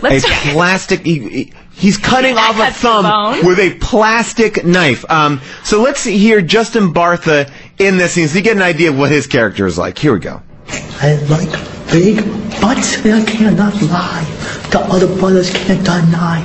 When the girls walk in with the AB waist and round things in your face, you get sprung. Wanna pull up tough, cause you notice that bump was stuffed. Cause I'm long, and I'm so long, and I'm down to get the friction off. So, ladies, you wanna roll my Mercedes? Yeah. So, turn around, stick out. Even white boys got to shout. Baby got back. We go. Baby got back. I am cringing right now. This was the part of the movie where I literally had to walk out of my house. Like, I had to leave my entire house. Like, I was just like, I need to leave this behind me. This is the best scene in the movie. And they timed the wicka wicka with the sound of the plastic knife cutting through the skin. When can and a bone. There's a bone. How can a plastic knife cut through a bone? Also, Ben Affleck's character is not capable of dealing with a mentally handicapped person. He literally goes, he tries to beat him up. He tries to beat him up and he goes, what, you got brain damage or something? You too stupid? It's like, essentially. Yes. He has said multiple times that he has brain damage. You picked him up at a home for mentally...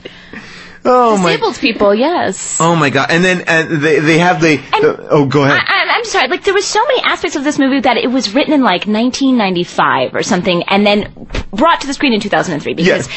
Baywatch, Sir Mix-a-Lot. Nobody had a phone when they needed it. Yeah, no one had a cell phone. They were always calling on landlines. I was like, this is 2003. I know that I was listening to Jay-Z at this point. Also, Ben Affleck tries to trick Justin Bartha's character by always Justin Bartha wants to go visit Baywatch, and he has to always tell him that Baywatch is closed. But now instead of using his cell phone, which he uses in a scene, he pulls out a flashlight and he talks into the flashlight. That was really offensive. And he's like, he goes, they got a walkie-talkie. Can you imagine the argument on set of being like, Martin, I don't understand. I have a cell phone. Why can't I just talk to the cell phone? Nope, you gotta really trick this dumb retard. You gotta give him the flashlight. Yes. Yeah. Oh my god. And all right, the most disturbing scene to me was. I might have lost you. Nope, you're here. We can hear you. The most disturbing scene with Justin Bartha was when he goes, "God bless you." And then Ben Affleck's like, thank you. He goes, no. When my penis sneezes, I say, God bless you. That was creepy. Like something when he comes. So when Justin Bartlett comes, is that what that meant? Yeah, when his penis sneezes. That's what I thought it was. Of course. I didn't understand that. I didn't understand. But we don't have penises, so we never know that. It might feel like your penis is sneezing when you have an orgasm. So. Oh my God! And then when I have an orgasm, it feels like my vagina is growing up. So it's different. What? I thought they sneezed for real. Yeah. We didn't get that. Also, there's a great talk about penis in this movie when J-Lo's like, do you want to go in and cut off this guy's thumb? And he's like, sure. And she goes, not sure. Say yeah. Because she goes into this whole monologue about, she goes, if I was going to suck your cock for 12 hours, you'd say yeah. You wouldn't say sure. Sure implies different levels of commitment. Do you guys remember that? Yeah, I do remember that. Also, sucking a cock for 12 hours does not seem like a pleasurable I don't think that anybody would get off on that experience. Yeah. That seems like exhausting. I feel like if somebody said I'm going to suck your cock for 12 hours, I'd be like, no, thank you, man. No, you would be chafed. I would be upset. I also love that before they had sex, at one point she said to him, she's like, I think you're going to make a straight woman really happy. It's like, really? Where are you getting that information? Let's talk about the surprising cameos in the movie. There are two. A number. The first one is Christopher Walken. Christopher Walken enters the scene as, I don't even know what, a DEA agent? He's a cop. A cop who has some history with Ben Affleck. You think that he might come back. No. Never does. Never does. And this speech that he gives, you remember that amazing interrogation scene in True Romance? It's just like that, but as if the writer was hit in the head by a brick for about 4 hours and then forced to rewrite the scene. Because it makes no sense. Here's a clip of Christopher Walken delivering one of the most confusing lines in that monologue. Get me a big bowl of pie, some ice cream on it. Good. Put some on your head. Your tongue would slap your brains out trying to get to it. Wait, interesting. Wait, why would you put a pie on your head? Like what? Why would you? Put a pie on your head, put some ice cream on it, try to eat your brains out. Your mouth would slap your brains out to get to the pie on your head. Whoa. So the pie wouldn't be enough. You'd have to put ice cream on it, and then your mouth would slap your brains out. Was that written? Like, are those lines on a script page? Walken is like, hey, Martin, so I'm just like, when I get to this, should I just say slap your brains out? I mean, that was like someone trying to write a Christopher Walken monologue and failing on every level. It was a moment that I had to rewind because I wasn't sure if I was seeing it or I was so bored in the movie that I was fantasizing that this was It was like an alien wrote it. I didn't understand what he was saying. But that performance has nothing on the other surprise cameo. No. Al Pacino comes in, again, for one scene. Al Pacino comes in, and I think he got paid by the volume. Because he gets exponentially louder as the scene goes on. Take a listen to Al Pacino. Mr. Stockman. I know my fucking name! You piece of shit! Oh my God. You don't try to extort a federal fucking prosecutor! And if you do, you don't fuck around! Wow. That J-Lo standing up to Al Pacino. Al Pacino has, they don't have this on it, but he has literally come to sound like Ethel Merman. He's like, what is going on here? Like, he doesn't sound human anymore. Yeah. The best part of that scene, though, was when, and I don't think it's in the clip you played, but I think when he starts on his rant, he shoots the number 2 in the head almost immediately when the scene starts, and then is screaming on a couch to a dead man. Yes. For like almost a minute. Yes. Which is amazing to watch. Oh my God! Oh my! This whole, I feel like people wanted to do this movie because they were like, ooh, juicy monologues. I think you're right, Jason. It's not that often you see like a feature length movie that has like this many like monologues huge you monologues. can sink your teeth into. And I feel like they all were like, yeah, let's get into that. And then in shooting must have been like, oh no, we've made a horrible mistake. It really is. It's like, this should have been a great movie. Al Pacino, Christopher Walken, Ben Affleck on the top of his game, J-Lo being hot, the guy who wrote, directed Beverly Hills Cop and Midnight Run. Everything should have worked in this movie, but failed. And the ending is the perfect encapsulation of it. They are running out of town to escape Al Pacino, who's going to kill them. And as they're driving, the whole movie, Justin Bartha, all he wants to do is see Baywatch. They're shooting Baywatch. Well, or what, something looks like Baywatch. They couldn't get David Hasselhoff one of those sort for a of like cameo. Beach Bunny, Bikini, Frankie, and Annette movies. Yeah, from 40 years ago. Yeah. Again, this man is 70 years old. Basically, and then now this kid, one of those. They come across the set of Gidget. Yeah, that's what it seemed like. And the whole movie, Justin Bartha, like, Baywatch, take me to Baywatch, Baywatch, Baywatch. They go by, they're literally across the street from it. Can we go to Baywatch? And he's like, no. Why? You're there. Like what? Not? Let the kid run around for 2 fucking seconds. Like. Well, then he gets finally into the Baywatch Gidget movie, and they're like, and start shooting. So he's in by the way, can we talk about that? The director or whatever, the laziest set guy. All right, guys, can we just get the set as soon as possible? Like, not like there's no one has ever been on a set. I also love though before they walk down to the beach, first they're just looking at the Baywatch set, and then Justin Bartha's like, "Can I go down there?" And Ben Affleck, I guess, has so much knowledge of movies and sets. He's like, no, you can't go down there. They're shooting. And why does he care? Why does he care? No, it's a closed set. Closed set. But then also they start shooting. The AD says like, we're ready to go shooting this movie.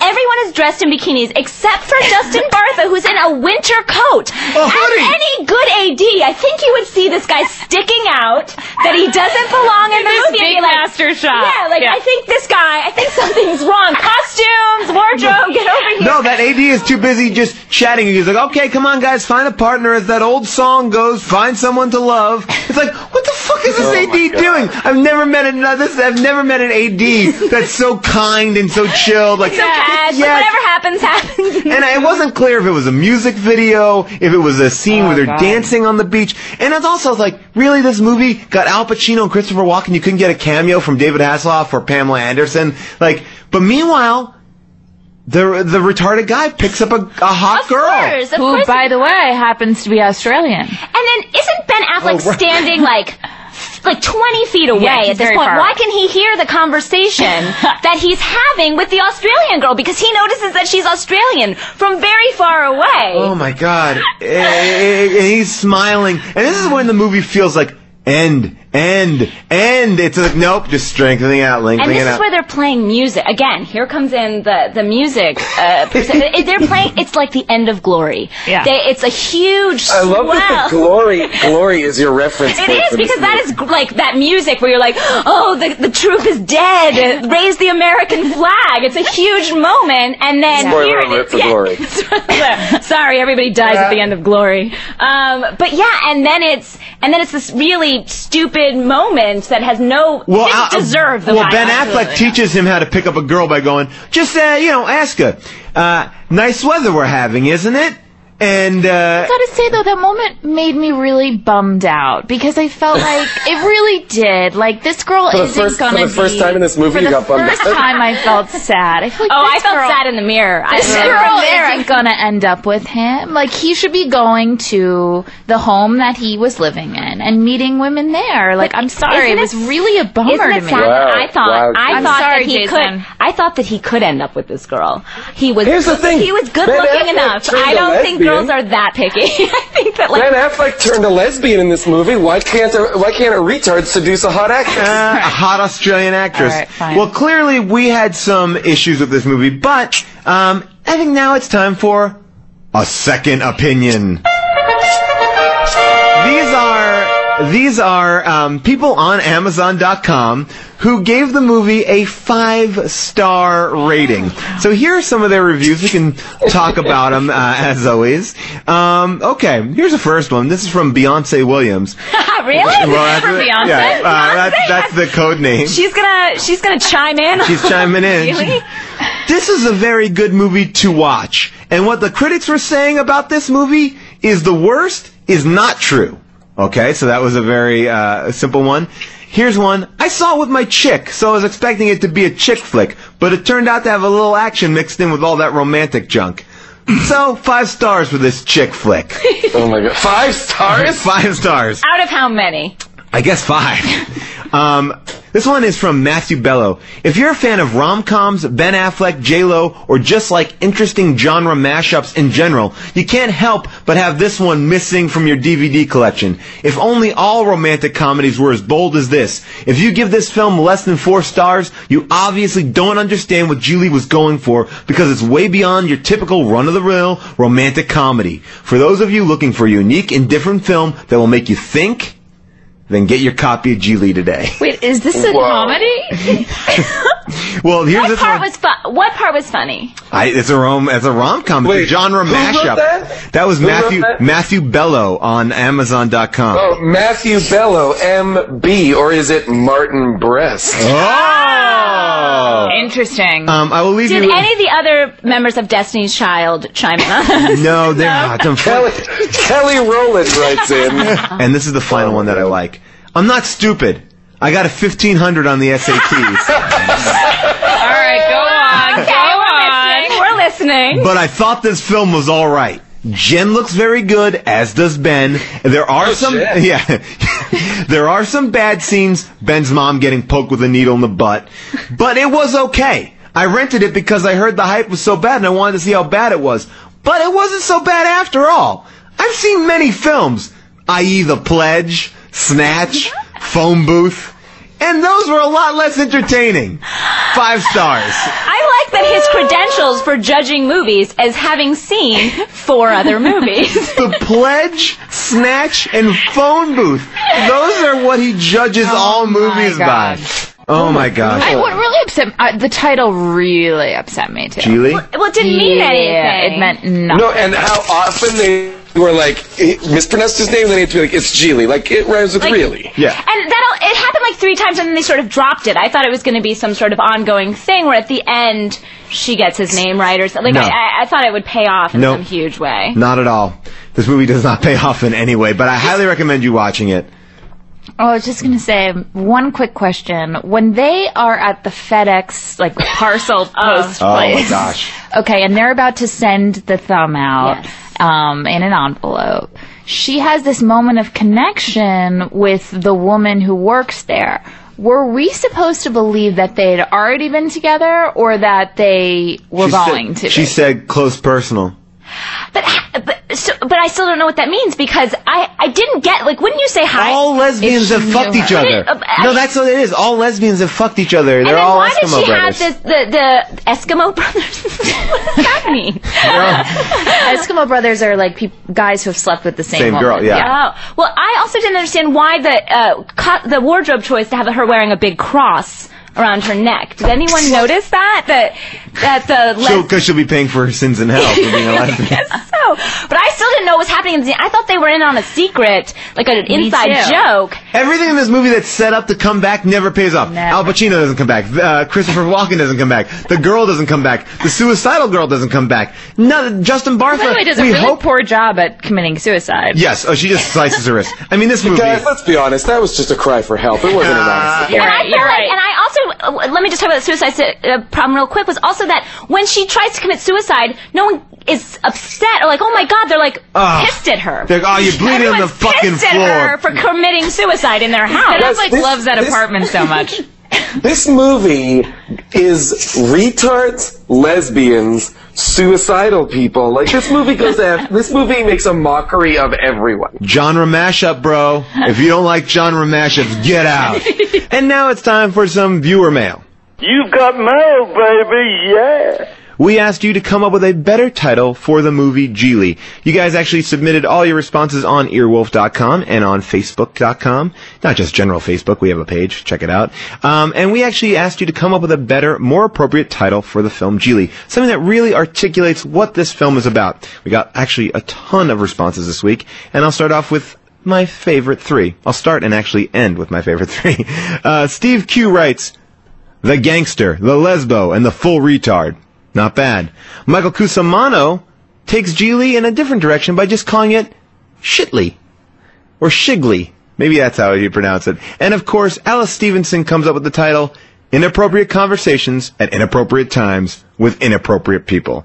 I think that might be the winner. It's a good, nice big title. Thank you so much for tuning in, people of Earth, and welcome to How Did This Get Made? I am Paul, joined as always by Jason and June. How are you both? Good, what's going on? Very good. We have a pair of special guests today. These two hilarious women are on a brand new show called Best Friends Forever. It's on NBC, premiering April 4th, right? Yes, at 8:30, right after Betty White's Off Their Rockers.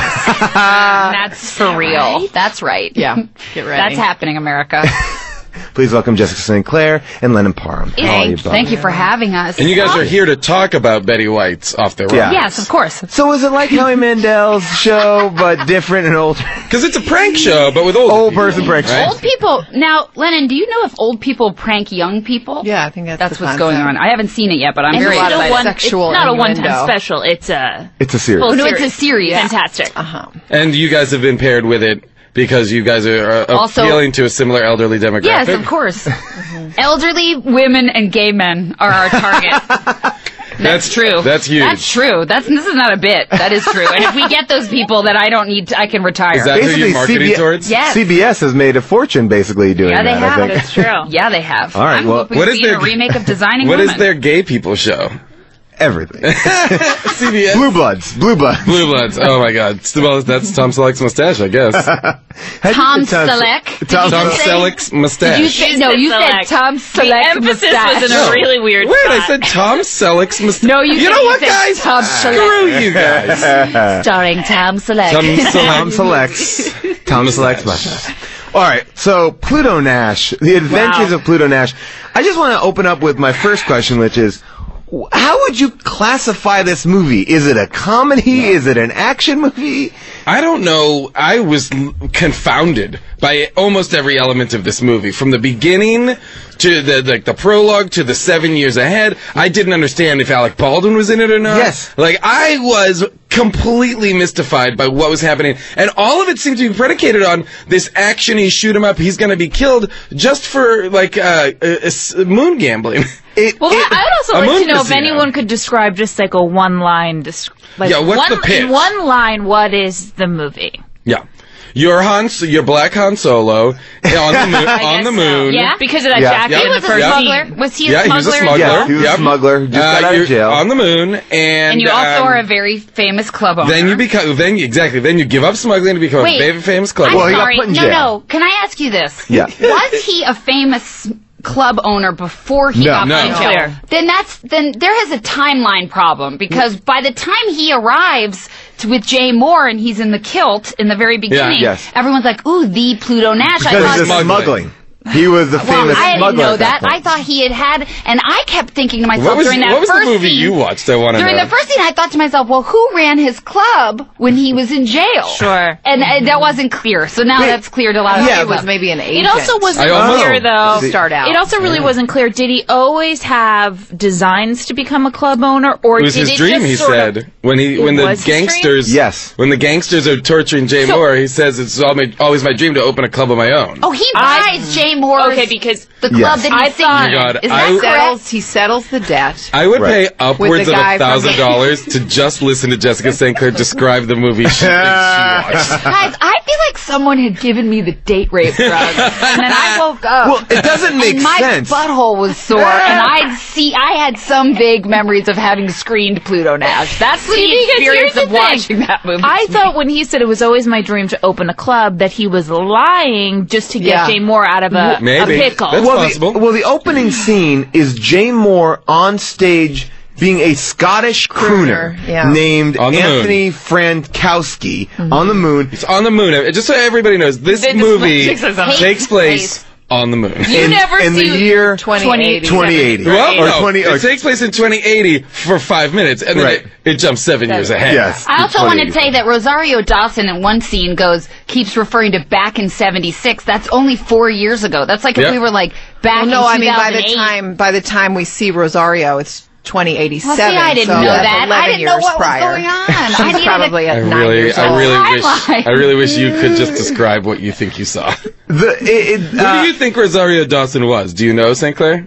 She was just a girl, was trying to make it big. She'd come from Salt Lake City. I know she mentioned that. You're right. That was pretty good. Pretty good. That's pretty good. But and also her dad was Little Nicky or famous something. Smuggler.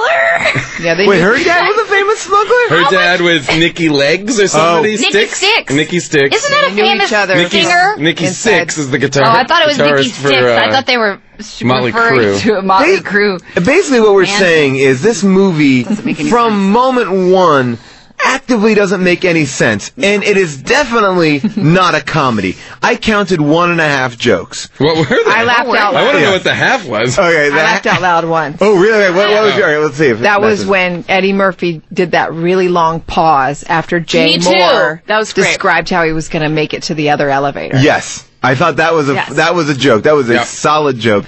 And I considered the half joke the robot maid who would bend over. They called that the Oops program. Yeah. They could look at her robot vagina. Like that was basically like what Eddie Murphy gets off on, looking at robot vagina. I'll tell you what's a disturbing moment of the film is when who's that Latino man? Luis Guzman talks about renting a robot to rape that robot and then it turning on him. There's Terminator style. Yeah. He references the Terminator movie. What's wrong with that?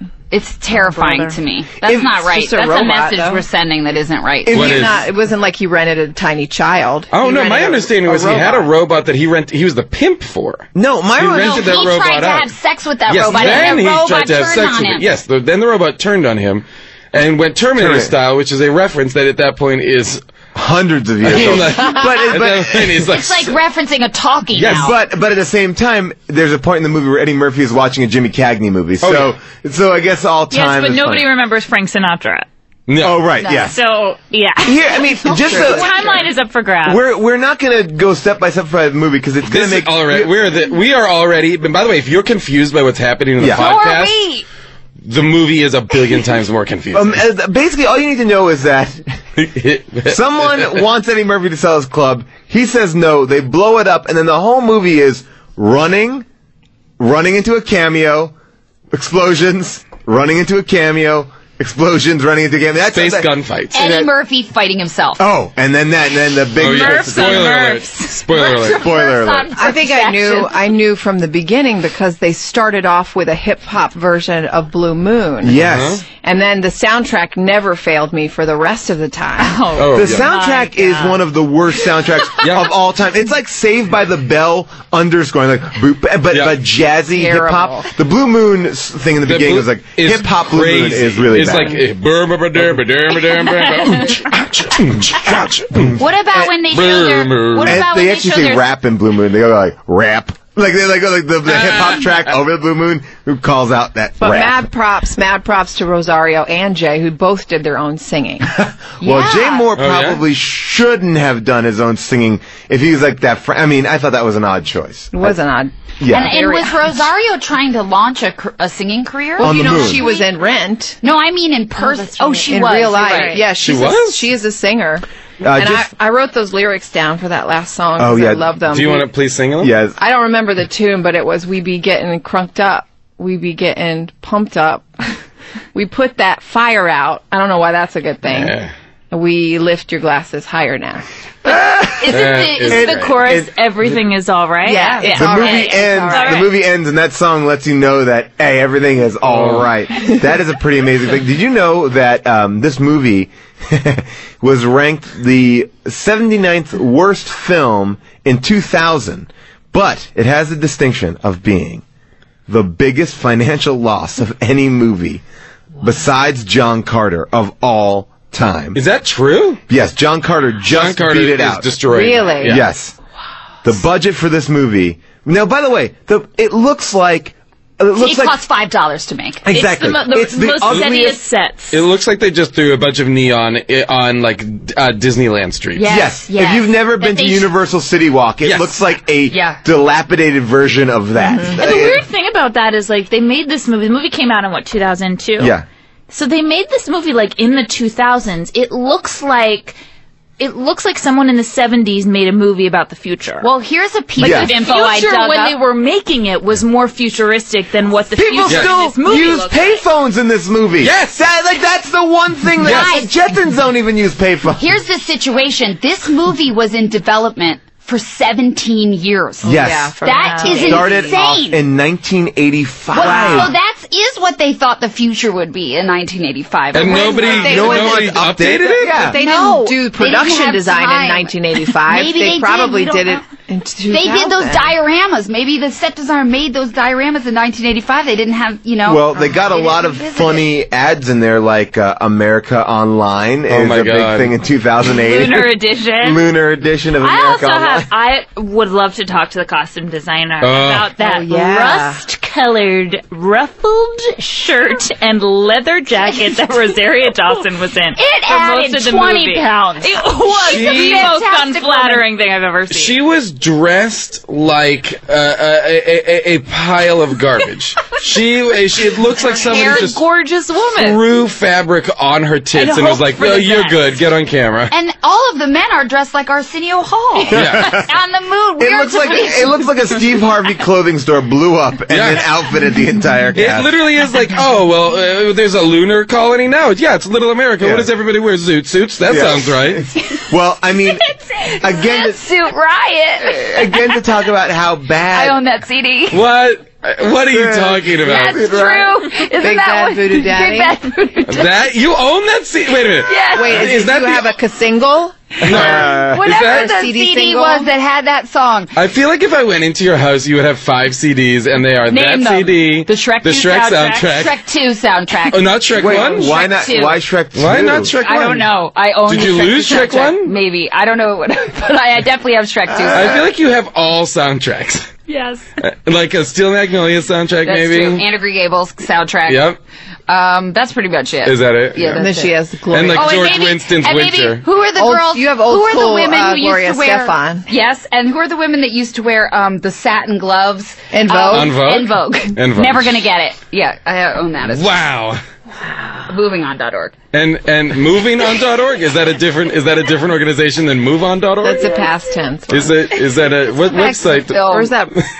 Let's get back to the film. I wanted to. Let's talk about the film. Can I go back to Jay Moore for 1 second? Yeah, sure. He's very because I was trying to figure out. Now, was he a So he wasn't Scottish, obviously. He was His last name was. I think he was a Scottish. Frankowski. Trinity. Yeah. No, that's Polish. Polish. They kept He was making reference to him Polish, as yes. Polish. So he Yeah. is just a guy who wanted to find like a gimmick for his stage persona. Yeah. Well, Okay. he So had he was sunk wearing all the his Scottish, money. the Scottish crooner Right. or whatever he called himself. And the club was a really dingy club because no one wanted to hear this Scottish. Where guy. a diarrhea appeared to be coming out of the faucet. That's like your worst nightmare, right? That Steve? bathroom- That your worst That bathroom nightmare. was like 10 million times worse That's than like- the train spotting bathroom. That's like watching Saw for me. Is you Yeah. having to use that type of bathroom? Also, interesting fact about Eddie Murphy: when he goes into that disgusting bathroom, he turns on the faucet and like green goo comes out, and he's like, "Ugh, let me get my handy wipe out." Eddie Murphy Insert travels. shot. Yes. Insert shot of handy wipe. Like,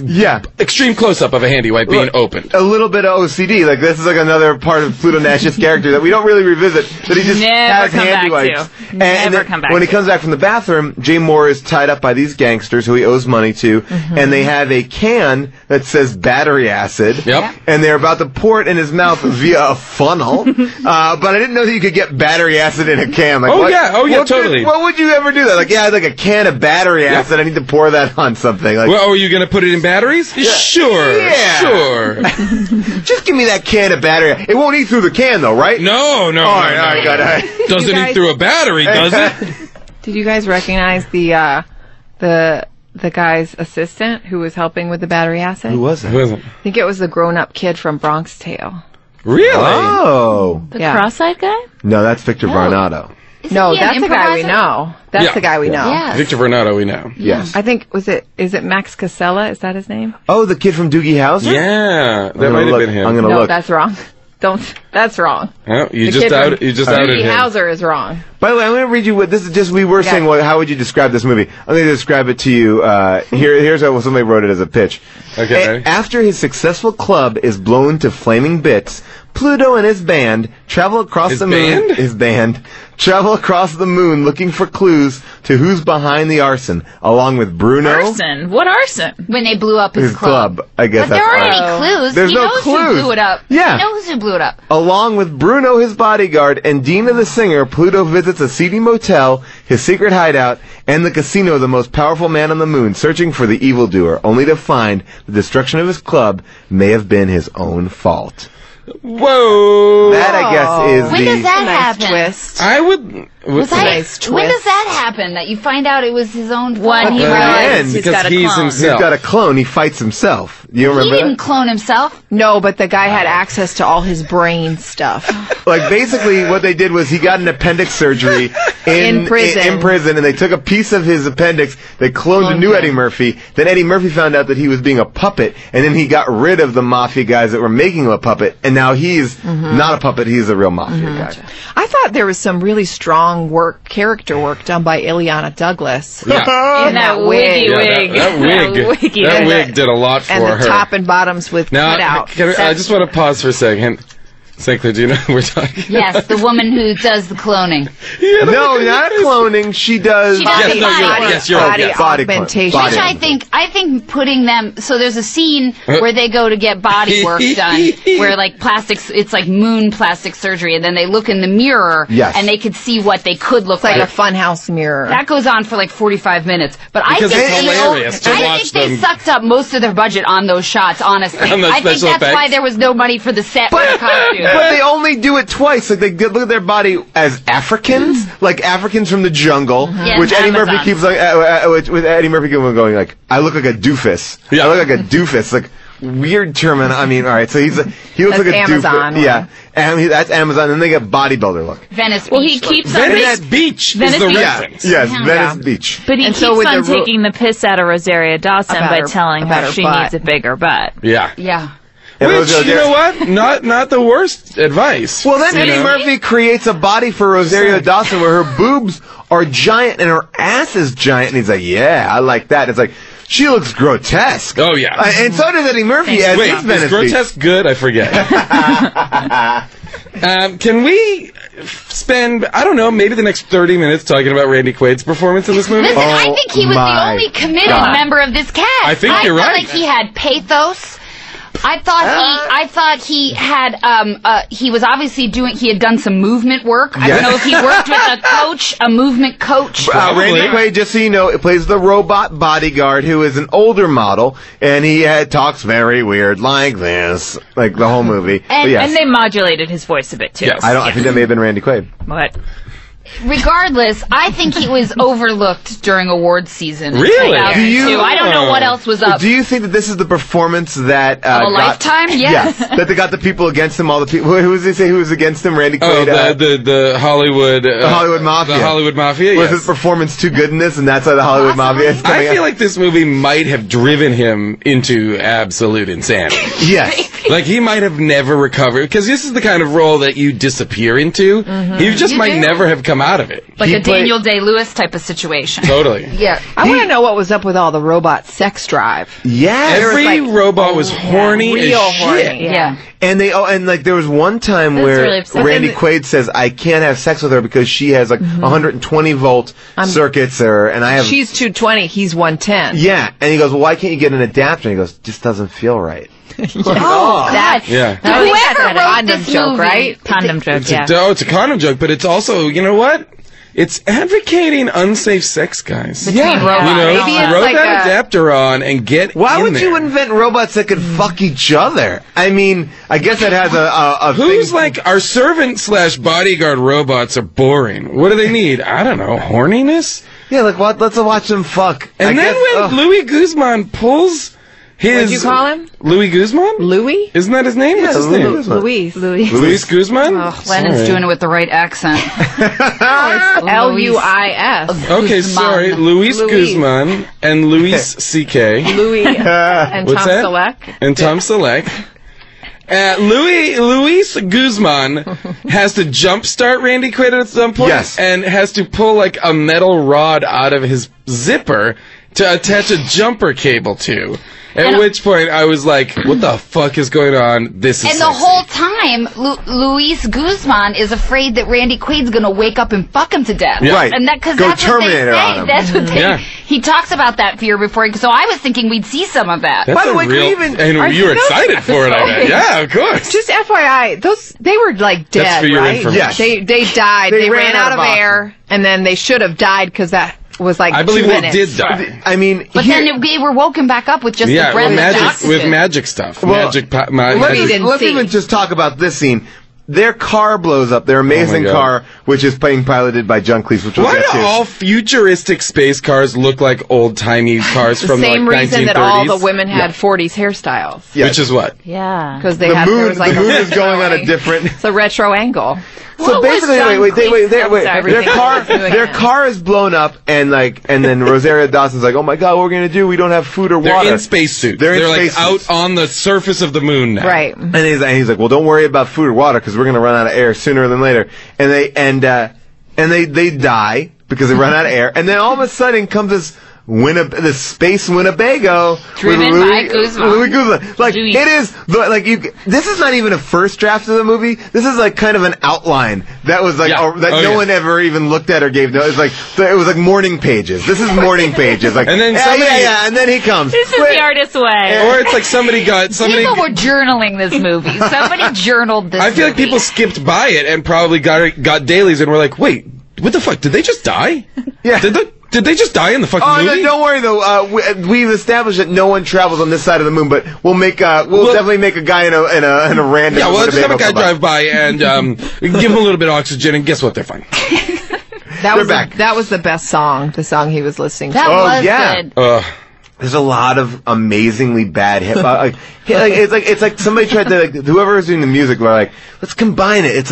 It's hip hop, but it's old school. So it's like everything is a mixture of it's like Soft. brown. Like that's what I feel like. It's like oh yeah, we'll mix red and blue and we'll get brown. Well, I Everything in felt that like movie is bad. everything in this movie, the music especially, but like the costuming and everything was like, okay, let's take what people are super into right now and then think about how it might be futurish. Yeah, Like, so just what- cut a hole out of her, just the Yes. bottom part of her Like, pants. well, how's it going to be like just crazy future moon music? Well, I mean, I think the best future vision was when they go to pay him $10 million, and all the dollar bills are Hillary Clinton. Wow. Yeah. Boom, still works. The joke still works. Killing it. What about moon dancing? The first Oh, one. yeah, the moon dance. Fuck was that? Now they paid money for a choreographer. They Yes. said, Yes. "Come up with a moon dance." Not only a choreographer, those were clearly not just background extras. Those No, were dancers. those were They got a actual bump. dancers. Yeah, Yep. those were Extra. dancers. Same dancers who I believe used in the space rave in The Matrix 2. Basically, their moon dance is, I would describe it as punching and the air. stepping. Yeah. And also like this. There's Well, lots a lot of angles, a lot of right angles. lots of right angle movement. A lot of perpendicular Absolutely. stuff. And they're not dancing with each other. They're very separate. They're Yes. all very Because separate from each It's other. Life and on the if- moon is lonely. I You guess know, so, that's- and you have to like don't touch, like No. you got to be just like you It's don't very get too close. mechanical. Yes, it is. It's like Very everybody's chemical. a robot. Robot. Robot. Guys, I can't talk today. Did you guys like the Smart Water ad that Eddie Murphy stands Yep. in front of? Yeah. When they're giving some information, they stand in front of a Smart Water ad. Wait, can we get back to what was John Cleese's role in that car? All right, so what John was Cleese his was the butler function? of the car, but he was not He a was car robot. butler. He didn't provide any information to further He the was a plot. hologram. No. I'm He was- fairly certain he shot that part in his own house in London. Yeah. They didn't iPhone. require Yeah. him. They to didn't go even to the really set. put him in costume. He's not even in a butler costume. He's in like an okay suit. He found like an old cap and put it on and just put himself on At a certain point, Randy Quaid, he is John Cleese is a hologram or a video screen. He's not a person. Yeah. He's No, not what a I'm person. asking. Okay. He's a hologram or a video screen, whatever, who's like, you're not the owner of this car. You can't drive this car. I'm calling the police. Randy really good Quaid, John thank Cleese you. impression. By the way, thank you so much. You should audition The for Minister SNL. of Silly Walks. Okay, listen. Then Randy Quaid points a gun at the computer screen and is like, we got to get out of here. And he's like, okay. Like, You can't kill a hologram. That's what? The hologram should have no fear of mortality. Of course. Boy, But I guess if robots are horny... Yeah. I wish I was a hologram. That's a lost Philip K. Dick novel, I think. A hologram should have no fear of mortality. And then they have these like terrible ads throughout all the they sometimes do these overhead shots of like Moon Village or whatever they're in, Little America, and they're not funny nor are they interesting. Like one is need lumbar support? We'll replace your spine with a lunar lumbar support. Yeah. It's nothing. It's not going for a joke. It's maybe that's in the future. I don't Stuff like know. that to me was all like, ugh, you know what? We need all of these big establishing shots of the world that we created and spent hundreds of millions of dollars on, but it's boring. Let's ADR some like advertisements and then they wrote those lines, which were horrible. I realized I started to feel insane halfway through the movie because there's no sunlight. In this movie. It's it's dark the entire time. It's like when you go to Vegas and you start to feel sick to your stomach because it's a smell of. It's almost like the movie gave me seasonal affective disorder. It did. I have sad. I have it. I have sad. You mean sads? I can have sad. You know what else this movie made me feel? A certain sickness that I've only felt when I watched Howard the Duck. It had that's a good comparison. Oh wow, yeah. And what is that? Is it the time with Howard of Duck color? Yeah, it's like those big bold. Like I remember it very clearly when she brings him at one point lunch, and every item on the tray, from the glasses to everything, is so brightly colored and crazy looking that I was like, that is perfectly the problem with this movie. But again, I maintain that in 2002, the production designer should have had a better aesthetic than this. It was the same guy as Cool as Ice. It was? Oh. No, it wasn't. That makes But it might as well have been. The director was the same director who directed City Slickers. Yeah, City Slickers. I don't know. I remember enjoying that film. I love City Slickers. Yeah. So I didn't know that. Mighty Joe Young as well. But and Tremors 4. Was that about a gorilla? His career. Tremors 1. Yeah, Tremors 1. He kind of went down. Which is a cult favorite. Don't people like Tremors? Worms that come out of the. Yeah. Aren't people still into Tremors, guys? We all like Tremors. Guys, no, but seriously, those people are on board All with I remember Tremors. about Tremors is that my friend Jenny started fucking around with my boyfriend at the time, Tom Hall. When It was Tremors during came out? a youth group lock-in. While you were watching Tremors? She got fingered while it might not have been Jenny. He was your boyfriend? Francis. What? He was your boyfriend and he fingered someone during Tremors in a youth lock-in? I just said finger. Well, either way, that would be the best. That would actually be the best way to. I'm sorry if fingered is the wrong word. To get fingered during Tremors might be the best thing that could ever happen. Well, that's the thing. As the worm's coming out of the fucking ground, you know where the worm is going into. Yeah. You know what I'm talking about? A wiener in her mouth. Yeah. Speaking of Booge. sex scenes, the moment when Sweaty Murphy kisses Sweaty Murphy kisses Rosario Dawson is the strangest. Oh, yeah. They kiss for a while because he's hiding from one of the mafia guys. Right. And we never see his angle on the kiss, by the way. Only It's hers. by the way, I bet it's his body double did that. You shit. can you can see how many times. Because they never cut to him. By the way, kissing didn't he do? He did another movie with Rosario Dawson. Go ahead, yeah. But anyway, then she finally pulls away from the kiss, and she gives like a 15-second reaction take, which is just that her socks have been blown off. Now, this kiss, there's no mouth movement. It's like just like two mouths have been like puzzle pieces. Yes, it is really together. upsetting. Okay, There's wait. nothing happening. Whoa! Wait a minute. Isn't that how you kiss? Oh God. Wait. Whoa. Guys. Whoa. Stop No, the but in clock. all seriousness, Whoa. this is how you kiss. This is how you kiss. It was- Guys, you mash your mouth together. Yeah. And then wait. And It's a- You count. you don't have. I there's push no my movement. lips to her lips. I count to 60. I pull away and I watch her come. And she was like, "Oh my!" I mean, she was She reacted. floored Oh by my that God. kiss. Another romantic moment that I really enjoyed was when he went to the. Remember, he went and got champagne. Oh, yeah. And literally 2 seconds later, he turned around and she was asleep. Asleep. That's Right. it. John Cleese had Yes, said, that was very "Oh, sweet. now you guys are going to get busy." Yeah. Right. He's Yes. going to take You know what have was- your way with her. Yeah. And then he turned around and he was like, "Oh, she's asleep," and put his coat over her. He also very awkwardly, I don't know why I remember this, but in the final scene where she realizes that he has killed bad Eddie Murphy. Yes. And then he is the real Eddie Murphy. He kissed her on the top of the shoulder. He I was didn't like, know. did I scare you?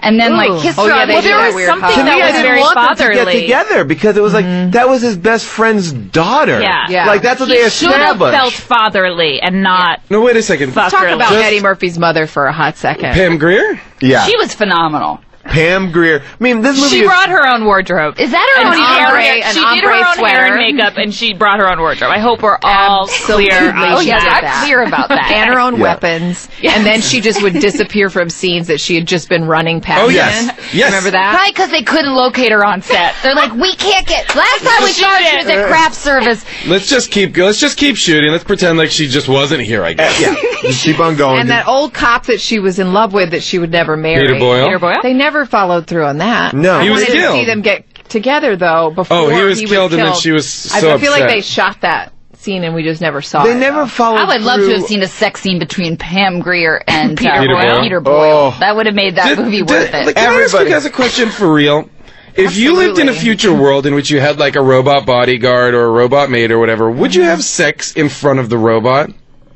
Well, No. I thought This we is were an actually earnest question because, No, they were they- always people were always almost getting it on while the robot was there. Well, and I Yeah. think that was.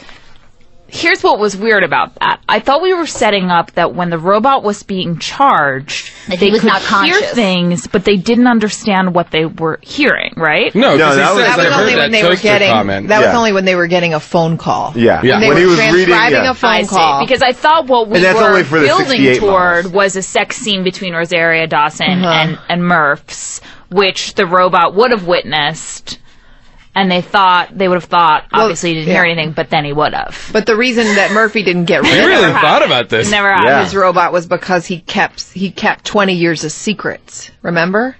He didn't want to get Right. rid of. He He said, did, 'cause he "Okay, knew you all know, of his you good know, my hiding smuggle spots. secrets." Smuggle secrets. That's also the name of a Smuggle softcore secrets. You guys, porn. here's you a know, very. you know what I'm going to do to you later? I'm gonna smuggle secret gonna- the shit out of you. I'm going to give you all my smuggle secrets. You guys, here's a serious question. Another one? Yeah. All right. Did the bad guys in the movie want to just build casinos on the moon Yes. and get gambling there, or also want a clone on the moon? No, I think it was just Cloning was secrets. just- The clone was because they knew that Eddie Murphy could be a good club runner. How did they know that from when he was in prison? No idea. Okay, but How did here's they my know from question, prison though. that he would? This is a huge problem. That's why I How thought did they he was know? already a How club did they owner. know Of course in you did, of prison course when they you made a did. clone of him that he would then go on to run a club? They just thought he was a good smuggler, and this guy would have good. He'd be good. He'd be a puppet. He'd be a puppet. and He'd be real good. It was a leap of faith. But what they didn't predict was that he did have that. That he would have a mind of his own. Yeah, But I guess exactly. what I'm asking though is, was cloning in the in the world of this movie, were a lot of people cloned? No, I don't Well, think yeah, so. I mean, Cloning is Jay illegal. Moore's wife Jay Moore cloned his wife. And so was his old partner. But cloning is illegal, remember? Yeah, it was Oh. banned. It was made illegal, and that doctor had to go out of business, and then Ileana Douglas had to do it on the sly. But also, Peter Boyle's, he goes, Peter Boyle visits one of his old cop friends in like a mini scene where he's like, oh man, in the old days, wasn't it good to be partners? And he's like, yeah, but I'm a clone. He didn't say that, but then he kills him. But he's a clone too. But I want to talk about the Alec Baldwin scene. The Robert De Niro scene? You think that Alec Baldwin is going to be the big bad guy of the movie. It's like he finds out that this mafia guy, the plot is incomprehensible. It is like the worst Raymond Chandler novel. It's like a Raymond Chandler novel where like certain pages were ripped out, so you can't make it make sense. But he Written finds by like somebody who normally writes like a Nickelodeon TV show. Exactly. And so now Alec Baldwin pops up as this mafia guy who talks about making gambling, then pushes a guy down the stairs on camera, and then also pulls a reporter close to him and is like, "Hey, honey, you want to ask me questions? Come to my hotel room later in the night." On camera, on a news camera. Yeah, it was all on Court TV, live on Court TV, because again, Court TV has been huge in the future. Yep, 2087, Court TV. What happened We to never Alec see Alec Baldwin Guys, again. I feel really upset right now because boy. I don't know. I might have fallen asleep during the reveal of Eddie Murphy's clone, and here is my question. I thought that perhaps Alec Baldwin's brain had been put into Eddie Murphy's body. Yeah, well, that's what happened. Is that what happened? Sure. No. We blew it. Oh, You just blew it. What happened to Alec Baldwin? I thought he was in charge. He's Rex. Uh-huh. What happened to him? He's not No, Rex. he's not Rex. Eddie Murphy is Rex. Rex Carter. I don't understand what's happening Eddie right Murphy now. was fighting himself the entire movie. I feel scared right now. Yeah, I know. I feel scared and upset right now.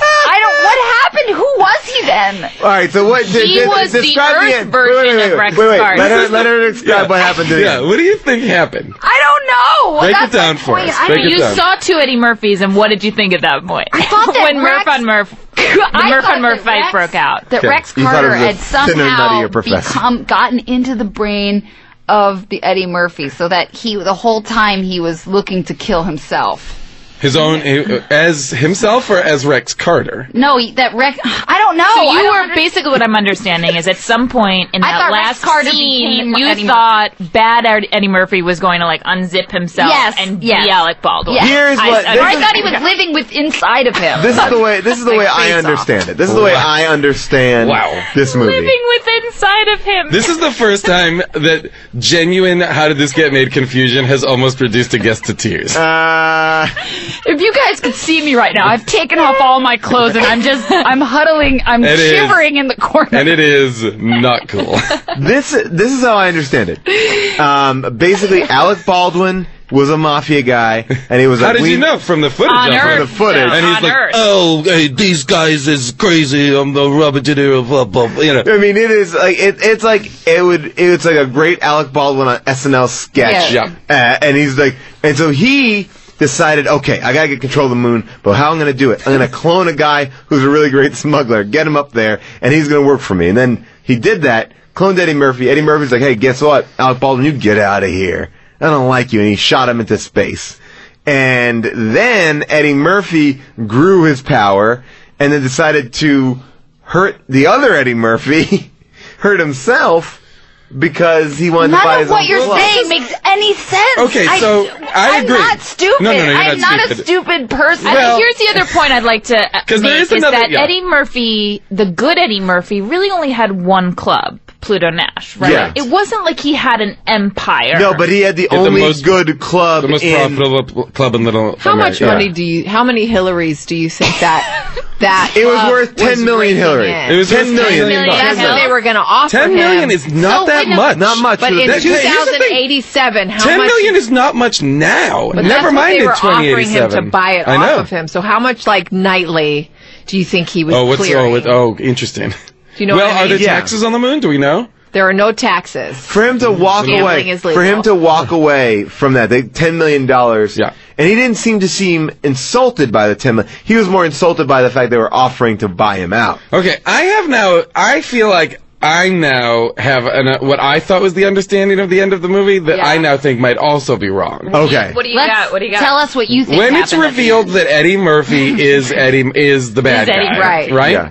I was like, But he has still the name, right? Right, he is... No, he's Rex Carter. Rex Carter. He has okay? Rex Carter. Okay. So this is what I couldn't understand, because I was like, oh, what he's going to do is kill Pluto Nash and then become Pluto Nash because he is him. Then he can he can have ownership of the club, and he doesn't have to buy it. He doesn't have to do anything because he actually looks exactly like the guy he wants to be. You thought he was just going to sort of assume the role of Pluto Nash. And then he was like, but I'm going to call it Planet Rex and or Club Rex instead of Club Pluto or whatever. Yeah, so and then I was upset like, okay, about well all that those doesn't words. make sense now because if you called it Club Pluto, now you're just taking over and then building on whatever it is you want to do. You can make it the club a casino because you are being him. But that here- was not his plan. That actually No, that was not that his is a plan. better plan. Thank you, Paul. I think that is a better plan, but here's the thing. Let's do a remake.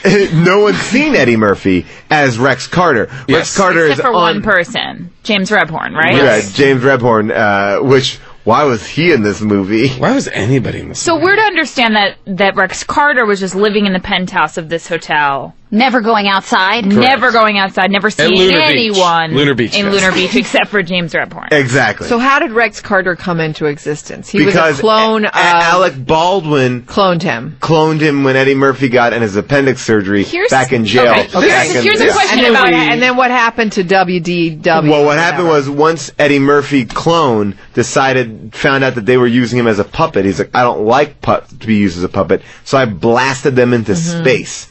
How did that happen? Oh, wait, I missed that. Oh, he said that. He goes, I blasted them So into that's a space. scene we should have seen. Yeah, I didn't. Yeah. Show, don't tell. You don't St. Clair, show, don't tell. I'm not an experienced writer, but what I do know is you don't say a big plot point like I need to see that. Yeah, I had no see idea that too. I need a visual on that one. Well, yeah, you needed a flash. Or maybe he could Here's have a had him question about- cryogenically, like bring back the Chihuahua, call back to the Chihuahua. Yeah. We could have had him in a freezer. That made me very sad. Ooh, yeah, made that's right. me They upset. cryogenically freeze chihuahuas to bring them to the planet. So when you clone someone, like this movie's... Just say it. Like This So movie we has the most understand, questions though, we've but ever are we had. to understand that when hands they down the worst clone- movie we've ever done, right? When they cloned Pluto Nash, that Rex Carter arrived just in the same age, same body, same everything, with Yes. all of the memories. So I believe Rex Carter is, as much as he is identical to Eddie Murphy, he is only about 5 years old. Actually, Right. yes. And Yes. what I'm realizing now, though... He has all the memories he of would the be- 40-year-old Eddie He Murphy. would be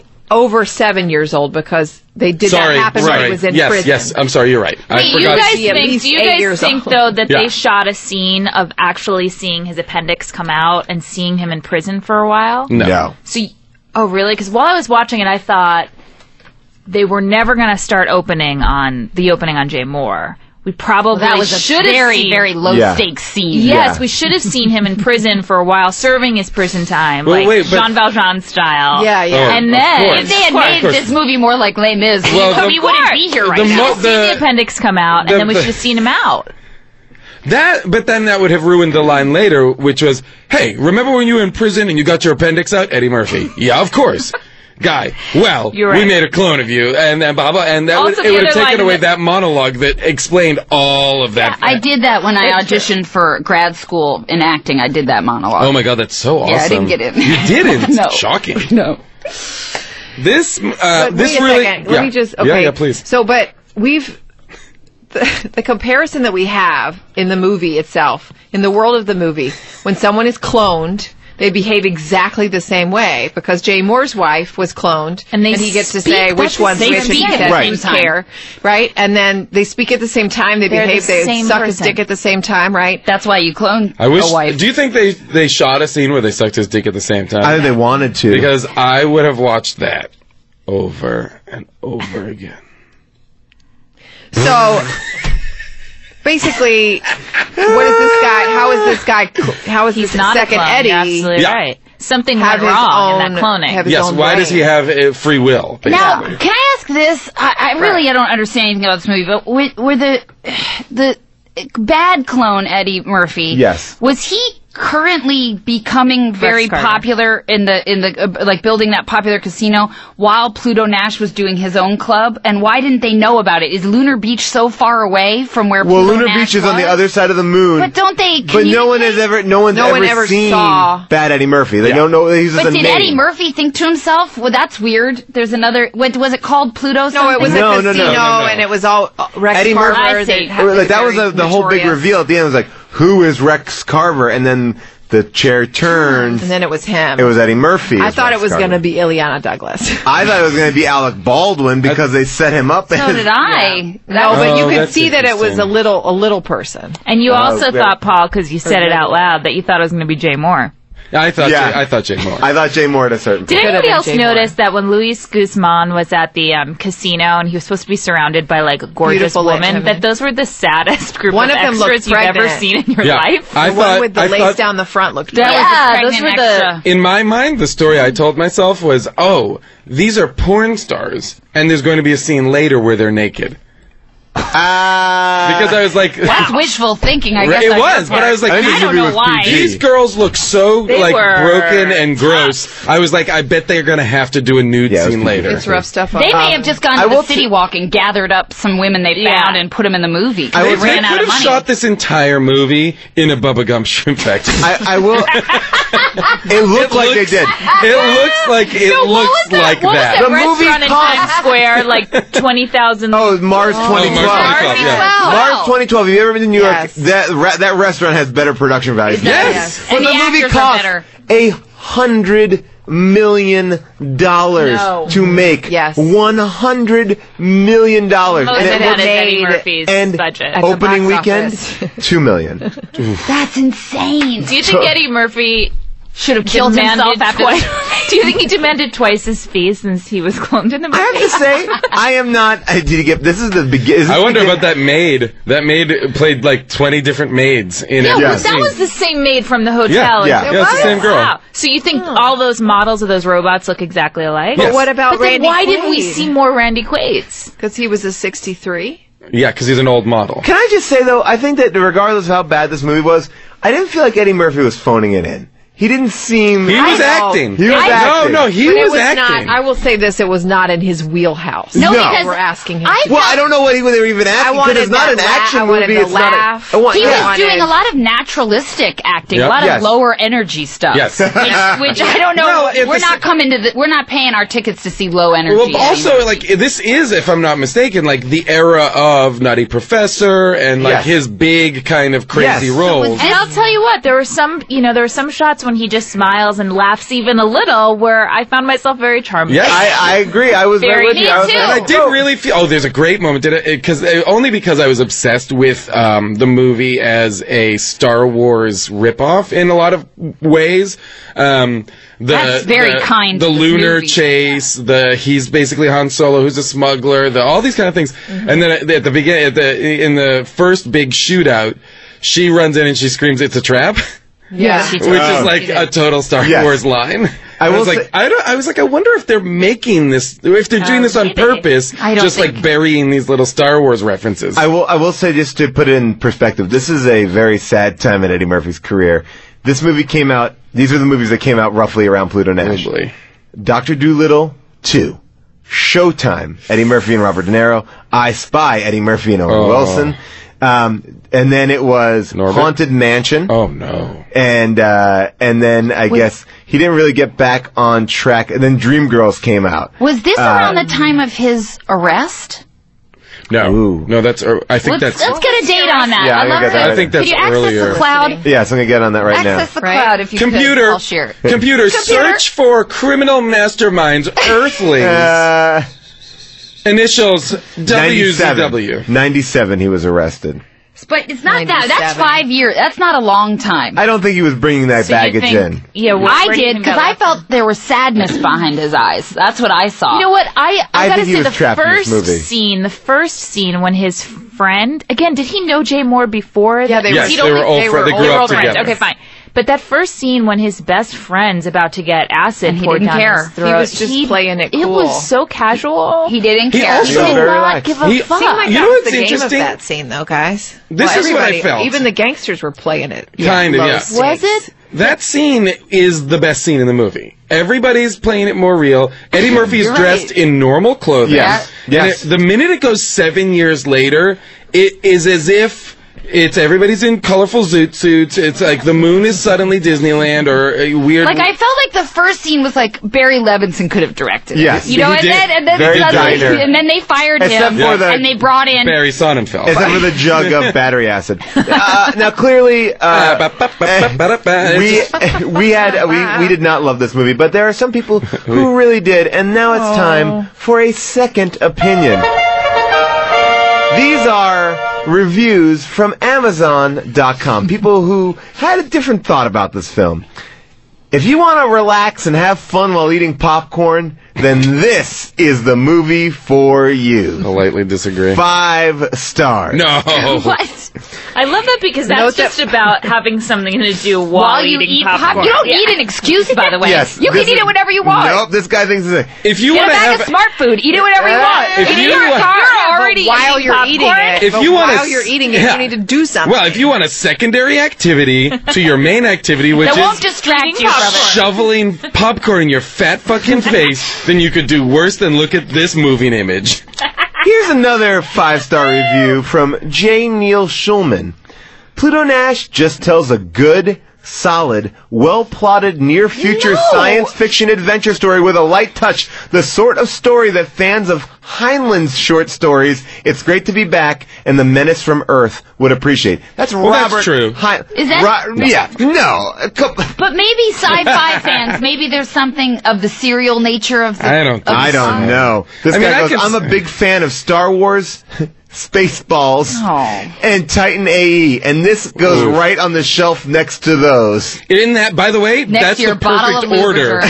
That's a perfect order in descending order of great movie to Drek. I love Spaceballs. But Spaceballs is number 2. Yeah, Spaceballs number 2. Star Wars, Spaceballs, Titan AE, garbage. Terrible garbage. And then Pluto Nash. Those movies are like you don't share anything in common. It's like, I love Citizen Kane. I love Caddyshack. Sea of Love with Al Pacino. Abduction with Taylor Lautner. And How to Lose a Guy in 10 Days. With Kate Hudson. I enjoy that. Great film. Oh my God. No, you don't. Nobody enjoys that. We did enjoy great that movie. chemistry in Yeah, they did. Can't be denied. Any final She was thoughts great in on that this? yellow Things dress, that remember? we have not addressed? Can we just give a shout out to the one-man orchestra joke? Oh, that was pretty good. That was a joke. Made me smile.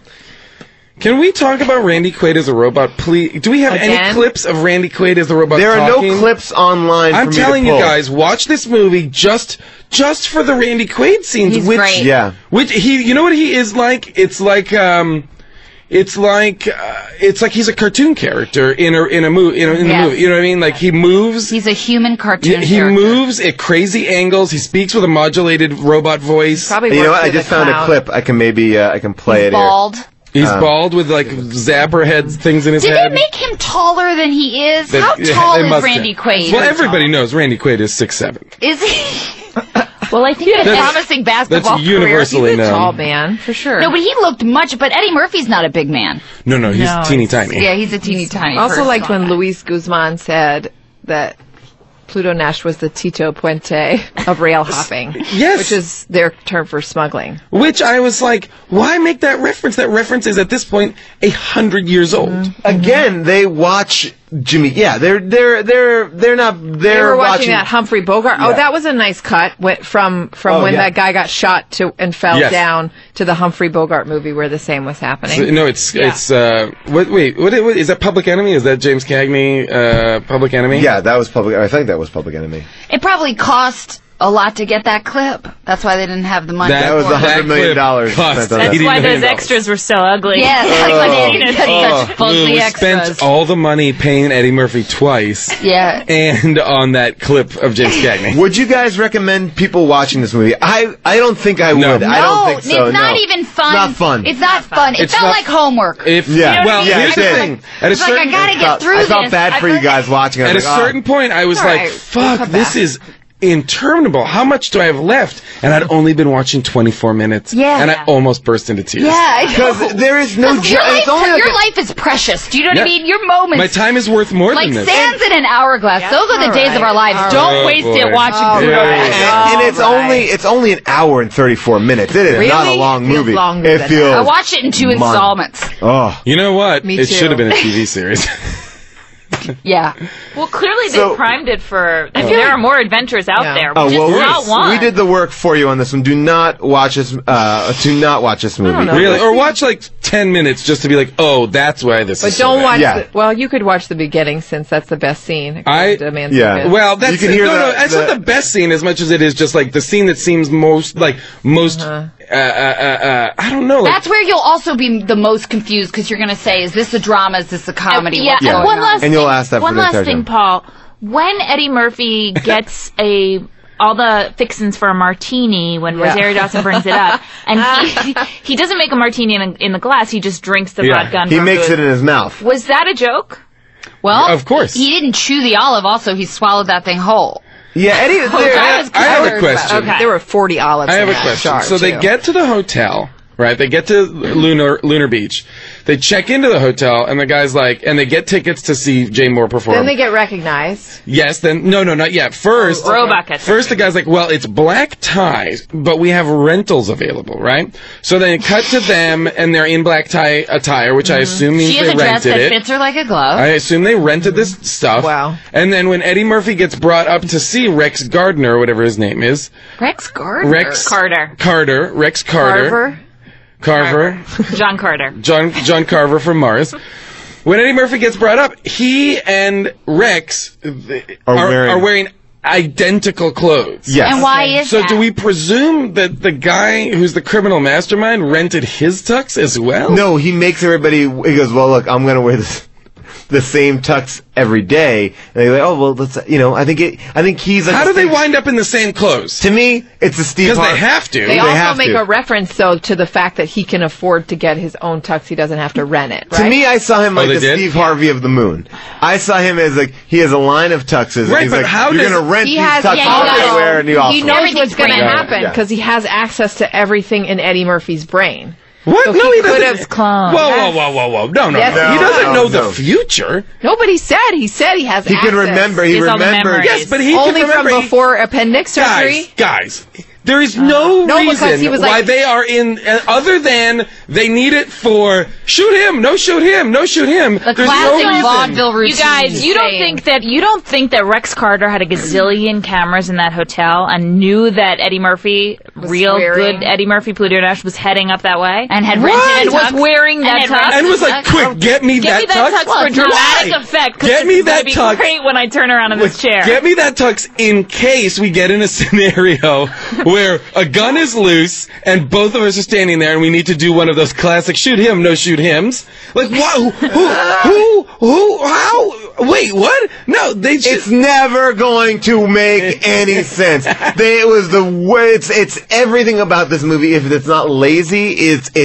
offensive. So, it's offensive on so many levels. The guns look like super soakers. If you've ever written, like plastic. I've read like short stories by like second graders that make more linear sense in this movie.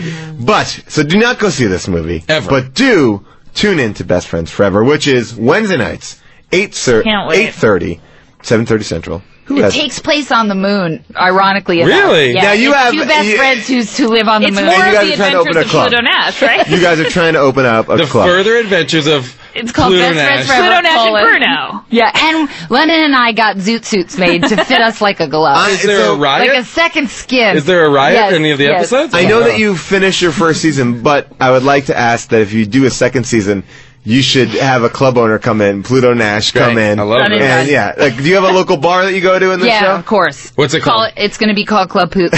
We never. Please. Yeah, we're going to do that. You're That's gonna wanna great. Please call it Club You're going to want to Pluto, ADR please. that in. Also, I do love that his name is Pluto, and they're on the moon, not Everybody on... else's names are like Dina and Yeah. Tony He wasn't and born on the moon, right? Eddie Murphy? No, but they hate, but they talk about how they want to go back to Earth. It seems like it would be easy to go back. But he also... I think he was born on. I think He grew up on the moon. Grew up on the moon. Remember, Yeah. he shows her the stars through the car window, and he's like, when I was a kid, I used to come out here and look at the stars and try and count and then them. when he went to Earth, all he wanted to do was get back to the moon. Yeah. But then he hates not being on the he hates being on the moon because he can't see the moon from the ground. Where do they get their vitamin D is what I want to know.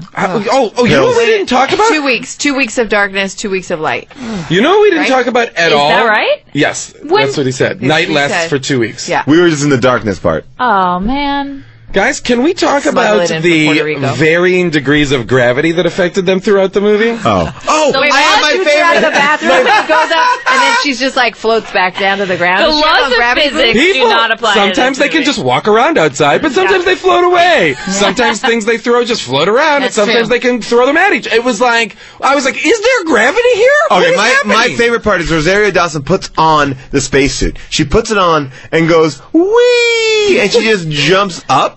And she's like, that was fun. Yeah. But that's the extent of her exploring weightlessness. $100 million and there were no more like zero gravity scenes. The biggest There was the big shootout, zero gravity scene. By the way, every gun in this movie, whenever they shoot it, an explosion happens. Yes. Nothing, no bullets. It's just like... And they all sound like, they all look like regular guns from now, but they go, pew!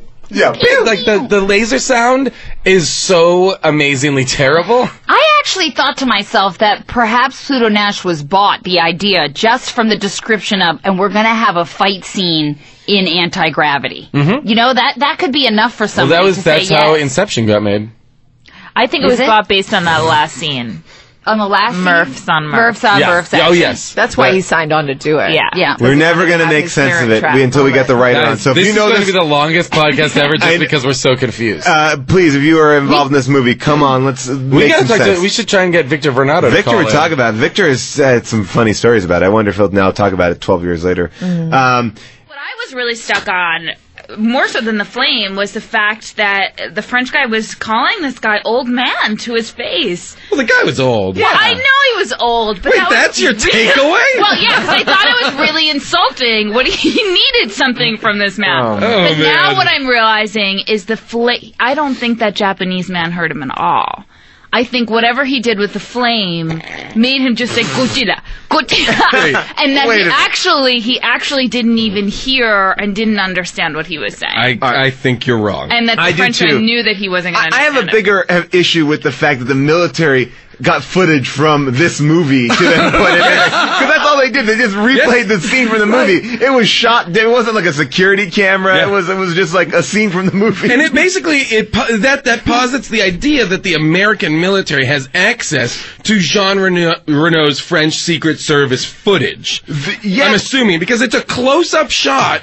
It is the shot. It zooms It is in, yeah. the shot of the flame and the Japanese man. He was supposed to be demonstrating like the protective gear. That he was like, "This will be yours when you graduate." James Franco in this movie, think he's great, very talented actor. But I don't know what the fuck is going on in this. Like He was Francoing it up, guys. He's definitely Franco in it. He is.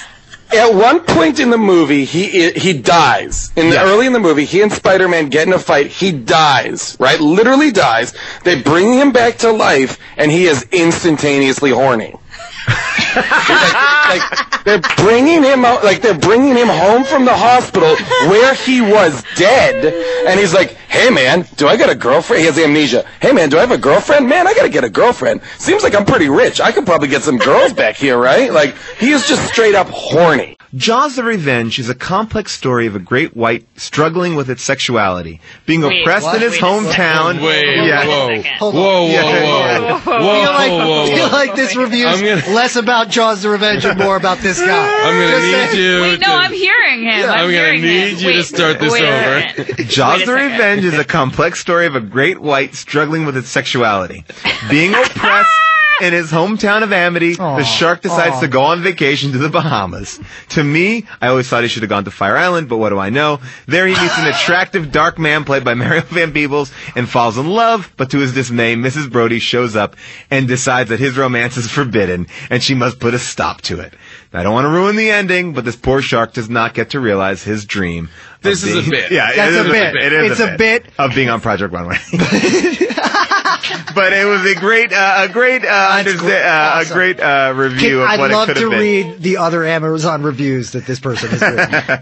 So Kenneth Rapp definitely has a different take on it, and I appreciate job, that. Kenny Rapp. Yeah. You know what? I've never heard the expression reindeer games Yeah. used. Just in the song. That's it. Okay, so I kept on asking Paul. Rudolph. I mean, I must have asked like every 5 minutes, like, is reindeer games a thing? Like, are reindeer games? And what would Paul say? He I said said it's yes. You actually said I yes. said, yeah, it's from the song, the Rudolph the Red-Nosed Reindeer. Sure. Yeah. Well, That's I what knew that, but I never heard this term or expression. No, like, yeah, most people don't don't mess use around. it at any time. Thank you. That's what I'm trying. I don't think it has any other meaning other than the There's song. just a bunch of reindeers playing around. Like, there's no other context for it. You guys have wait, there aren't specific reindeer games. You guys have egg on your face because I looked today and on Urban Dictionary it came up. It goes, reindeer games refers to any fun activities which are enjoyed only by members of a clique. Which is often purposefully made obvious to anyone existing outside of said clique in order to make them feel inadequate and left out. Well, so there's no that would click. actually Yeah. that would line up though. Okay, so But Ben Affleck has no click. He has no click. He's a man by himself. Yeah. By the way, so Ben Affleck. So he's Rudolph in this scenario? Well, his name is Rudy. What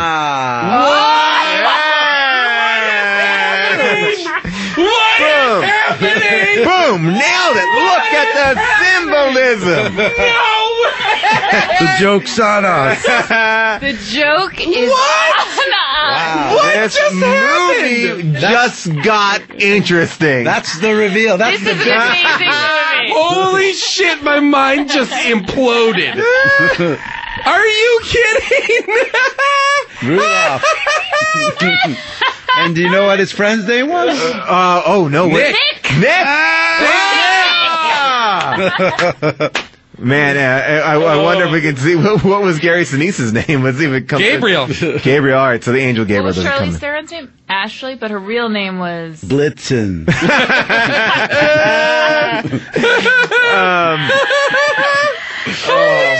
I wonder if they were there. That was how we just got there was unbelievable. I'm sure the audience was like 10 minutes ago like, hey, assholes. Hey, Michael? Yeah. Can I ask you a question? Please. Is it true about the anaconda that my anaconda don't want none unless She got buns. Buns, hun? Also, baby got back? I can't tell if you're being rhetorical now or not. Because I can answer that question for you. I would love an answer. Yes. It was rhetorical. Erica from Sarasota, Florida writes, in all caps, mind you, I love this movie. You just gotta see it. The whole snake in the water thing had me going.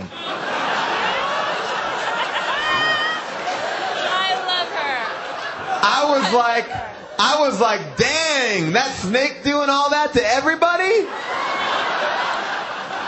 If it was me, I couldn't have played in that movie because I'm scared of snakes. Although I wouldn't be scared because it was fake.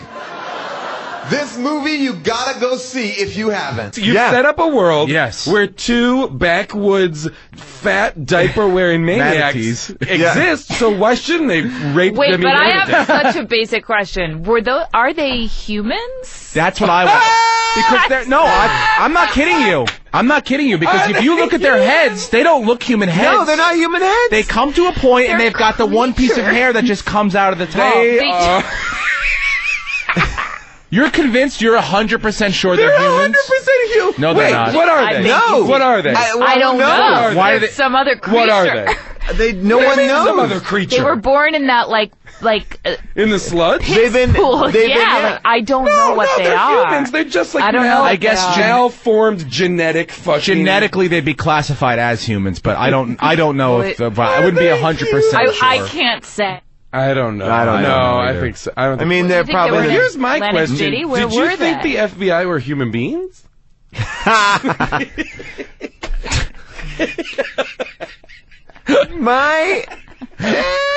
My big issue. That issue's still unresolved. My big issue with this end is, oh my god, I remember seeing this movie when I was a kid. I saw it for my birthday. Wait, really? Oh, I was psyched. I mean, What not a year kid. is this? I want to old take enough a to guess. be embarrassed. Yeah. What year this movie? Yeah, I feel like this is 1993. 1993, is that right? Yeah, you want to take a guess? You'll see. 95? I feel like it's later. 98. 98? Wait, yeah. Okay, Paul, you were not a kid. Oh, I was not a child you were at all. not a kid. I was into the Spice Girls. I was like, they're cool. And then, I don't know. You were in your 20s. Oh, yeah. Okay, I'm not embarrassed. I'm not embarrassed. Let's be clear. Because you just said, I remember seeing this as a kid. Oh, did I say?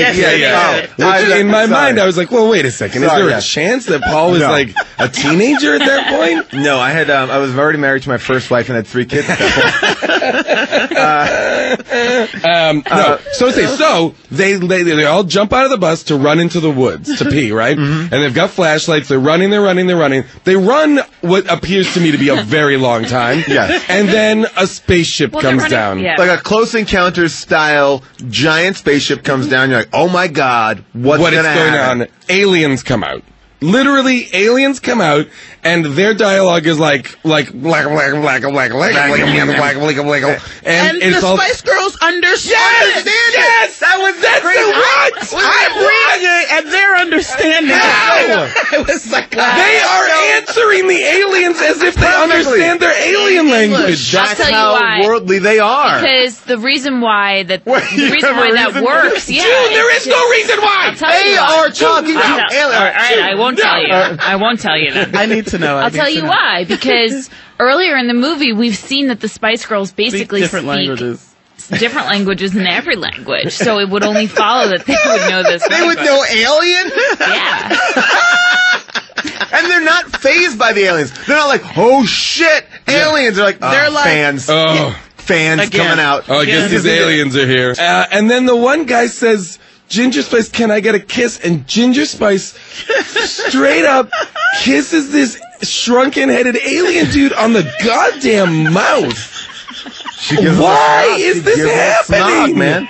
Hey guys! This is irresponsible. You cannot say that the Spice Girls do not love their fans, no matter shape, size, or hometown. Easily could have given him a kiss on the cheek. She goes for the mouth. Yeah. Holy cow! She'll take what she can get. Barfed on that. Man, Jerry got those alien sloppy seconds, man. O'Connell got that alien. One of my favorite moments of the movie is, it's a small one, and you may have missed it, but later on when they're in the hospital with the Asian lady, by the way, there's never a doctor in that delivery room. There's only a nurse delivering There's a nurse, there's two nurses. The sound in that room is so terrible, it's like an echo chamber. It's like they actually are like, we have a location. Yeah. And we're just going to shoot in this room. Yeah, Just exactly. Keep it in here. It was really weird. It was almost scary. For a while, it appears as though the Spice Girls are going to have to deliver the baby because they're not going to get to the hospital. I'd love to see that. But I'd love instead to what see happens is they get to the hospital and the Spice Girls deliver the baby anyway. Wait. When they deliver the baby, though, they say, like, that's girl power. Yeah, I did like that moment. Guess what? None of them are sterilized. They're all still wearing their clothes. That's why it's girl power. The girl, they don't have But any. it's also really weird because earlier on, while they're waiting for her to deliver, they're sitting in the waiting room and a doctor's sitting next to them. Yeah. Okay, but my favorite moment of the movie is God. right before they deliver the baby, there's a nurse that walks in, there's 2 nurses there.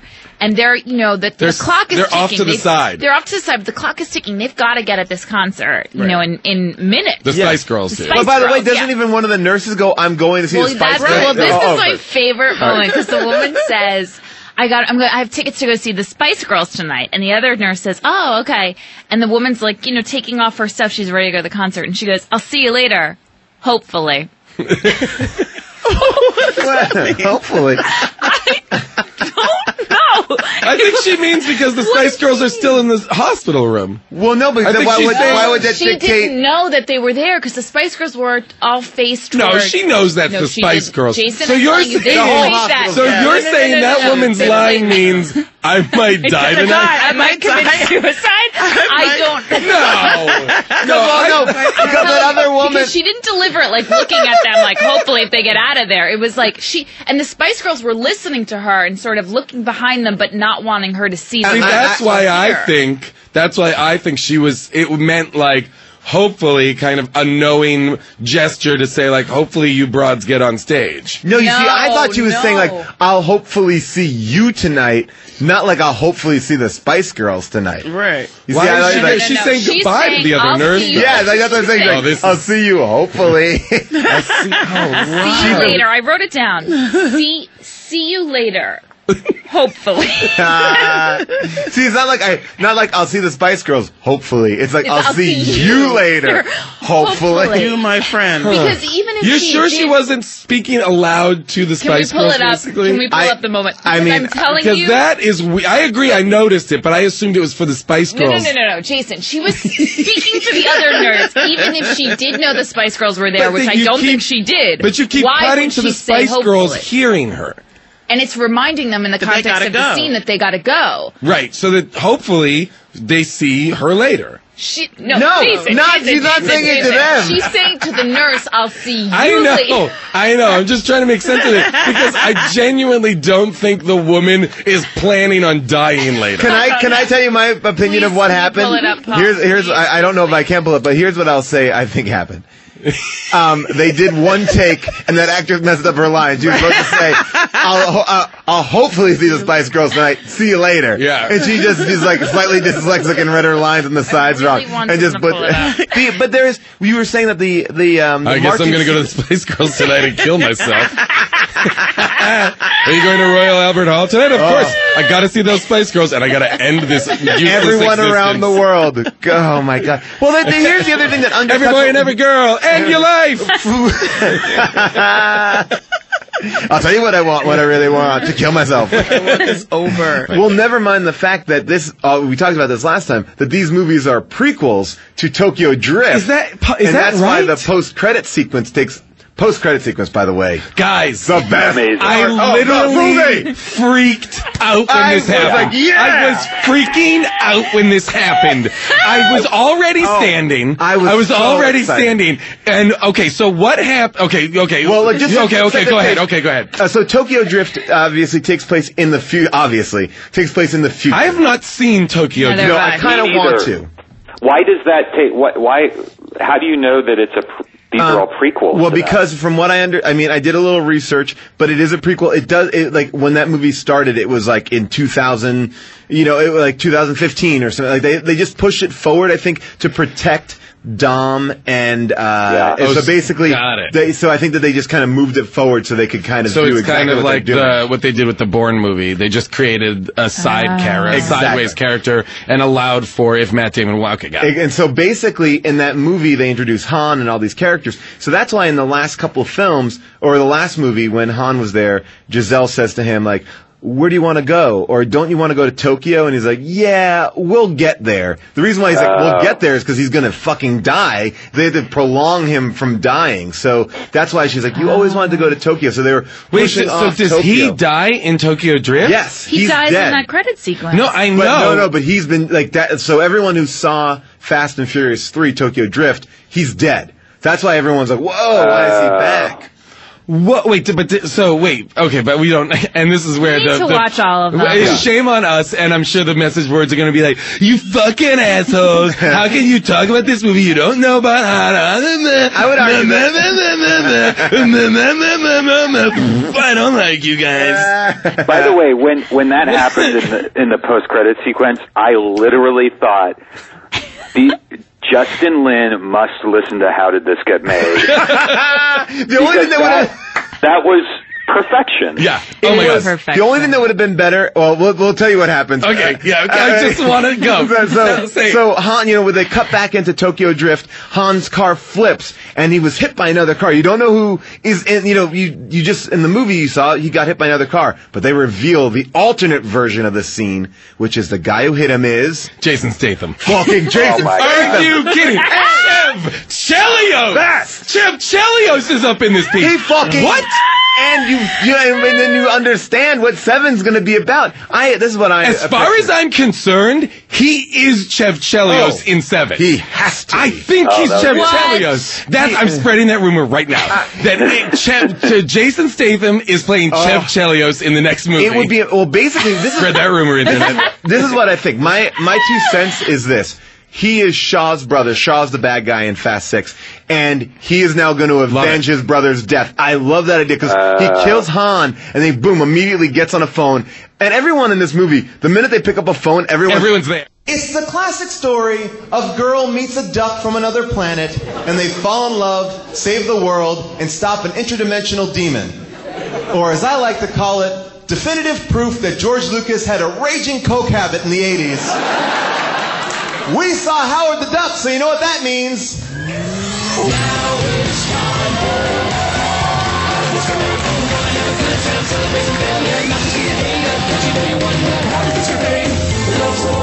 The mediocrity of subpar art. Perhaps we'll find the answer to the question, how did this get made? Hello, people of Earth! And hello, people of Largo! So how did this get made live? We are doing it here in Largo. So please welcome my two co-hosts, Jason Mantzoukas.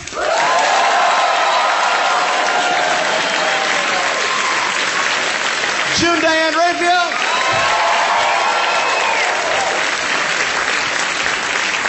All right. And our very special guest tonight, Kristen Shaw.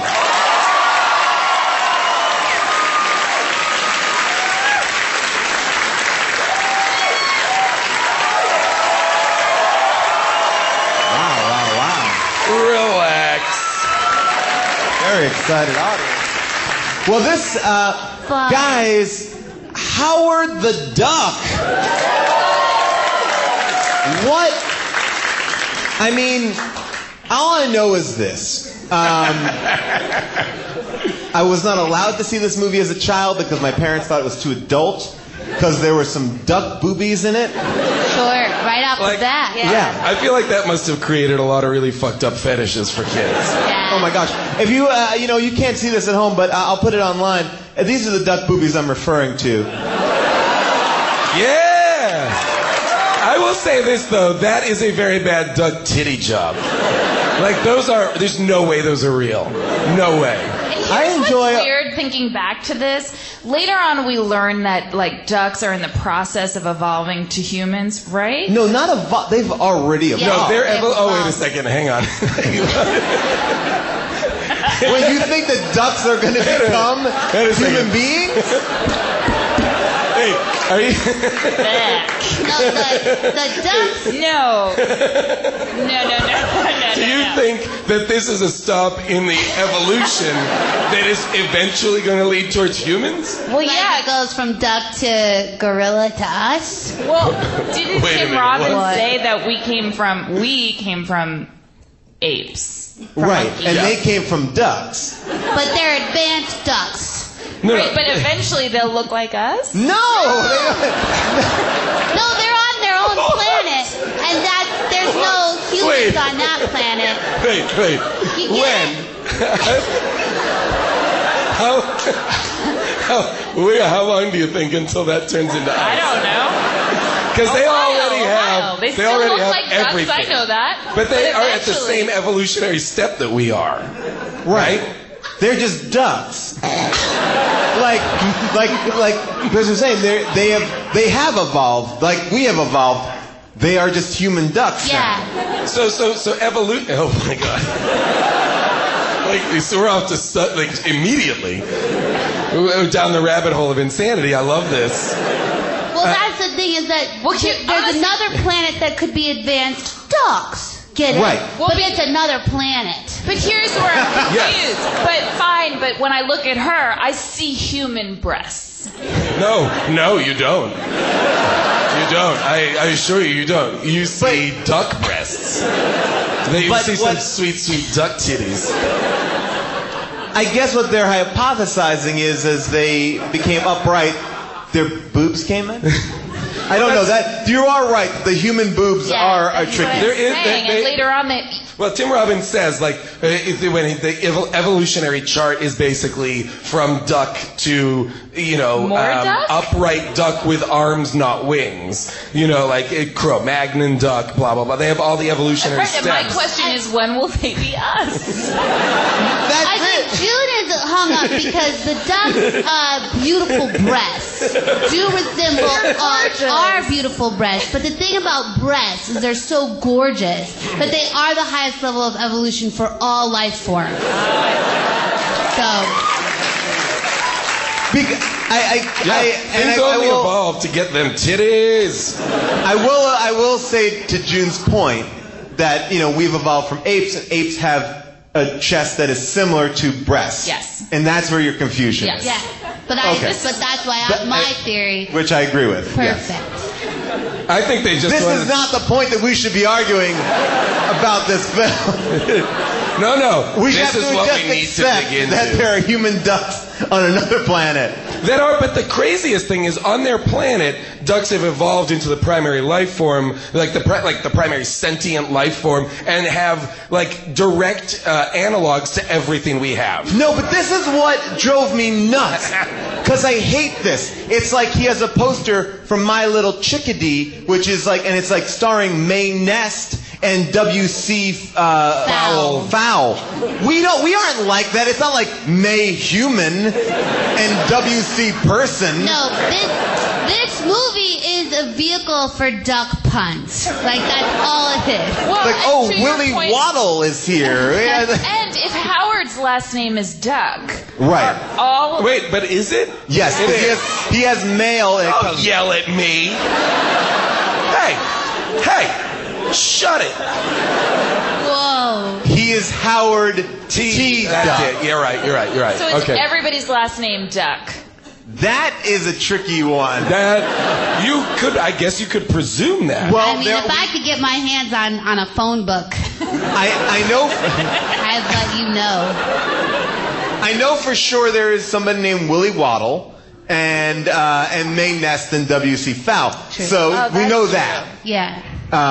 So I guess not everyone. Why does he get like such supremacy? Like his name gets to be like the entirety of his species or whatever. Well, maybe his name is like White, like the name like White Smith. here, or is this a race thing now? Could be. Notice we didn't see any black ducks. That's a good point. I didn't see any Did anybody else notice that? Just a planet of white ducks? He flew through the apartment building, and there were no black ducks. Right? Actually, I think when he was watching TV at one point, there was a black duck. There was a black duck. There was? Yeah. You fucking weirdos.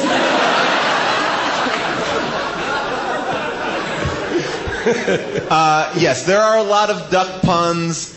They shop at Blooming Duck. He's a master of quack food. But then fast forward. But then when he gets to planet Earth, he doesn't know what pizza is. That is weird. Well, this is there are huge inconsistencies because sometimes people see him and are terrified as if a monster is in their presence. And sometimes people see him and are like, what are you in such a rush for, pal? Which is, as far as I can tell, inexplicable.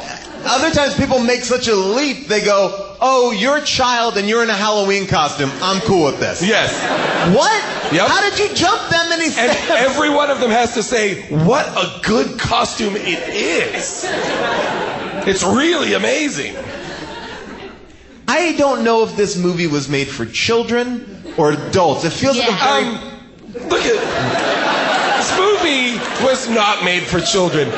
There is a boozy, birdy housewife, like, having a glass of Chardonnay with her tits hanging out, diddling herself in the bath. Like, guess what this isn't for? Yeah, fourth graders. That's what it is for. My spank bank. That was so weird too, because the humor is so bad. I mean, this was scary. When I watched this, I was 9 years old, and I thought this was the best movie I'd ever seen in my life.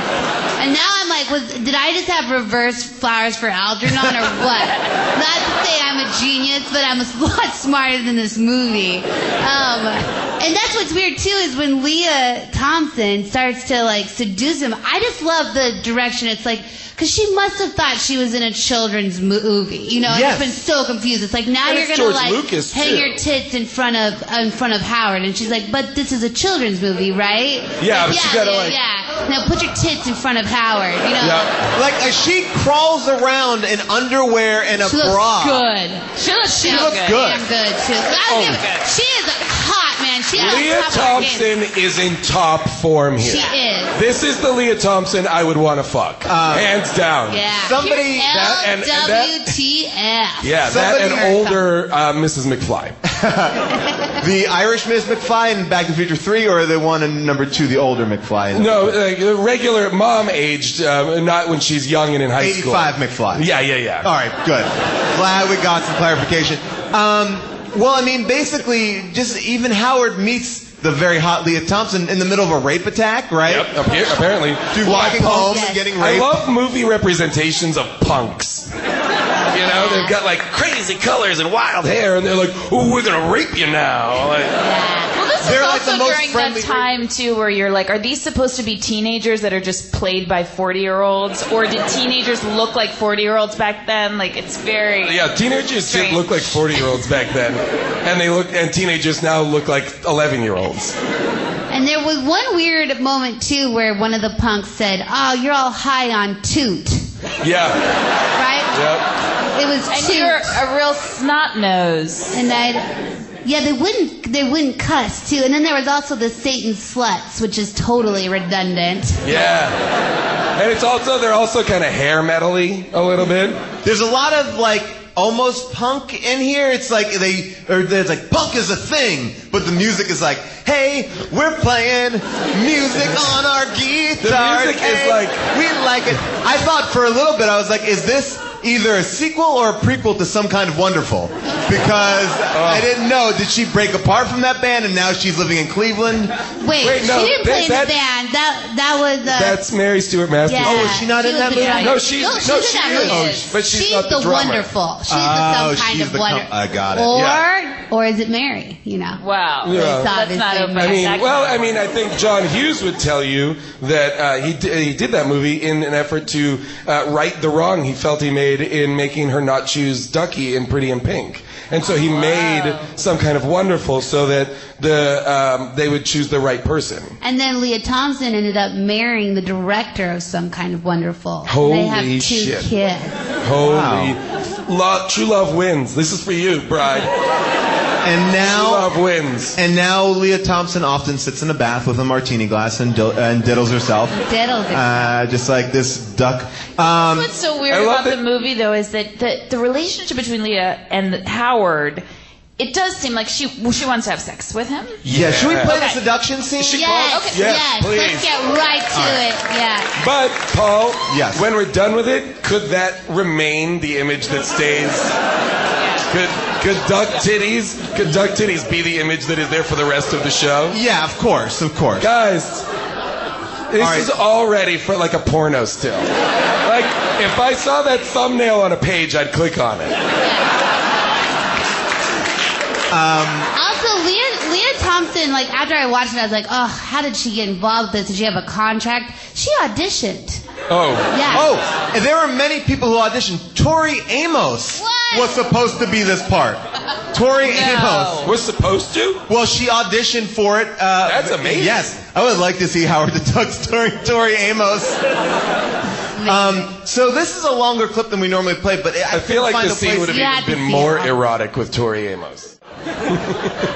Well, yeah. Can we There's just so many that whole questions. It's scene? like, what is she doing? I don't know. But also, what's happening to him? Oh, okay. So I read some trivia on those duck feathers on top when they came up. I guess it took like 2 months to figure out. You know that. Yes. Yeah. But why is he freaking out about this? Sorry, we shared a moment. We know. So the duck costumes, which are really, actually, I think they're really impressive. In fact, the whole art of this movie, in my opinion, is very good. Like, it looks gorgeous. The colors, the lighting, and Howard the Duck looks great. But they had to improve his costume over time. Well, Howard the Duck's head also changes based on whether he's a puppet or a midget is inside of him. So Howard the Duck throughout the movie is very different. There's 8 Howard the Ducks. Yeah, but I applaud them for 1986. Of course, yeah. And anyway, so getting those feathers to rise, it just took weeks and weeks of hard labor to get it right. Which seems like the easiest thing. You just attach some string and pull them forward. This is like a fishing wire, okay? I mean, give me a job, George Lucas. God damn it. Can we show the beginning of this movie? Speaking of George Lucas. Yes. So George Lucas just did Return of the Jedi 2 years prior. Okay, this movie came out in 1986. And George Lucas decides, you know what, I want to change it up. I want to show that I can do something else. I can break out of By the way, this genre. Shaw, flawless George Lucas impression. I know. And so if you look, this is the first thing you see of George Lucas trying something new. Can I show you the screenshot? I just have the screenshot. Okay, yeah. So there it is. That's it. The 2 minutes from Tatooine. Like you can't even for a second. When I saw these 2 moons over the city, I was like. It's like we get it. Is Luke looking at the Howard the Duck planet?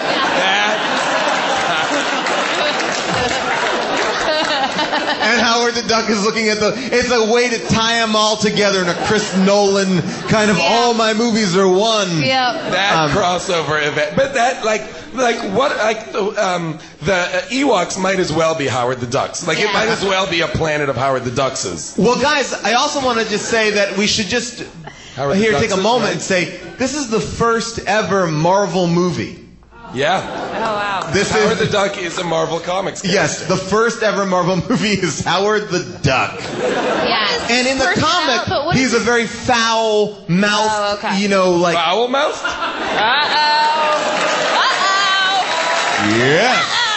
It's catching on! It's catching on! Oh, shit. That's just the kind of comedy we're doing on How Did This Get Made? We got a lot more duck puns. There's so much weird trivia with this movie. Basically, it was supposed to be animated, but due to a contractual obligation that George Lucas had with the studio, he needed to make a live-action movie. So he's like, yeah, fuck it, we'll make it live-action. And he was kind of bankrupt at the time, and so he was like, this is gonna make me millions. And clearly it didn't. And so he went more into bankruptcy, at which point he sold part of the Lucasfilm ILM to Steve Jobs, and that became Pixar. So Howard the Duck essentially created Pixar. Thank God. Before we watch this, and I want to. We're not going to even watch it. We're just looking at this. We just want to see the 2 moons. Okay. Here's my question about the love scene. Yeah. What I don't understand, why is he freaking out because he doesn't have a penis? He has a penis! Okay. Whoa, yes. Another guy, bring Wait a this minute. up. No. Okay, wait a minute. I know, because duck penis come in and hook you. Why? Because duck penis hook you. We know he has a penis. How do we know? That's how. Because in his wallet is a loose condom. It is unwrapped. A loose, just a loosie. Because sometimes you're like, I gotta get inside this bitch, but I don't know if I want to open it up. But to me, how dry is that condom? Unless ducks don't need lube. Covered in lint and it's next. That or he used it. It's got pen marks on it. That or he used that condom as no trash. Oh, I don't put it in my billfold. I don't have a wrapper for my condom. I'll just put it between $2 bills. Those are sanitary, right? Man, and if you watch this scene all the way through, she's snooping, and she pulls out this unwrapped tiny little duck penis condom, and she just looks at, she's just like, how? Yeah, she's like, no, Howard. But if the people in the audience can see it, the condom is no bigger than her fingernail. Yeah. So they were make sure it's a small condom. Make sure. But Howard the Duck is 4 feet tall. He should have a bigger dick than that, right? Arguably. I don't know. Are we going by? How do duck penises work in the? Paul, can we Google it? Doesn't it have a hook? Sure, can we Google how do duck penises work? She's telling me. Are you somebody that knows about duck penises?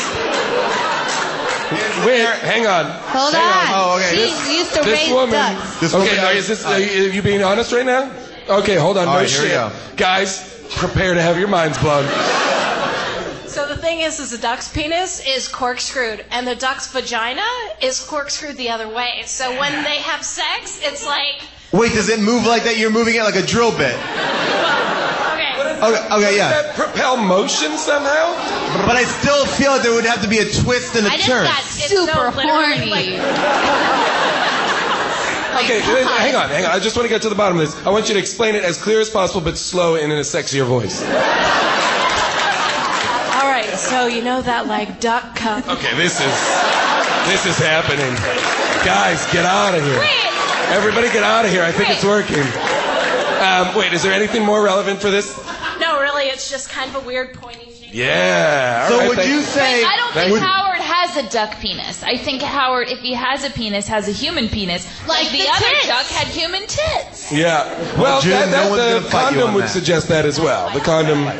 Although, I don't know, a rolled-up corkscrew condom probably just... Or is it just kind of like you'd have to do this? It's like that game where you have to the metal thing with the circle in the middle, and the thing is going around and around, and you have to like try and around so it doesn't. Visually, you're missing a bunch of stuff here if you're listening. It's all visual jokes tonight. But why is Howard freaking out then? Well, because she calls his bluff. She calls his bluff. He makes a pass. So he's all talk. He's all talk. Yeah, he makes a pass, and she says. By the way, he's in a loving relationship with Michelle, as we see in the beginning of the movie. He gets a postcard, and she's like, "I'm missing you. Can't wait to see you." You know what I think? But he forgets about Michelle the second he's in Cleveland. I don't know is he in a relationship or is he just fucking this broad? And I think there are a couple of girls who leave messages on his I think he's got a bunch of fuck buddies. Yeah. Look, Howard the Duck is kind of a lonely character. He comes home at night, he can't find TV, he takes out a play duck, and he starts to jerk it before he's sucked to earth. I mean, that's the way the movie opens. That's where it's going. That's definitely where it's headed. And, so maybe he's a lonely guy and he's connected with her, but I would think he would want to kiss her. Would you say, though, that his journey through the movie is that he, learns to, connect with someone and really learns to, that he wants to, settle down and stuff? So you're saying that he learns... This is a serious question because, honestly, at one point I thought, okay, the whole movie, the trajectory of this movie is going to be that his passion for music is going to be reignited. I thought that too. He's like, I don't play anymore. Yeah. I'm like, they're going to collaborate. Well, by the way, beautiful. I agree with that because there was, and I thought he was going to sing a song at one point because he was like, I don't know. And then there's a dramatic move and he's in front of a piano and he goes, boo, boo, boo, boo, boo. And he looks back at her and I was like, oh, there's going to be a song now. And then just walks away from the piano. Right. Also, it totally dropped. So it seems like you wanted him to play a little bit. You did want him. Well, yeah, I thought that was what the whole story was. I thought he would maybe join the band. About. Me too. And then he becomes the band manager. And then he plays one song at the end, which was pretty awesome. With his beak. He does play with his beak. Spoiler alert, you'll get to see that at the end. And I love those cherry bombs. I know you said it, but they're like Gem and the holograms. Holly Robinson Peete. Shit, man. By the way, Tim Robbins is also in this movie as kind of an evil guy, but then he becomes a good guy. But he does say a really creepy thing when he goes in to see those Gem and the hologram girls. He goes, cherry bomb. He goes, hey girl, they just played a show and he comes backstage. He's like, hey girls, just came back here to watch you undress and I brought you some pizza. That sums up the humor in this film. I think all that all the time. Just Yes. I think he actually said, hey girls, I didn't see the show, but I made it in time to see you undressed. You're right. Which is 1 million times grosser. You know what? Fuck it. I don't want to see my girlfriend perform. I just want to see her and her friends and their titties out. By the way, he also works at a museum where there's a lab. Yeah, and experimental lasers. I have a whole problem with the way his character is introduced. Because Leah Thompson's like, we got to find out why you came to Earth, Howard. I'm going to bring you to my friend. And then she goes there and she looks like she's never been there. And then is surprised to find out that her friend is like a janitor. Like, then he's not really that much of a friend. What like she like thinks he's a scientist? And what about that moment when they walk? So she comes in. They both walk into his office. And then the camera holds on the door closing. Then the door opens. Tim Robbins pops out, closes the door, and runs into a conference of higher level scientists. It's like, you guys, guess what I saw? And then he's like, nothing. And he goes back. I also love that moment because he runs into these high-level scientists, and there's just like a big dinosaur head on the table, and someone's like, dinosaur head. And everyone's like, oh, yes, dinosaur So we're all in head. agreement then. This is a dinosaur head. That is definitely I think we can all agree. Dinosaur. I'm pretty sure it's the head. This scene, this is the other. I mean, it was problematic in every other sentence, but then he gets pissed off by the way Tim Robbins is trying to treat him, and he yells at Leah Thompson and is like, "I'm on my own," and then he like goes and works at a brothel. No. Wait. Because shit, we have to. Okay. Do not. We gotta back it up just a bit. Forgot about it. What happened? Because what he says is, oh, I guess it's time to get a job. And he goes to the unemployment office. He has been in town for 12 some odd hours. And he has given up on going home and decided to get a job. He is now, keep in mind, he's a fucking duck. I want you to understand, he's not from another town, come to the big city. He's a duck that got sucked through interdimensional space in an armchair and is now at the unemployment office. 12 hours ago, he thought Cleveland was a planet. So now he has clothes and is looking for a job. By the way, he dresses like a rejected member of the Village People. Like a small leather hat. Well, also for a while, he kind of looks like a flasher. For the first He's dressed like a he's on perv. Earth. Yeah. He meets up with an unemployment officer, a very sassy, large African-American woman who's like, all right. They gave me to you because I get all the weirdos. Like, keep in mind, she's talking to a duck. I'm obsessed with this woman. To her, yeah. She does not see that he's a duck. So she's great. She's killing it. It's on her. And she's like, this is bullshit. You're going to go to work. You can't take money and reverse on him. It's a fucking duck. She's talking to a goddamn duck. But what does she think he is? She's a weirdo. A weirdo? A weirdo. I think she's like, this is a new level of tattooing. Like he has put feathers on his face. She's just like, I've seen it all. I've seen it all. Now this. But don't worry, I'm going to get this fucking duck a job. That's what she's like. Oh, don't worry, I'm going to get you a job. Cut to, he works at a hot tub place. Yeah. By the way, weird place. And by the way, I will say this. For her, she did do what she was supposed to do. She got him a job. Exactly. She's good at her work. But number two, it seemed like Howard was pretty willing to work. She was very aggressive with him. He was like, I want a job. She's like, don't you come in here. Like, whoa, hey. Well, see, this is what's weird, though. It seems it's because she got him a job at a hot tub place with water. It's a brothel. Okay, now keep it no. What I'm saying is, we're saying hot tub place, and it's really just like a place that has hot tubs and rooms that people are fucking in. Yeah, and a mud room. But there's a lot of hot tubs in this place. Yeah, but they're all fucking So in that's them. what I'm saying. It seems like she knew that because he's a duck, Wait a minute. he would do well there. But she does say, I think you're going to take to this job That's like a duck to water. She No, does but say you that. don't think he's a duck. That's just an irony. There are levels that June is watching on that are simply that are next level. There's next level watching. Wait, so you think that she said, all right, I'm the best. I'm going to get this duck a job. I think her whole thing is, look, when people come in here, I don't judge them. I don't care what they look like.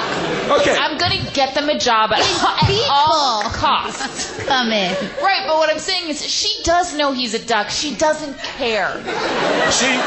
You're saying when she's looking to play someone, she sees past species. Absolutely. That's the flaw with this film, too. It's like when you watch any Muppet movie, every character in that world, human or Muppet, is just like, this is our reality. But Howard the Duck never decided that. It's like, you're saying. Sometimes people lose their minds. Like, oh my God, I'm looking Mass at panic. an alien, a monster. And sometimes people are like, hey man, can I sit next to you? Like, when he's on the bus, he's just walking around. He then has a job. It was the 80s. People were much more accepting. The Cold War was imminent. We were friends to ducks. My favorite thing, just to wrap up this unemployment thing, is then the woman turns around to fill out the paperwork, and he is transfixed by her ass. Her ass is like right in front of him, and he's like, he's like freaking out. He's gonna like jizz in his pants if his duck Well, and he works. goes to bite that ass, that juicy ass. He tries to go bite it just as she turns around. And puts the employment form in his mouth. Again, if I He's am a sexual parent predator. in the 80s. Guys, she's helping him get a job. His response was to try and bite her ass. He is an alien who is trying to attack our women sexually. Why are we rooting for him? But yet 4 scenes earlier, he's saving somebody from sexual assault. So he's a very complicated And character. that's the thing. That's the thing. Leah Thompson is throwing herself at him, and he's like, hey, no, I can't. I'm nervous. I'm scared. But he's like, I got to bite this juicy butt. I got to bite this juicy butt. Suffice it to say, him working at the fuck club does not work out well. But also his argument, his like yelling at Leah Thompson is like so dumb. Yeah. It's like, why is she getting yelled at? Yeah, because he feels like, hey, you brought me to one person and you didn't solve my fucking problem. I'm out of here. Yeah. I'm a duck from another planet. I don't need you. He really does have a very bad attitude. Yeah. Leah Thompson's in a band living in an abandoned tenement. She's like, I'm trying. I know someone who happens to be loosely affiliated with science. Like, she's doing the best she can. She's doing the best she can. Like, a giant talking duck has attached itself to her, and she is trying to fuck it, trying to help it, trying to do everything, and he's basically like, you know what? Go fuck yourself. How about this? Go fuck yourself. I'm going to say Leah Thompson did it better than I could have done in that same situation. Oh, 100%. Absolutely. She is legitimately acting her ass off in this. She's doing amazing work. This, compared to Jaden Smith in After Earth, is like above, like the puppets are better than his performance in this movie. After his one excursion, he joins back up with Leah Thompson. He's like, all right, well, I'm back with her now. I can't at this point figure out how much time has passed. How long has he been in the workforce? No. Well, he gets back with her because he shows up at her club and he fights. He's a good fighter. That's the other thing. One duck punch from Howard and you're down. What? So now not only is he a duck in the world, super fucked up, he is telling people I'm an alien. And I've got something you can have. Well, see, this is where the movie does turn alien. Like, this is where alien, it's what starts with space rabies, and then aliens become a huge part of this movie. Well, I also go ahead. Well, I mean, did everyone catch the bartender being like, yeah? It was so quick and so good. The bartender is like a 1960s like beat poet kind of guy, and he's like, yeah. That is like, you don't see that anywhere. No, that's just a that's not a character who has any lines or anything. No, that's a director's choice to be like, okay, but I want the bartender to be like a mid 1950s beatnik. And you're loving this. You're loving this. You're helping the duck. Now, I will also point out that it's odd that the guy that is their manager and has been holding money keeps all the money that he's owed them in his pocket, ready to go. As if, oh yeah, here's the money, boom. I have a billfold with the and exact he says, amount. I'll give it to him when Sweet Beverly puts out. Yeah. Yeah. So we didn't see that, sorry. But yeah, these guys are bad dudes. Oh my but God. all of a sudden, again, if you're a parent in the 80s, you think George Lucas, Duck, and all of a sudden you've seen condoms, you've seen fuck houses, and now you've seen a duck wielding a weapon ready to puncture a man's face. This is not what you bargained for. This is not the PG-13 that you thought. The thing that for me was that moment where I was like, what the fuck planet is this? At a certain point, the police get involved. And Howard the Duck and Leah Thompson are trying to escape, and Leah Thompson takes the cop's gun out of his holster and points it at him like, what the fuck do you want? And it becomes, I'm like, that's a policeman. Like, what? He's done nothing wrong to you. You're with a duck that's talking. You're the weird one. Don't, like, point a gun at this guy. I really, Teaching a lot of bad lessons. I felt really bad Well, for the him. other weird thing with her is that every time she runs into a group of people, and something's happening with Howard, she just says, "You gotta help Howard." So everybody knows who Howard is. She does do that all the All the time. You're hurting Howard. And then, inexplicably, at a certain point, she just starts calling him Ducky. That really which is upset me. really weird. Well, and here's what's so strange about her character. When she first touches the feather, when he falls asleep on their first night together, it looks so maternal. And it looks like, okay, I guess this is... Some guy was like, oh, yeah. But she's going to connect to him like... But can you say that this is like in her wheelhouse? Because Leah Thompson also plays a very similar scene with Michael J. Fox in Back to the Future when she is his mother, but she's also sexually attractive. She knows how to do that role. Did anybody else... It's a very hard position as a female actress to do that. Super edible. Did anybody else feel... Very edible. It's so strange. Their relationship is super weird and gross. Did anybody else think that after the sex scene later or whatever, he's leaving or something, and she goes, hey, what's this? And she reaches into the bed and pulls out a handful of feathers. And I was like, did he like jizz feathers? Did anybody else think that? No? Were those feathers? Yeah, a couple of, they're just couple of other weirdos. That was just... They're humoring you. He was leaving those for her. What? No.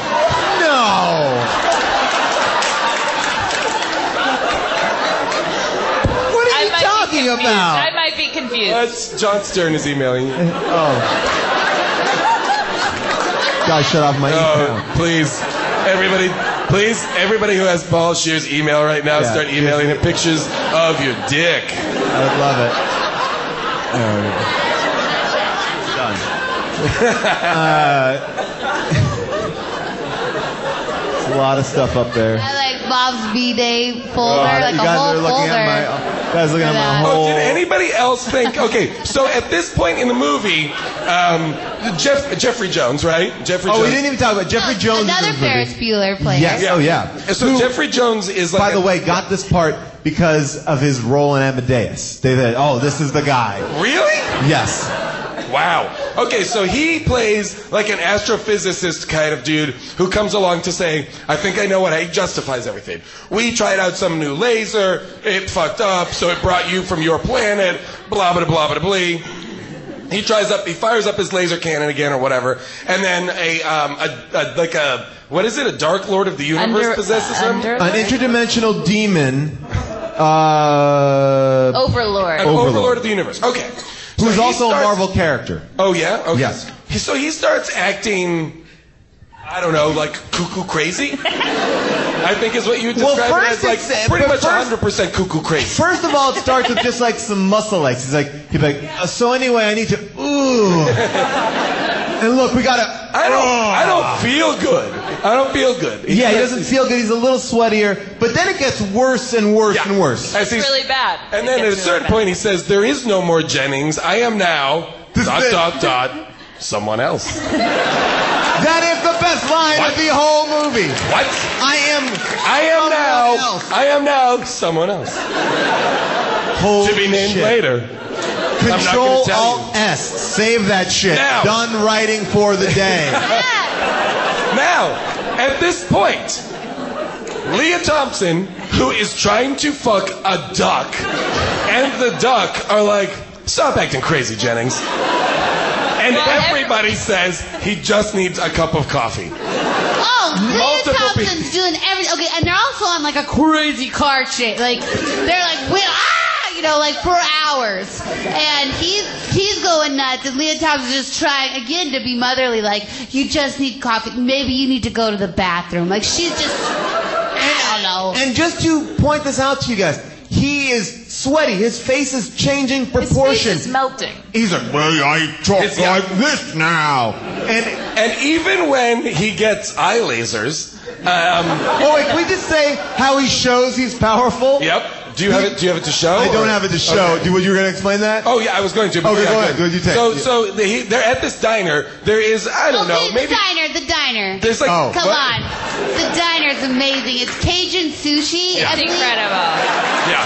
And by the way, that was a cool. I don't know if that's like the comic, but that's awesome. And I the like that waitresses too. had like By the way, there's a waitress like in the Karate Kid diner bandanas. scene. The one who wears the big glasses, who's one of the waitress? best actors I've ever. She's fantastic. Yeah, I'm so obsessed She's one of the with ones her. who's I like, love her so your much. kid's costume is great. That's terrific. And you're like, oh man, you are killing it. So great. She reminded me. So great. I felt like they set up Cajun sushi, and I wanted it to be like egg sashimi or something. They didn't have anything fun with the menu. They just kind They of... did nothing with it. It was all on the cutting room floor. Yeah, I wish. All on the cutting room So floor. he's getting more and more powerful. They're ignoring him. I just want to point out how much they're ignoring him. Like, his face is changing, and they're like, all right, melting, calm down. and his voice has been like, brr, brr, brr, Well, he also starts He to speak can't with do a it- Russian accent. What? He What, starts a to Russian speak with a Russian accent? accent. Yes. It's not Russian. That categorically did not happen. Guys, I swear, listen to his voice. He becomes more and more Russian as he transforms That into did not. an overlord. That did not happen. Are you trying to say there is a subtle Cold War subtext to this movie? That the guy that is the bad guy has to turn into a Russian? I mean, is this like some Red Dawn shit? Like, what's up? He's the Drago of this movie. So they're sitting there, and they refuse to acknowledge that he is a Dark Lord of the universe. They refuse to acknowledge. They keep calling him Jennings, and then his eyes glow, and a ketchup bottle and a mustard bottle start vibrating. And then everybody's like, whoa, whoa, whoa, what's going on here? And then like, pew, pew, and those two things explode. And then everybody's like, uh-oh, this guy might mean business. But then... Condiments beware. But then Howard the Duck is rude to the waitress. They get into a big fight, a huge fight. The sushi chef is about to cut off his head. Jennings now is at an all-powerful, all-time high. Shooting lasers. He's definitely someone else. What? He's definitely someone else. Except that they keep calling him Jennings. Yes. Howard keeps going, hey, Jennings, little help here? By the way, he has now at this point gone past I'm someone else and said, I am an interdimensional demon, Narcissus, or whatever the fuck his name is. And he's like, wait, did he have a name? He did say his name, Somulus or something. And so he has now named himself. Wait, isn't that just someone else mashed together? I am someone else. I am someone else. Someone else. Someone else. My name is someone else. And Control Alt Save. Good. Things are exploding all over the place. He's like controlling a hatchet with his mind. To which a patron of the diner turns and goes, well, he must have had the chili. Yeah. Yes.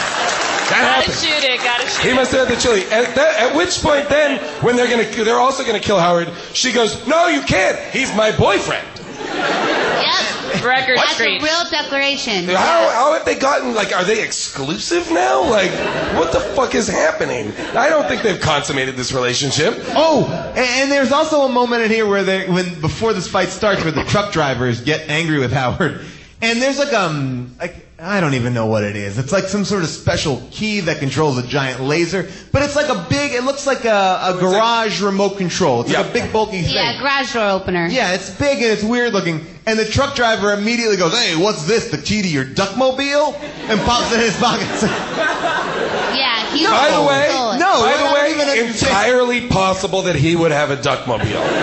Also, it looks nothing like a key, but yet he needed to take it. Like that's the whole reason the fight happens. So this guy has this. Here's what I wanted to know: during the fight, and this diner scene lasts. I don't know, an hour and a half? Yeah. Everything in this movie lasts way too long. This movie's and the 2 airplane hours. scene. It's an hour 50. The airplane scene is easily 25 minutes long.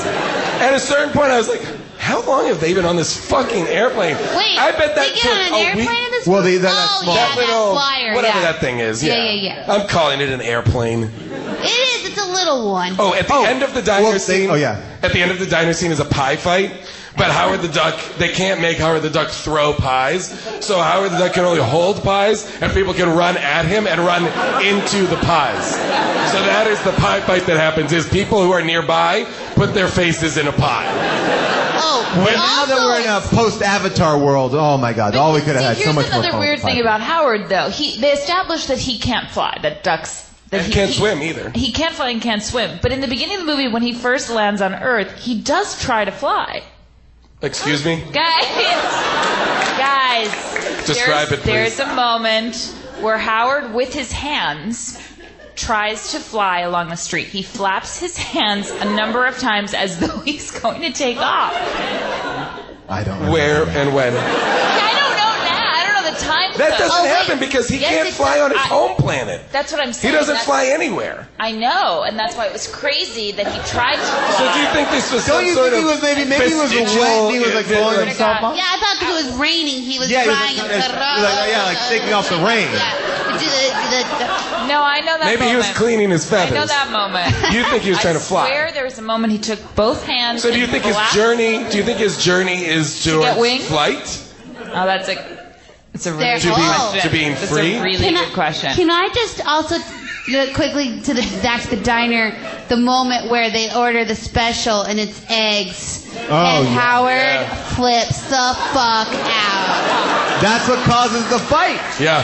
No, the fight is the truckers hit on Leah Thompson. What is like? What would be the equivalent to us? Would that be like fetus? What? Embryos. So I was gonna say, would that be? Oh, hold on. Would that be like so? It would just be like fetuses on a plate. But it would be like ape embryos, right, or something, because ducks and chickens aren't chicken the same. eggs. So, but he was like, he's never been more mad, except for when Leah But Thompson wouldn't did you nothing assume? to him. Wouldn't you assume?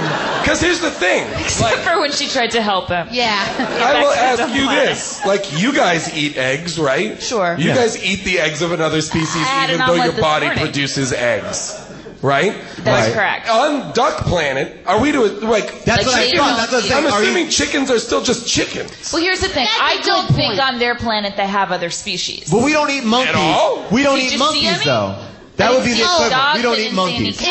When he opens his fridge on the planet, there are gummy frogs. Yes, he eats frogs. So But I don't know what those frogs were.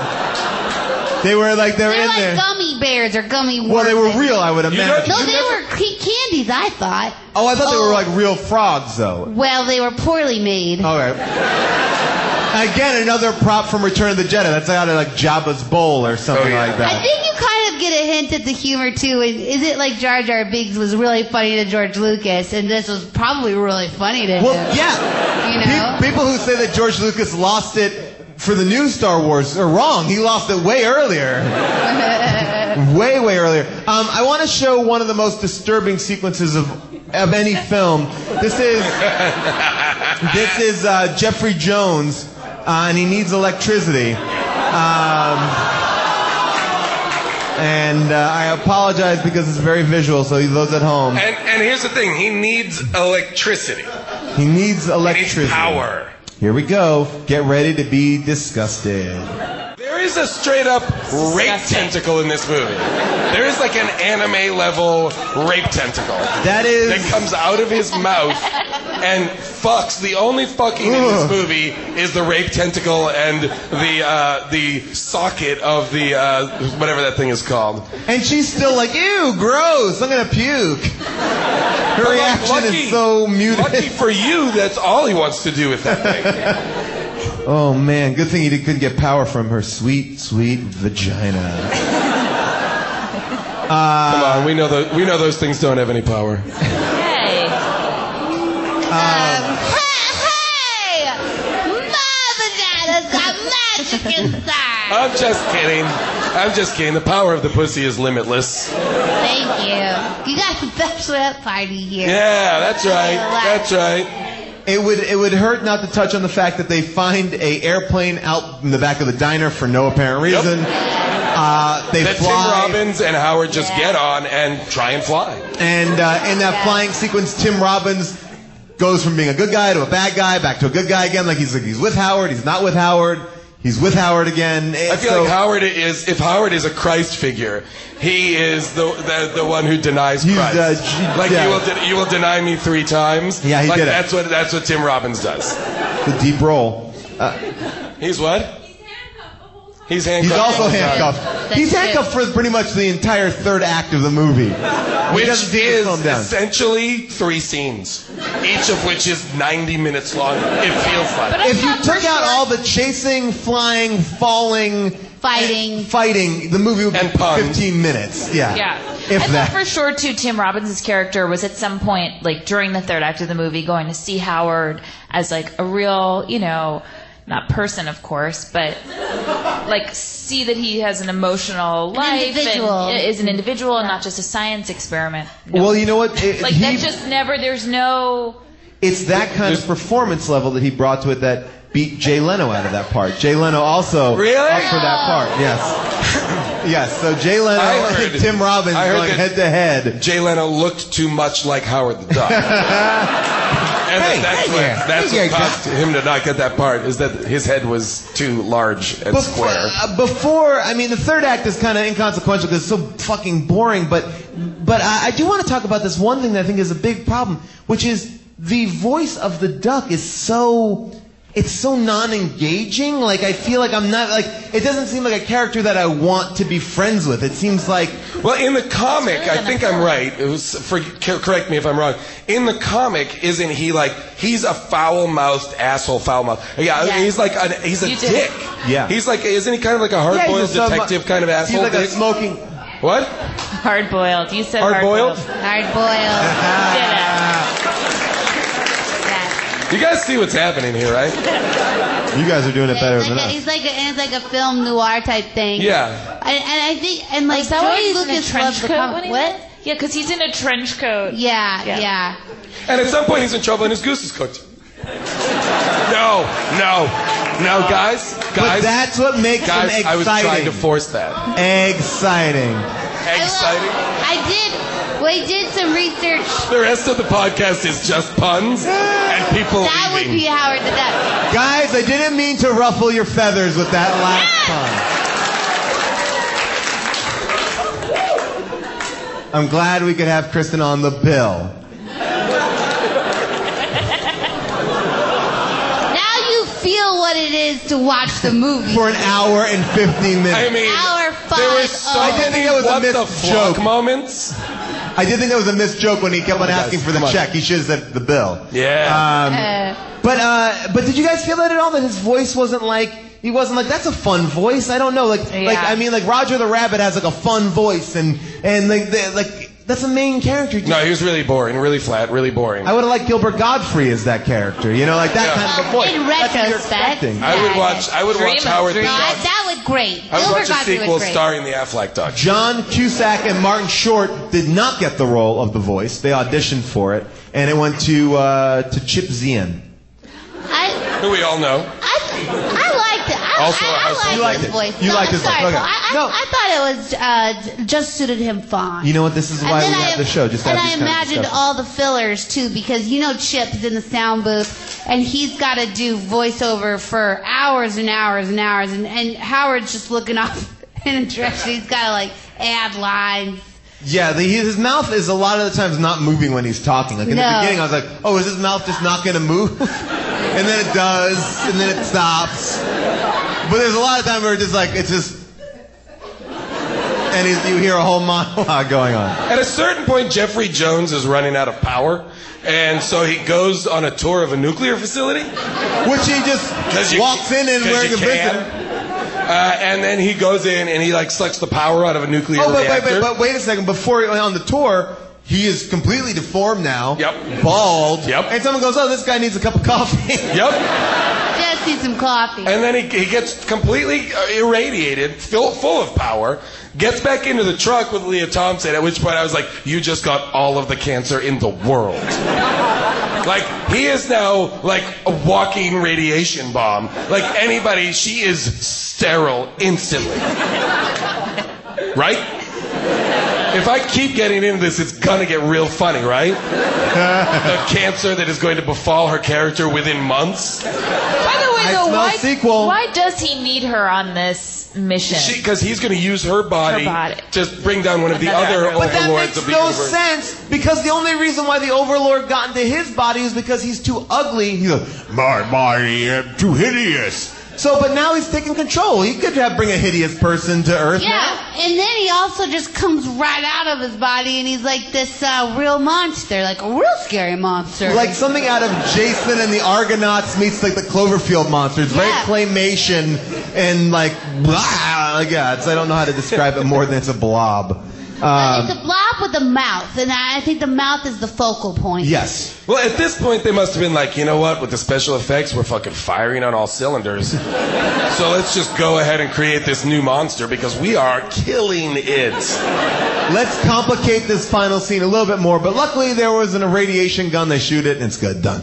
So that's the movie. I mean, really. I mean, is there anything to talk about in that third act that's, it's long. It's so long. It's not about the third act. What?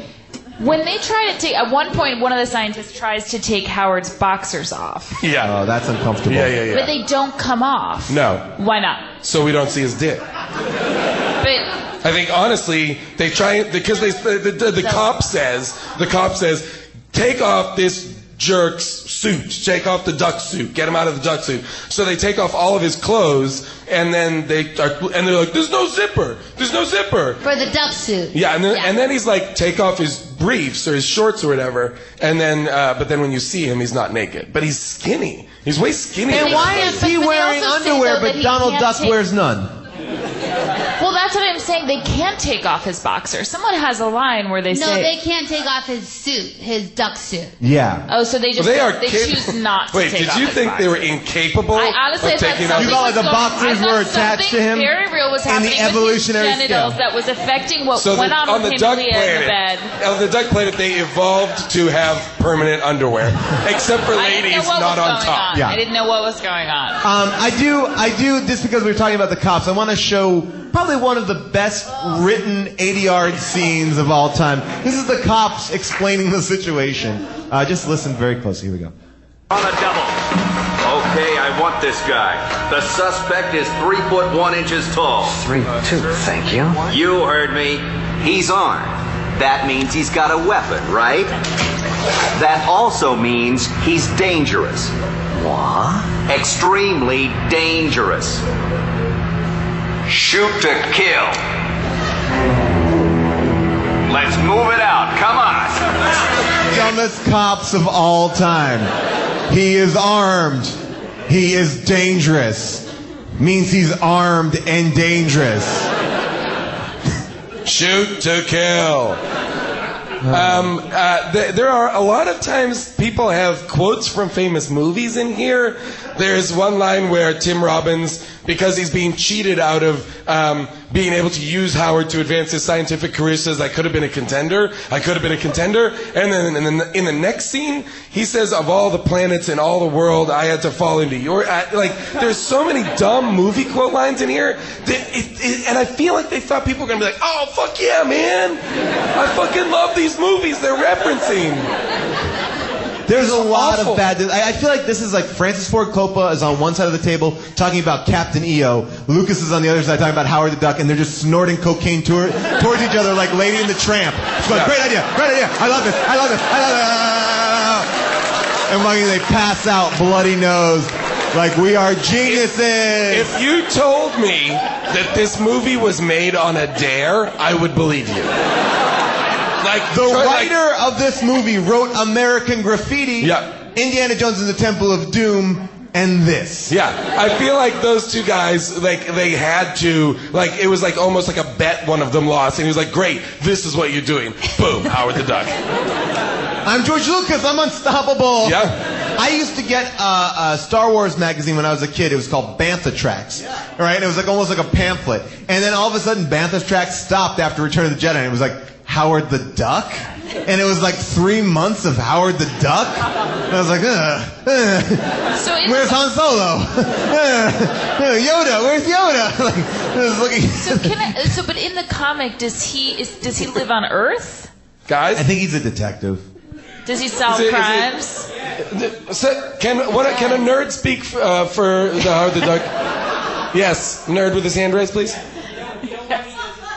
Disney sued Marvel and said that he has to wear pants because Donald Duck doesn't wear pants. Wow. So he said Disney sued Marvel and said that he had to wear pants because Donald Duck doesn't wear pants. So that would have been like copyright infringement, I guess. Yeah, you can wear. Okay, great. Well, this is actually great. Let's actually turn up the house. Let's go out to the audience, see what they have to say. Oh, nice. Anything that we did not bring up. We normally have the mini episodes for corrections and omissions, but are there any things that you want to talk about? Oh, there's a lot of people who want to talk about this movie. A lot of hands up. Sir, what's your name and what's your question? My name is Tony. I'm actually from Cleveland, where this is supposed to take place. Wait, you're from Cleveland? Cleveland. The planet? Oh, is it a planet? We call it the Cleve, but we don't at all. 3 things. First one. 3 things? It's quick. It's gonna be quick. I believe him. Hey, Tony, don't get cocky, bro. His city lived through this incident. Let him speak. Here we go. During the flying scene, you see palm trees in the back? Yes. That's true. No palm trees in Cleveland. I believe that. The second one, too few black people in downtown Cleveland. I also got an email, I got a Twitter, and someone said, please mention that there is no woman as attractive as Leah Thompson in Cleveland. Yeah. Okay, third thing. The third thing I actually forgot because I'm kind of nervous about talking to people. I want to ask a question. Well, you did a great job. If you want to break into the music scene and really, boost your music career, do you go to Cleveland to make that happen? It's Rock and Roll Hall of Fame is there. Oh, okay. So all right. Touche. You do. Touche, Tony. Touche. That's great. Thank you. All right. We'll go over here. Sir, what's your name? What's your question? Here we go.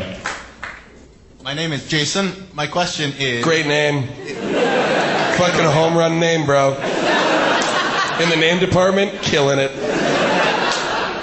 So, in the end, pretty much the end scene when they kill the big alien thing, right? Then they tell Howard that he has to blow up the laser. So, and she says, oh, but then you can never go home. But he blows it up anyways. Was there not just a button they could push or something to turn it off rather than having to blow up the whole thing? It's a very good question. I'm sorry. So you want to know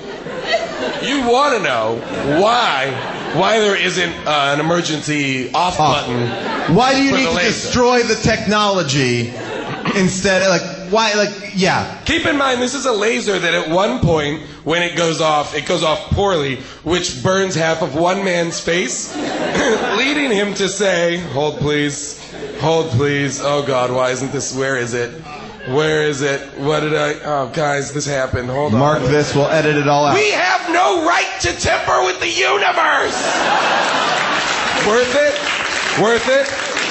I think so. And by the way, his face is burned. We have no right to tamper with the universe. And Leah Thompson and Howard run into the room he just came out of. Everybody, it's evacuating because the thing is burning people's faces. And they're like, we gotta get in there. I want to get a lady's perspective. Ma'am, what is your question?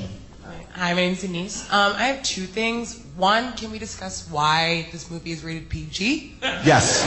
Big question. The first one. And then the second thing is apparently the director and producer are married. They conceptualized this idea and they originally wanted to shoot it in Hawaii just because they thought it would be a fun place to shoot. Yes. Yeah, I read that. And they went to Hawaii and didn't read any reviews as soon as it came out. They made a bad choice. Like, to start off this, let's just shoot in Hawaii, it'll be fun. It's a bad choice. Work backwards from there. Unless you just created Magnum PI, that should not be how you operate. I mean, again, this is a Marvel comic book that takes place in Cleveland, so it's a very big throwing out everything to say, let's put it in Hawaii. What I read on the Wikipedia is that they went to film school with George Lucas. And Yes. George Lucas brought it to them, he brought the comic book to them, and like, what do you think? And then Paul explained that he had to shoot it live action, all this stuff. So they kind of got pulled into this, but also they really fucked it up. Oh, yeah. Does anyone know if they're still married? They are. Okay, good. Well, love rules all. I was hoping them or the guy who was in the midget costume, not the midget costume, the duck costume. Did anybody else think, oh wait, this is a comedy nerd insider weird thing. When Howard the Duck lands on Earth, he goes into a club where Leah Thompson's Gem and the Holograms band is playing, and the doorman looks exactly like Paul Rust? Yeah. Anybody? Yeah. All right, good, thank you. All right, you're for 1 second, Yes. I was like, oh, Paul Rust is in this. No, that's impossible. I said it out loud. But then I started to think maybe Paul Rust is ageless and he's been acting for a long time. Okay, that does bring up something. A really common rumor is that he is a Highlander. We'll get into that on next episode. Your question right here. It's an explanation. Okay. Oh, great. Or no, I need to, you guys. Oh, okay, bad. So it's an explanation, Hope. Also known as a question. Very good. Yeah! So fuck you! So fuck you, dummy! All right, go ahead with your explanation, Hope. Here we go. This better be awesome. Oh, God. At the end of the movie, all this stuff has happened, and he says, I need this, like I need another tail. And? No, know what that means. Well, I'm going to just go out on a limb and say that that's probably the least offensive thing that he says. Like, I would be like, I need that, like I need another hand, or I need another head, right? Or like I need a hole in the head, I guess. Yeah, a hole in the head. He's just saying. Although one thing I will say about their tails is I did think it was interesting that on the Duck Planet, their costumes or their wardrobes. Their wardrobes. Clothes. Wardrobe does not give Their them their everyday outfits. civilian clothes has a hole cut in the pants for their tail. As do all of the clothes he has on Earth. So well, he's very good with a pair of scissors when he's shoplifting from the the tyke section of Goodwill. He said the tiny tyke. Yeah. He also. Yeah. Go ahead. Sorry. All right. Yeah. Question here. Question. Where's the question? Okay. Right here. Yeah. We haven't had anybody with a beard ask a question. Go ahead. If these ducks lay eggs, why do they have breasts? Good question. That's a great explanation, Hope. Are we sure? Wait, what? He was saying if the ducks lay eggs, why do they have breasts? Well, ducks have breasts anyway. Duck breasts. Wait. Someone is going to jump out of their seat over here. Hold on. Why do they have nips is the question. All right, here we go. Only mammals have breasts with nipples for, Yeah, but say it slower, honey. Say it slower. But then there's the platypus. Sexually antagonize everyone. I think maybe the planet is so advanced that they come out of the egg and then they're like, I am still hungry for a good, breast milk. Grow smarter, talk, and buy magazines. There's no proof, by the way, that his planet they lay eggs. We have not seen anyone lay an egg. I don't know. Howard also does say that he went to med school and his parents wanted him to be a plastic surgeon. Yeah. Doing titty jobs, doing boob jobs. Right. Maybe that's how they get them. Yeah, maybe you're off mic. No one can hear you. Hold on. I gotta get back there. All right, your question. Well, this was just a very weird throwaway line. When Jeffrey Jones has become irradiated and he's blowing up all the cars, he's blowing up all the cars because traffic is all backed up, and traffic is all backed up because the highway patrolmen are doing a routine smog check. That is a great question. Something that I noticed as well, and I thought, oh, that's just something that happened in the 80s, right? Smog checks. You're bringing that up like it's not totally normal, bro. I get stopped for routine smog check all the time. You go, one more question. Listen, you come here. You come closer. Here we go. All right. Here's your question. One more. This is our final question. It better be good. Don't blow it. Your name, your favorite Jason Statham movie, and your question. Go. My name is David. My favorite Jason Statham movie is In the Name of the King, a Dungeon Siege Tale. All right. Good answer. Good answer. Terrible choice, but it is an answer. Uh-oh, he's pulling out his iPhone. He wrote it down. Paul, get away from him. Paul, get away from him. His tongue is coming out of his mouth. Paul. No, oh, God. There's no energy in my ass. All right, if there is a George washing duck on Howard's $1 bill and his apartment is decorated with those posters, then are we to believe that every duck has some sort of human analog on Earth? If that's true, then is there a Howard the Human on the duck planet? Whoa, that was an amazing question. Goosebumps. I actually got killing it. If I had a prize, you would get it. Killing it, bro. Hey, that's that was how amazing. You do a question. That's how you do it. That's how you do an explanation. Hope. That's how, that's well done. And for everybody at home. I would say yes. And I wanted to, there's one thing here. Sorry. Okay, the whole movie, you're right, has these things. It's like Breeders of the Lost Ark. You know, My Little Chickadee. But, okay, sorry, sure. But then on the wall, Flashdance. Just Flashdance. No, it's Splash Dance. Oh, it was? Oh. But still not a duck pun.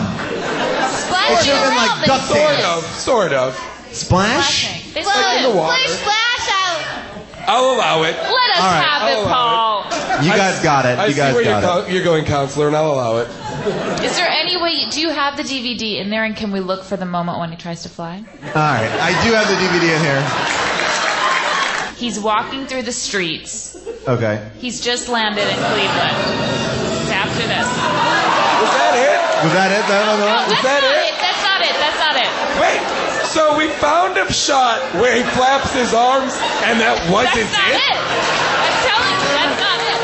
Dude, he was ducking out of the way. There. Wait. I'm talking Home run! We are the champions, my friend. No. Have this man removed. He just got high fives from everybody. For those listening on the podcast, he got 1 million high fives. I think it's after he comes out of the club and after the rape scene. Oh wait, that's okay. I think it's when he's it's a moment where he's walking alone With and her? he's almost listless and he tries to fly. Wait, he goes from listless to fly? Do you have the... Okay, I'll find this on my own time. I promise it's No, there. we're going to take as long as it... Oh, wait, I bet it's this. I bet it's this. And I bet it's because he's shaking off the water. Water off a duck's back. That's it, right? That's not it! No!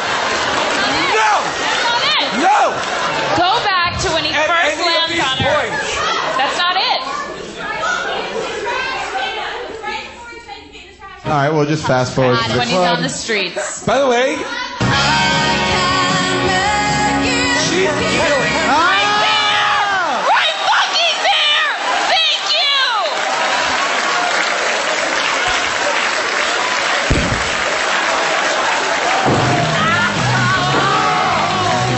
Wow, way to go, June. That was great. My fingers! Wow. June did it. You did it. June was right. June was right. He did try to fly. Too bad we'll have to edit that out for the real show. Oh my God, that was amazing. Obviously, people stood up. That was amazing, Junior. Well, you were right. That looked like a flight. That looked like flight. Obviously, we had an opinion about this movie, but now it is time for a second opinion. These are 5-star reviews culled from Amazon. I will say there is one similarity to these reviews, and I'll read it to you, and then I'll tell you. From S. Granger, writer and dad, he writes, I understand why someone who is looking for a great film would be disappointed. Fair enough. Howard the Duck is no Saving Private Ryan or English Patient. I'm listening. Thankfully, not all films are, because then we'd be really bored. What Howard the Duck is entertainment. It's a guy in a duck suit. It's pretty funny and refreshingly enjoyable. 5 stars. Now I will go on to say I read numerous reviews that slammed Saving Private Ryan and hoisted this up. I don't understand what the correlation is. Bob Granger? No, Saving Private Ryan. No, written by Granger. Oh, no, by other people. Oh. Multiple people who said, yeah, it's still Saving Private Ryan, but... Or like, why do we need that? They didn't come out at the same time, did they? No! Not at all, right? Spielberg. Oh, Spielberg. But he's not involved in this. He's not in this. But that's why he's there. I guess. Yeah, I guess. Here's another one from Kevin Pitchford. He goes... I know a lot of people will think I'm crazy, but this is my favorite Kevin. George Lucas film.